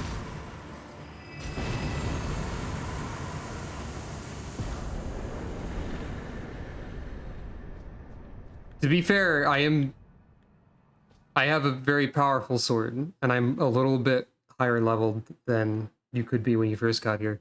And also, I guess I have practice with the game. And I'm avoiding saying compliments about myself for some reason. So I could go over here and do some stuff over here.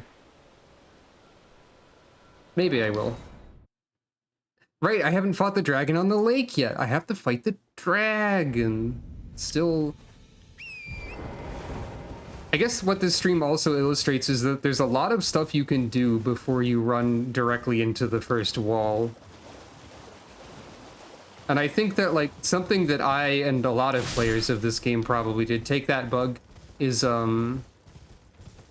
they didn't I don't think people did enough stuff, or rather, they didn't do as much as the game expected them to have done before running into Margit, Morgott, whatever, whichever Mar or more, whichever M guy is the one that you fight first. There's like 3 of them, maybe 4. But I feel like the designers expected you to explore the space more before you ran into that. Oh. Did you know there's a hitbox there? Sometimes? Sometimes the hitbox doesn't show up to work, but sometimes it does. Well, anyway, that's fine.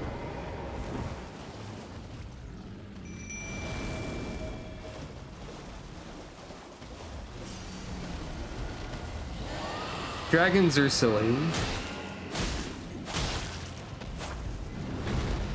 Sometimes they just decide to be annoying. Sometimes they decide to disrespect the environment that they're placed in.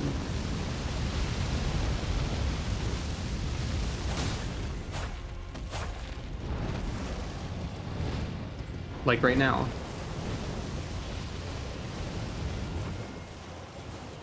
I believe I posed this question before, but yep, being annoying, huh? Sometimes that kills you, even when it seems like it shouldn't. I believe I posed the question before. Has From Software ever designed like an objectively good dragon boss? I feel like the answer is not really. Like, they're not like terrible, but they're not great. And a lot of their dragon bosses are some of the more frustrating ones at times, depending. And like, I don't feel like horseback battle is particularly engaging either, so there's also that angle.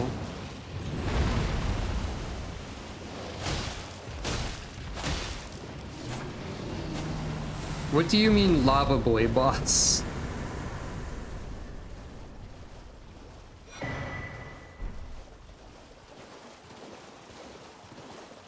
Also, this is silly. Ceaseless discharge. Yeah, okay. This is like something completely not valuable. Over here. Yep. I mean, it's a rare crafting material, I guess.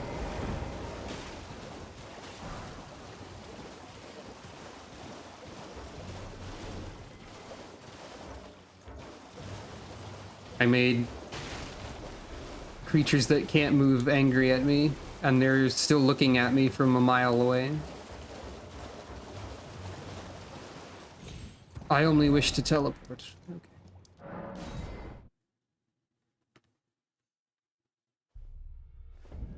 I guess there is a dragon where it's not a real boss and you have to do a bit in Dark Souls 3 as well. Which sounds similar to that one. Well, I took you no matter to lay out your own. There's the one in Dark Souls 3 where you have to run through an area and do a plunging attack. I forget the name of the boss. Yeah, we have a Nagakiba plus 14 now. Can I get more Smithing Stone 5 easily? I just want to know how much I can upgrade this weapon right now. I mean, I can go to Altus Plateau, so the answer is yes, and I could keep going past that probably, but that would be a little bit silly. I'll 14 is more than enough for right now.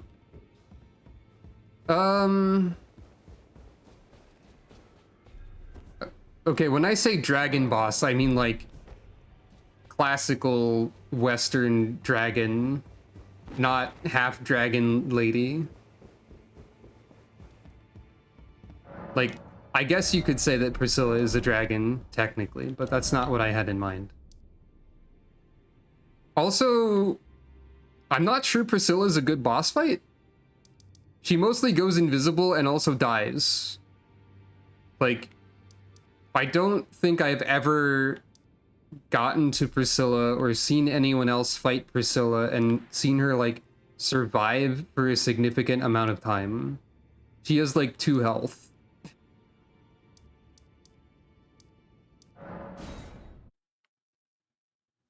Like, she's got, like, 1 gimmick, and it's not terribly threatening, and she doesn't have any health. She might be more threatening than I remember. Also, she's, like... I guess you could say she has 2 gimmicks if you include the gimmick where you don't have to fight her. I usually didn't, because I like Priscilla a lot. I don't know why, I just think she's neat. Seath the Scaleless is a bad dragon boss, but for different reasons. Yeah, that makes sense. That's like adjacent to the prompts. But like all the dragons you fight in this game are like either they're often not like the most interesting fights, or they're frustrating. But like the main thing with FromSoft dragon bosses is that they place them in very large arenas, and then they don't let you move around the arenas easily. They invented horses in this one, so you can do that, but horseback fighting isn't as interesting as regular. My name is the servant's day. But I swear my good father decided himself. The servants, they've since come. I fear it's. Please, would you mind in my soul, please? Thank you. Then please. The invisible platforms aren't too bad, because you can learn where they are and run past all the enemies in that area without too much trouble. But like, it's not great for sure. I could get the Morning Star in a nearby treasure chest if I wanted to, but I ran past it just now.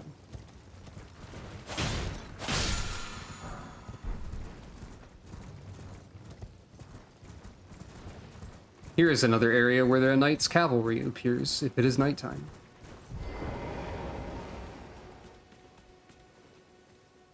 Which reminds me that there's multiple Knight's Cavalry and Deathbirds I could fight right now.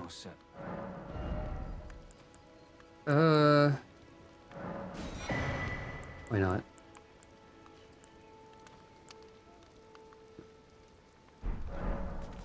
Mounted combat is exactly as interesting as regular combat in 1 or 2 instances, depending on how you categorize those instances.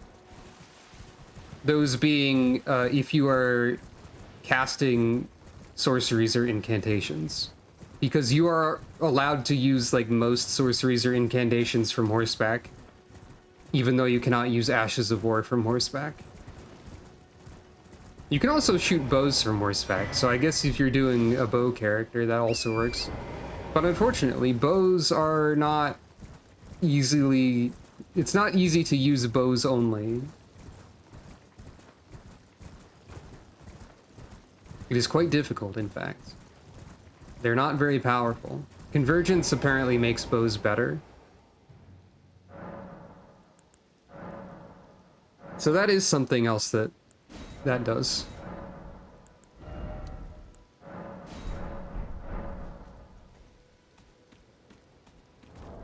Let me try something here. So the Bull Goat Talisman, that would... I think I could... Yeah, I could easily get over 51 poise if I wanted to. And have medium roll. While still maintaining some degree of style. Sure, why not? I like light roll a lot, though. But anyway, right. Medium roll is probably good enough for a lot of the base game.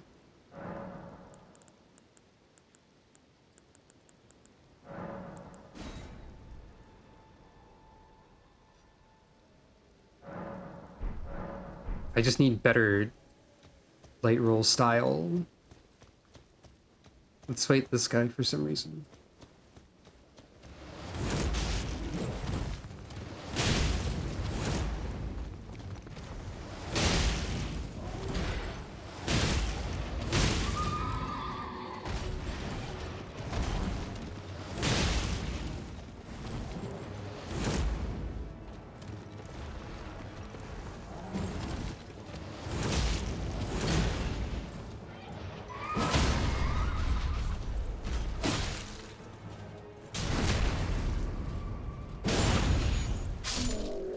And so we did.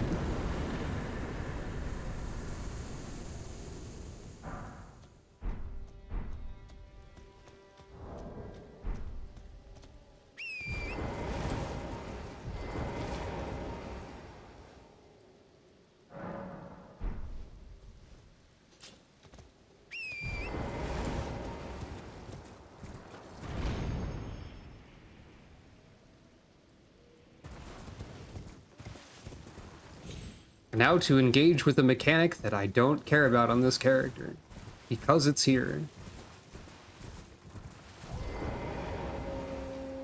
Ooh.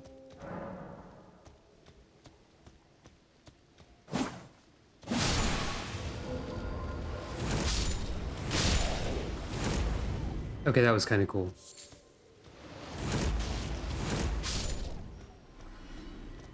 The rude tower that tells you to destroy turtles in order to open it.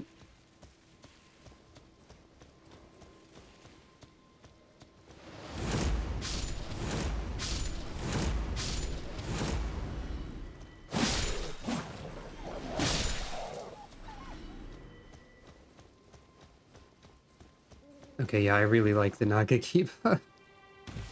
It's a cool sword.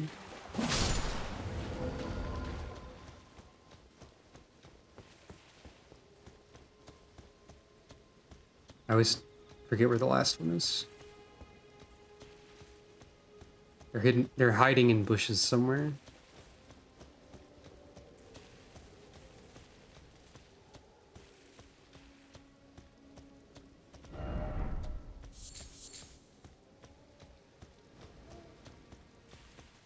Oh, there they are.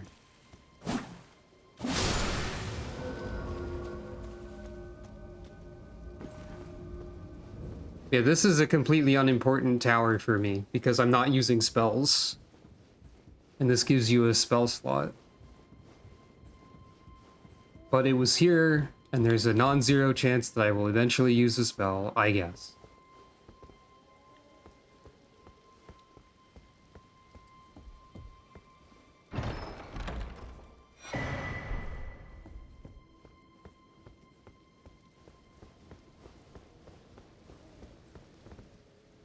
Guess I might as well ask directly at this point. To anyone who's watching, would you have interest in seeing more Elden Ring? Like, this character with, like, me playing through the game with this new perspective of having played it before and knowing about it? Wouldn't mind?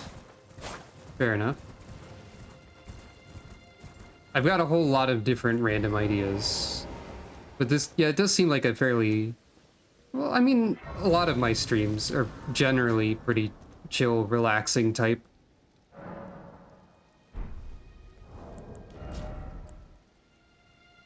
More interested in one of the overhaul builds? That's fair.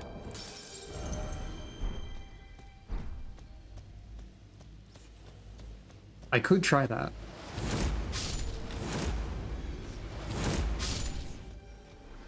Right, that's right. Like a convergence and whatnot.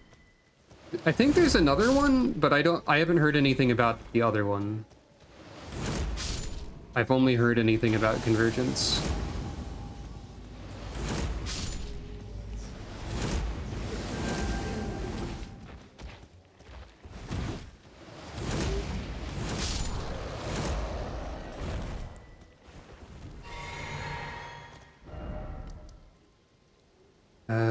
Is there anything else over here? I don't remember. I think not really.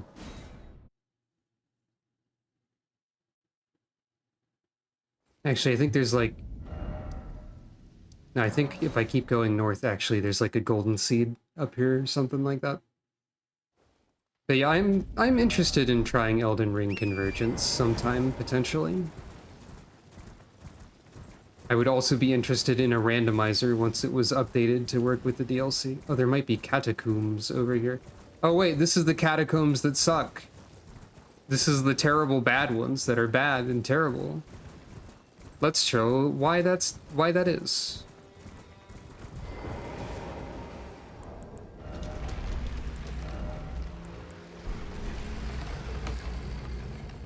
Let's go to the catacombs that I hate.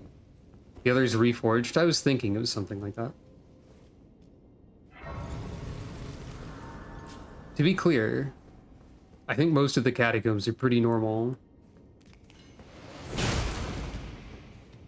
The boss fight is the bad part.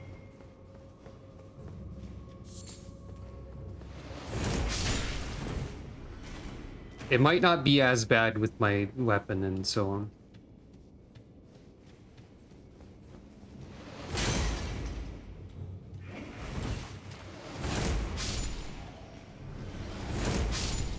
Nope. Not an ulcerated tree spirit. I guess I'll go ahead and mention it.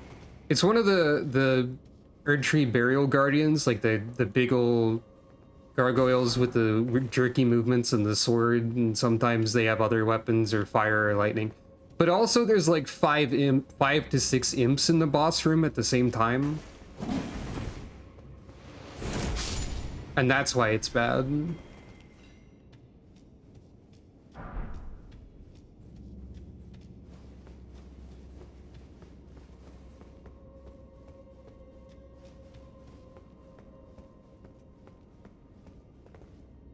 Oh. There we go. Yeah, I looked up these catacombs specifically once, and I found many people complaining about them and saying they went back to them way later. Crystal throwing needles? I don't think I know what you mean. I assume it's one of the consumable items.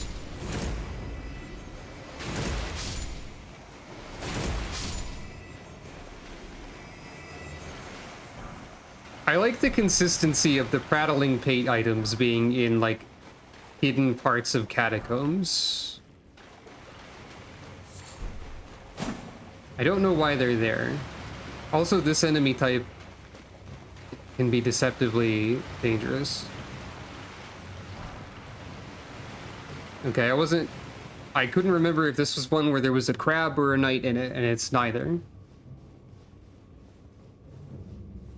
Oh, interesting. I think I did read about that when I looked this up, but I don't know of a way to access those at this time.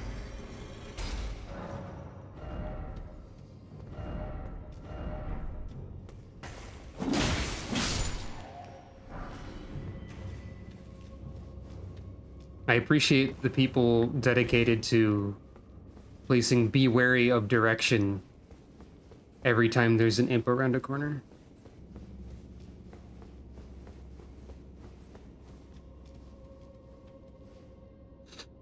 Oh wait, I think...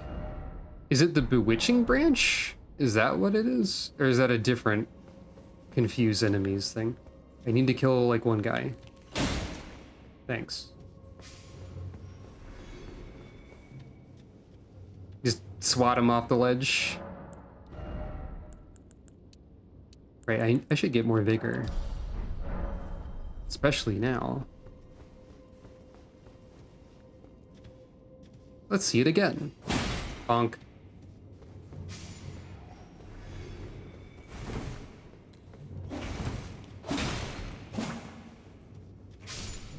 Alright, let's see how this goes this time. I believe the jellyfish does draw aggro to some degree. I'm missing a bunch of ashes that I could have by now, I think. The wolves might also work out. I doubt this would do anything. The Wandering Nobles, there's 5 of them. That's many targets. But yeah, there's like...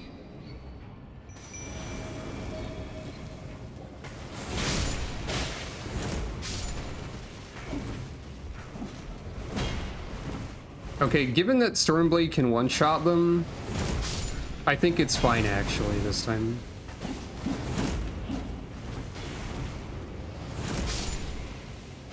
Yeah, okay. Never mind, it's fine.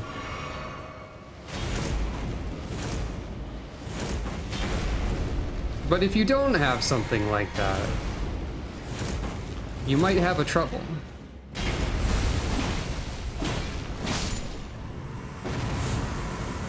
Well, that was satisfying. The demi-human ashes are pretty decent too, early on at least. Thank you, Aurelia. Oh, it's actually just called Crystal Darts? I don't recall those. In Extremely Dark Souls text voice, boss trivialized. Trivialized? Oh, I think you missed like an A in there somewhere. I wasn't sure if that was Calico or a typo.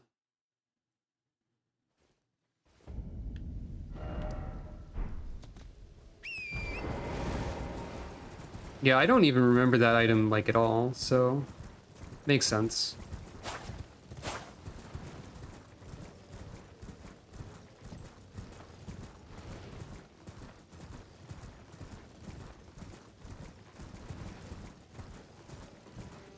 Sometimes I wonder how they decided where to place Graces, because, like, these two are super close together, right? Like, that was less than a minute in between them. Crystal Dart can be used to inflict magic damage upon throwing on enemies at the cost of FP.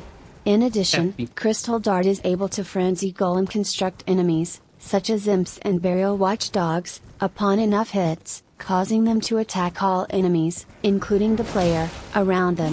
Huh, that's wild. Huh. The more you know. I was a little bit distracted by the way Calico said FP. But thank you for the knowledge. That is interesting. This is a frenzy zone. Points of interest mostly around here are there's an Everjail there, there's a church here, there's an Erd tree here. Those are the main points to hit, I think. There's like a couple bonus tunnels and things that are not terribly relevant at this time.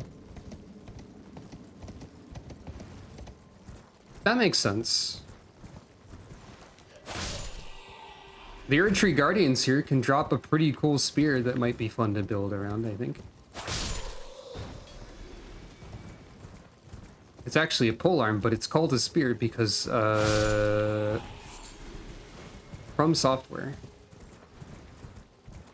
Ah, there's a faith-shrouding cracked tear over here, I believe.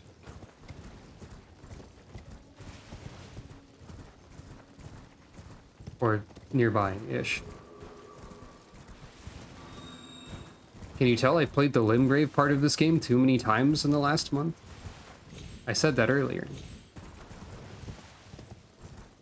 I might have been misremembering the exact location of that, though.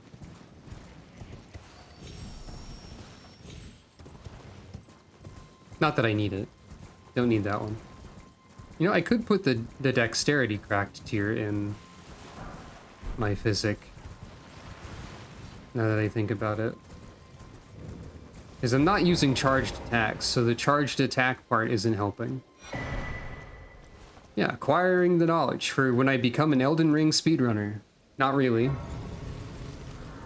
Also, acquiring the knowledge for when I play Convergence and they've overhauled the entire map and all of my knowledge is counterproductive. That'd be funny. Spoken shall I shed? In Marika then return grow strong.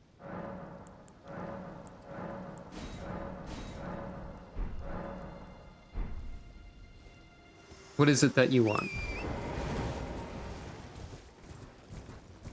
I didn't change the cracked tier. Whatever. Huh. I don't know if I can begin to imagine what that would be like. Other than fascinating. Wait, is there a catacombs over here? There is.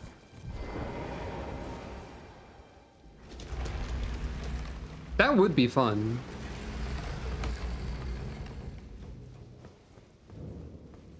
Tombs word. Is this a Skeleman lair? I think this is a lair of Skeleman. I think this is Skeleman.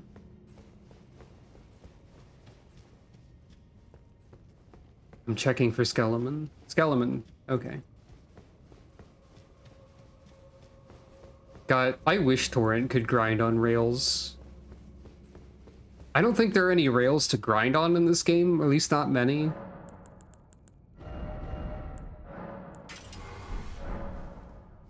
But that would be great, I think. Clearly, I should stream Kirby's Air Ride. Completing all of the challenge boards. Probably not. Retro achievement streams are pretty common these days. I haven't looked into them at all, but I think there's a Kirby's Air Ride set, because I saw someone do a little bit of one. I feel like retro achievements is not really a thing for me. I don't think I'd enjoy retro achievements that much. Oops, I tried to summon a horse inside of a tomb, and that's impossible. Have you heard of the critically acclaimed MMORPG Elden Ring? with an expanded free trial which you can play through the entirety of TH Lands Between and the award-winning Tombsword Dungeon up to Soul Level 60 for free with no restrictions on playtime. Thank you. That's a great question too. I feel like, well, one of the purposes of retro achievements is like, you have like a profile and you like track your achievements completed and stuff, and you get points and people can look at them, you know, like gamer score and all that. So like, even if the achievements are just like the challenges that are already in Air Ride, it does add that functionality to it, I suppose. Is this one of the ones with the secret passages somewhere? No, at least not here.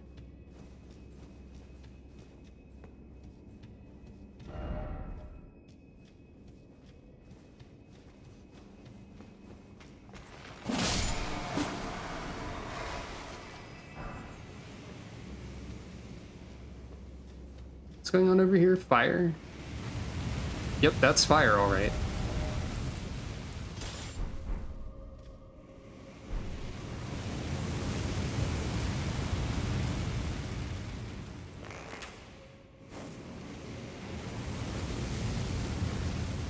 Simply shoot arrow, because it's funnier that way.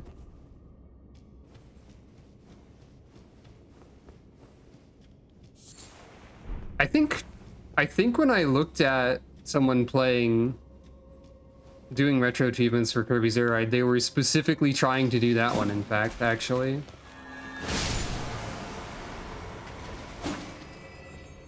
I do recall that one specifically. Thinking about Kirby's Air Ride is also making me think that I would be interested in trying Robotnik's Ring Racers, but also it might be like too difficult for me or something. Also known as SRB Kart 3, I guess. I think, basically. Hey look, there's Prattling Pate again.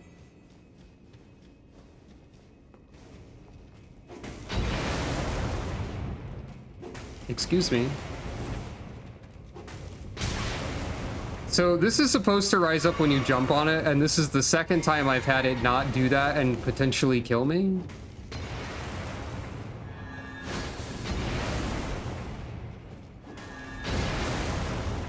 And also there's this skeleton with infinite rapid fire firebombs. I would simply like to board the platform, please. Instead, I'm dying.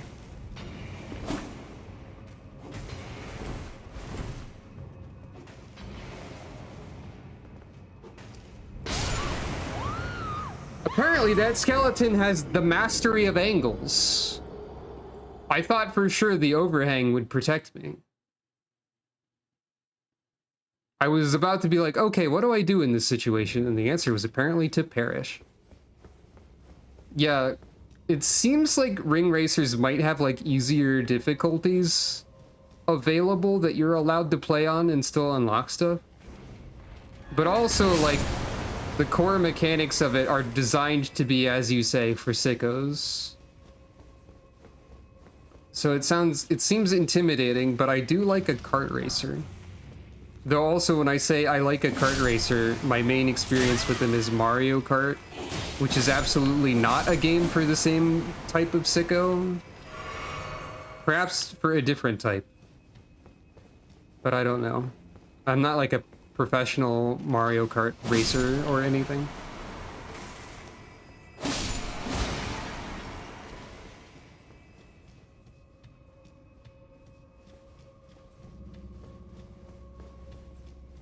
All right, is this gonna work this time? No. There we go. I guess I have to do that.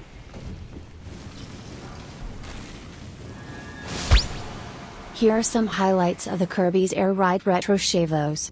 Beat, insert race here, with at least one CPU. Beat, insert race here, with the alternate music. BA a 3-lap race on a certain map against a specific car on a certain difficulty level. Time attacks. Kill everyone in a race in a certain way. Then all of the checklist is here too. Lol, that's kinda defeating the point, isn't it? I feel like all of those are also on the checklist. Or am I wrong? I don't know. I don't have the entire Kirby's Air Ride checklist memorized. That'd be a fun party trick if you did, though. Just walk up to someone and be like, hey, do you want to hear every challenge on the Kirby's Air Ride checklists in order? Here I go. And you just start listing things for like 10 minutes. Yeah, I guess probably not using the alternate music. Using the alternate music is just a did you unlock the alternate music check, which is essentially the same as the unlock the alternate music challenge. So it does seem like a bit of a redundant retro Chivo. I don't remember the boss fight of this.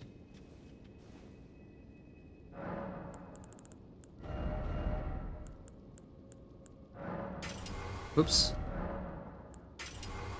No, not quality. I hate quality. Only give me garbage.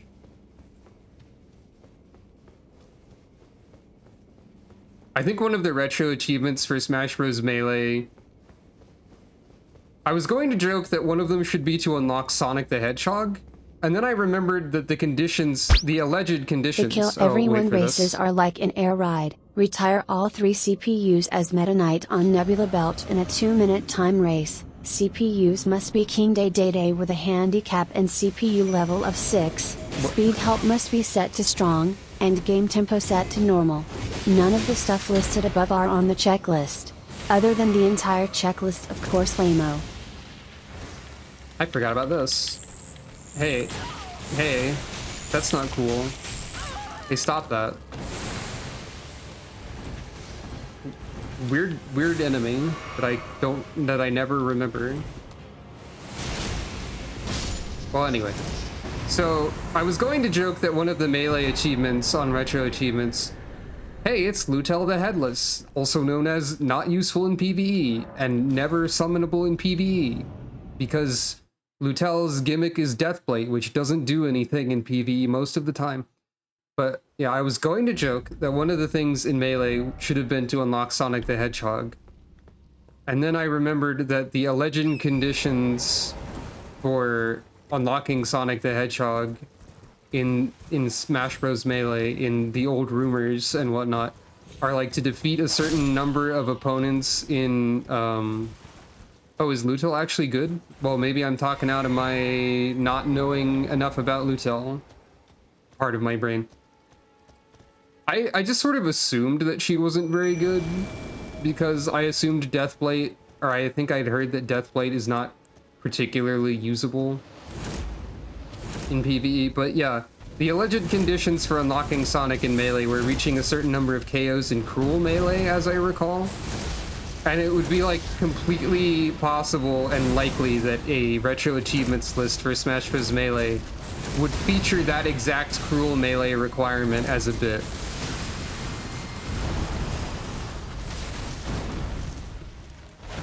Oh. Oh. Thanks, Aurelia.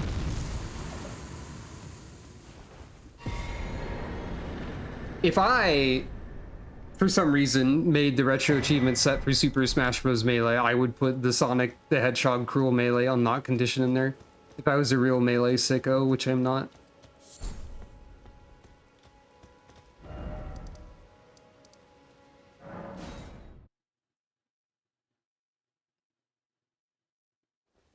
Was it 20? That's a lot. I think they did eventually put some unlocks behind Cruel Melee.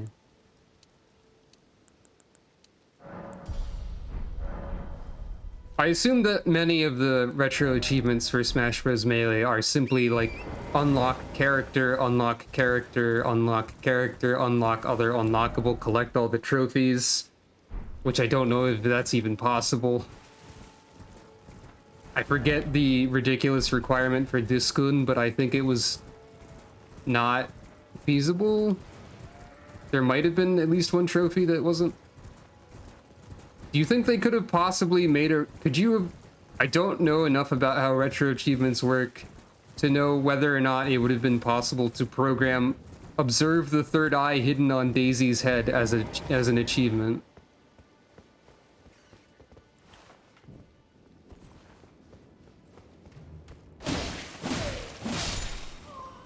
There's another one of you in here, right? Sure is.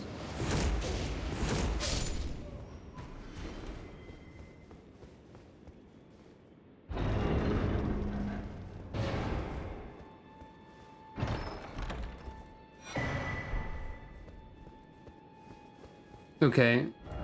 Enough messing around over here. I'm not gonna get to, like, Stormhill Castle proper today, but I can at least go beat the wall for new players over here, like, in... without too much trouble. Because I don't want to stream forever. But I do want to go beat up this guy for fun, I guess.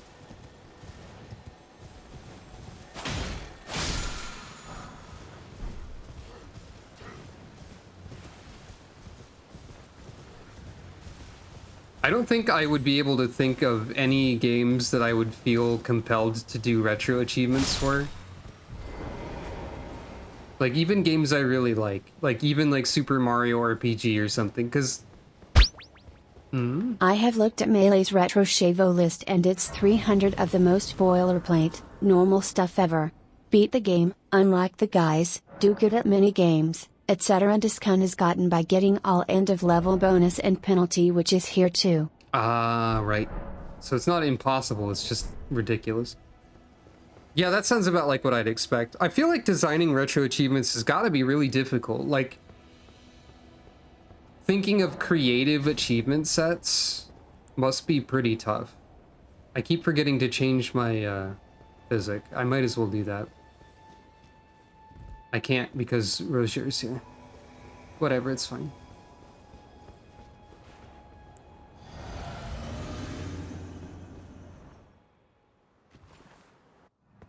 Hello, Margit the Fell Omen. More like Margit the Fell Over.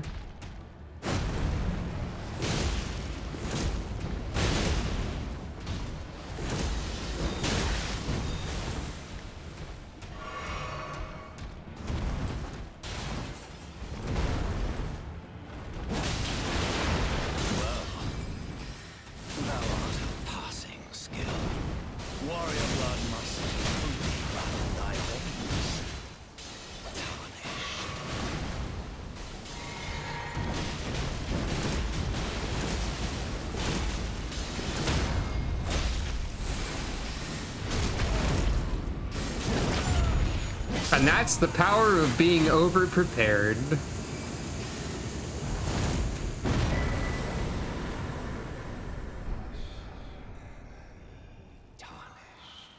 It's quite satisfying. To the stars. Though I may be bored, adversaries purified. They self-destructed. Destroy!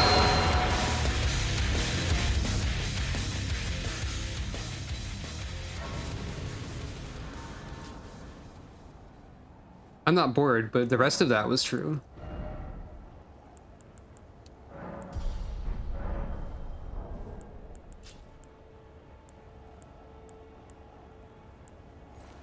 Hey! Something I constantly forget about is that the Elden Ring character can say words. Hey! Or at least, hey.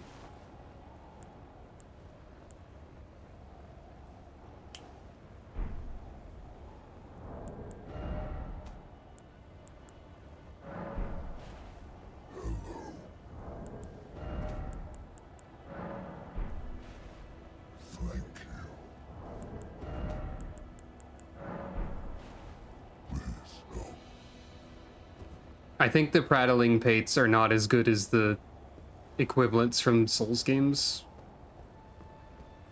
This is probably not an uncommon opinion, but I just miss very good. Thank you. All that said, I spent all my money and I can't alter garments. Not that I really need to. Prattling pates, not prattling prats. That's different. But yeah, that's probably a good stopping point for now. Maybe we'll continue on this character at some point. Maybe I'll play this character more offline. I don't know. I just wanted to show I just wanted to have a chill Elden Ring time with my funny samurai.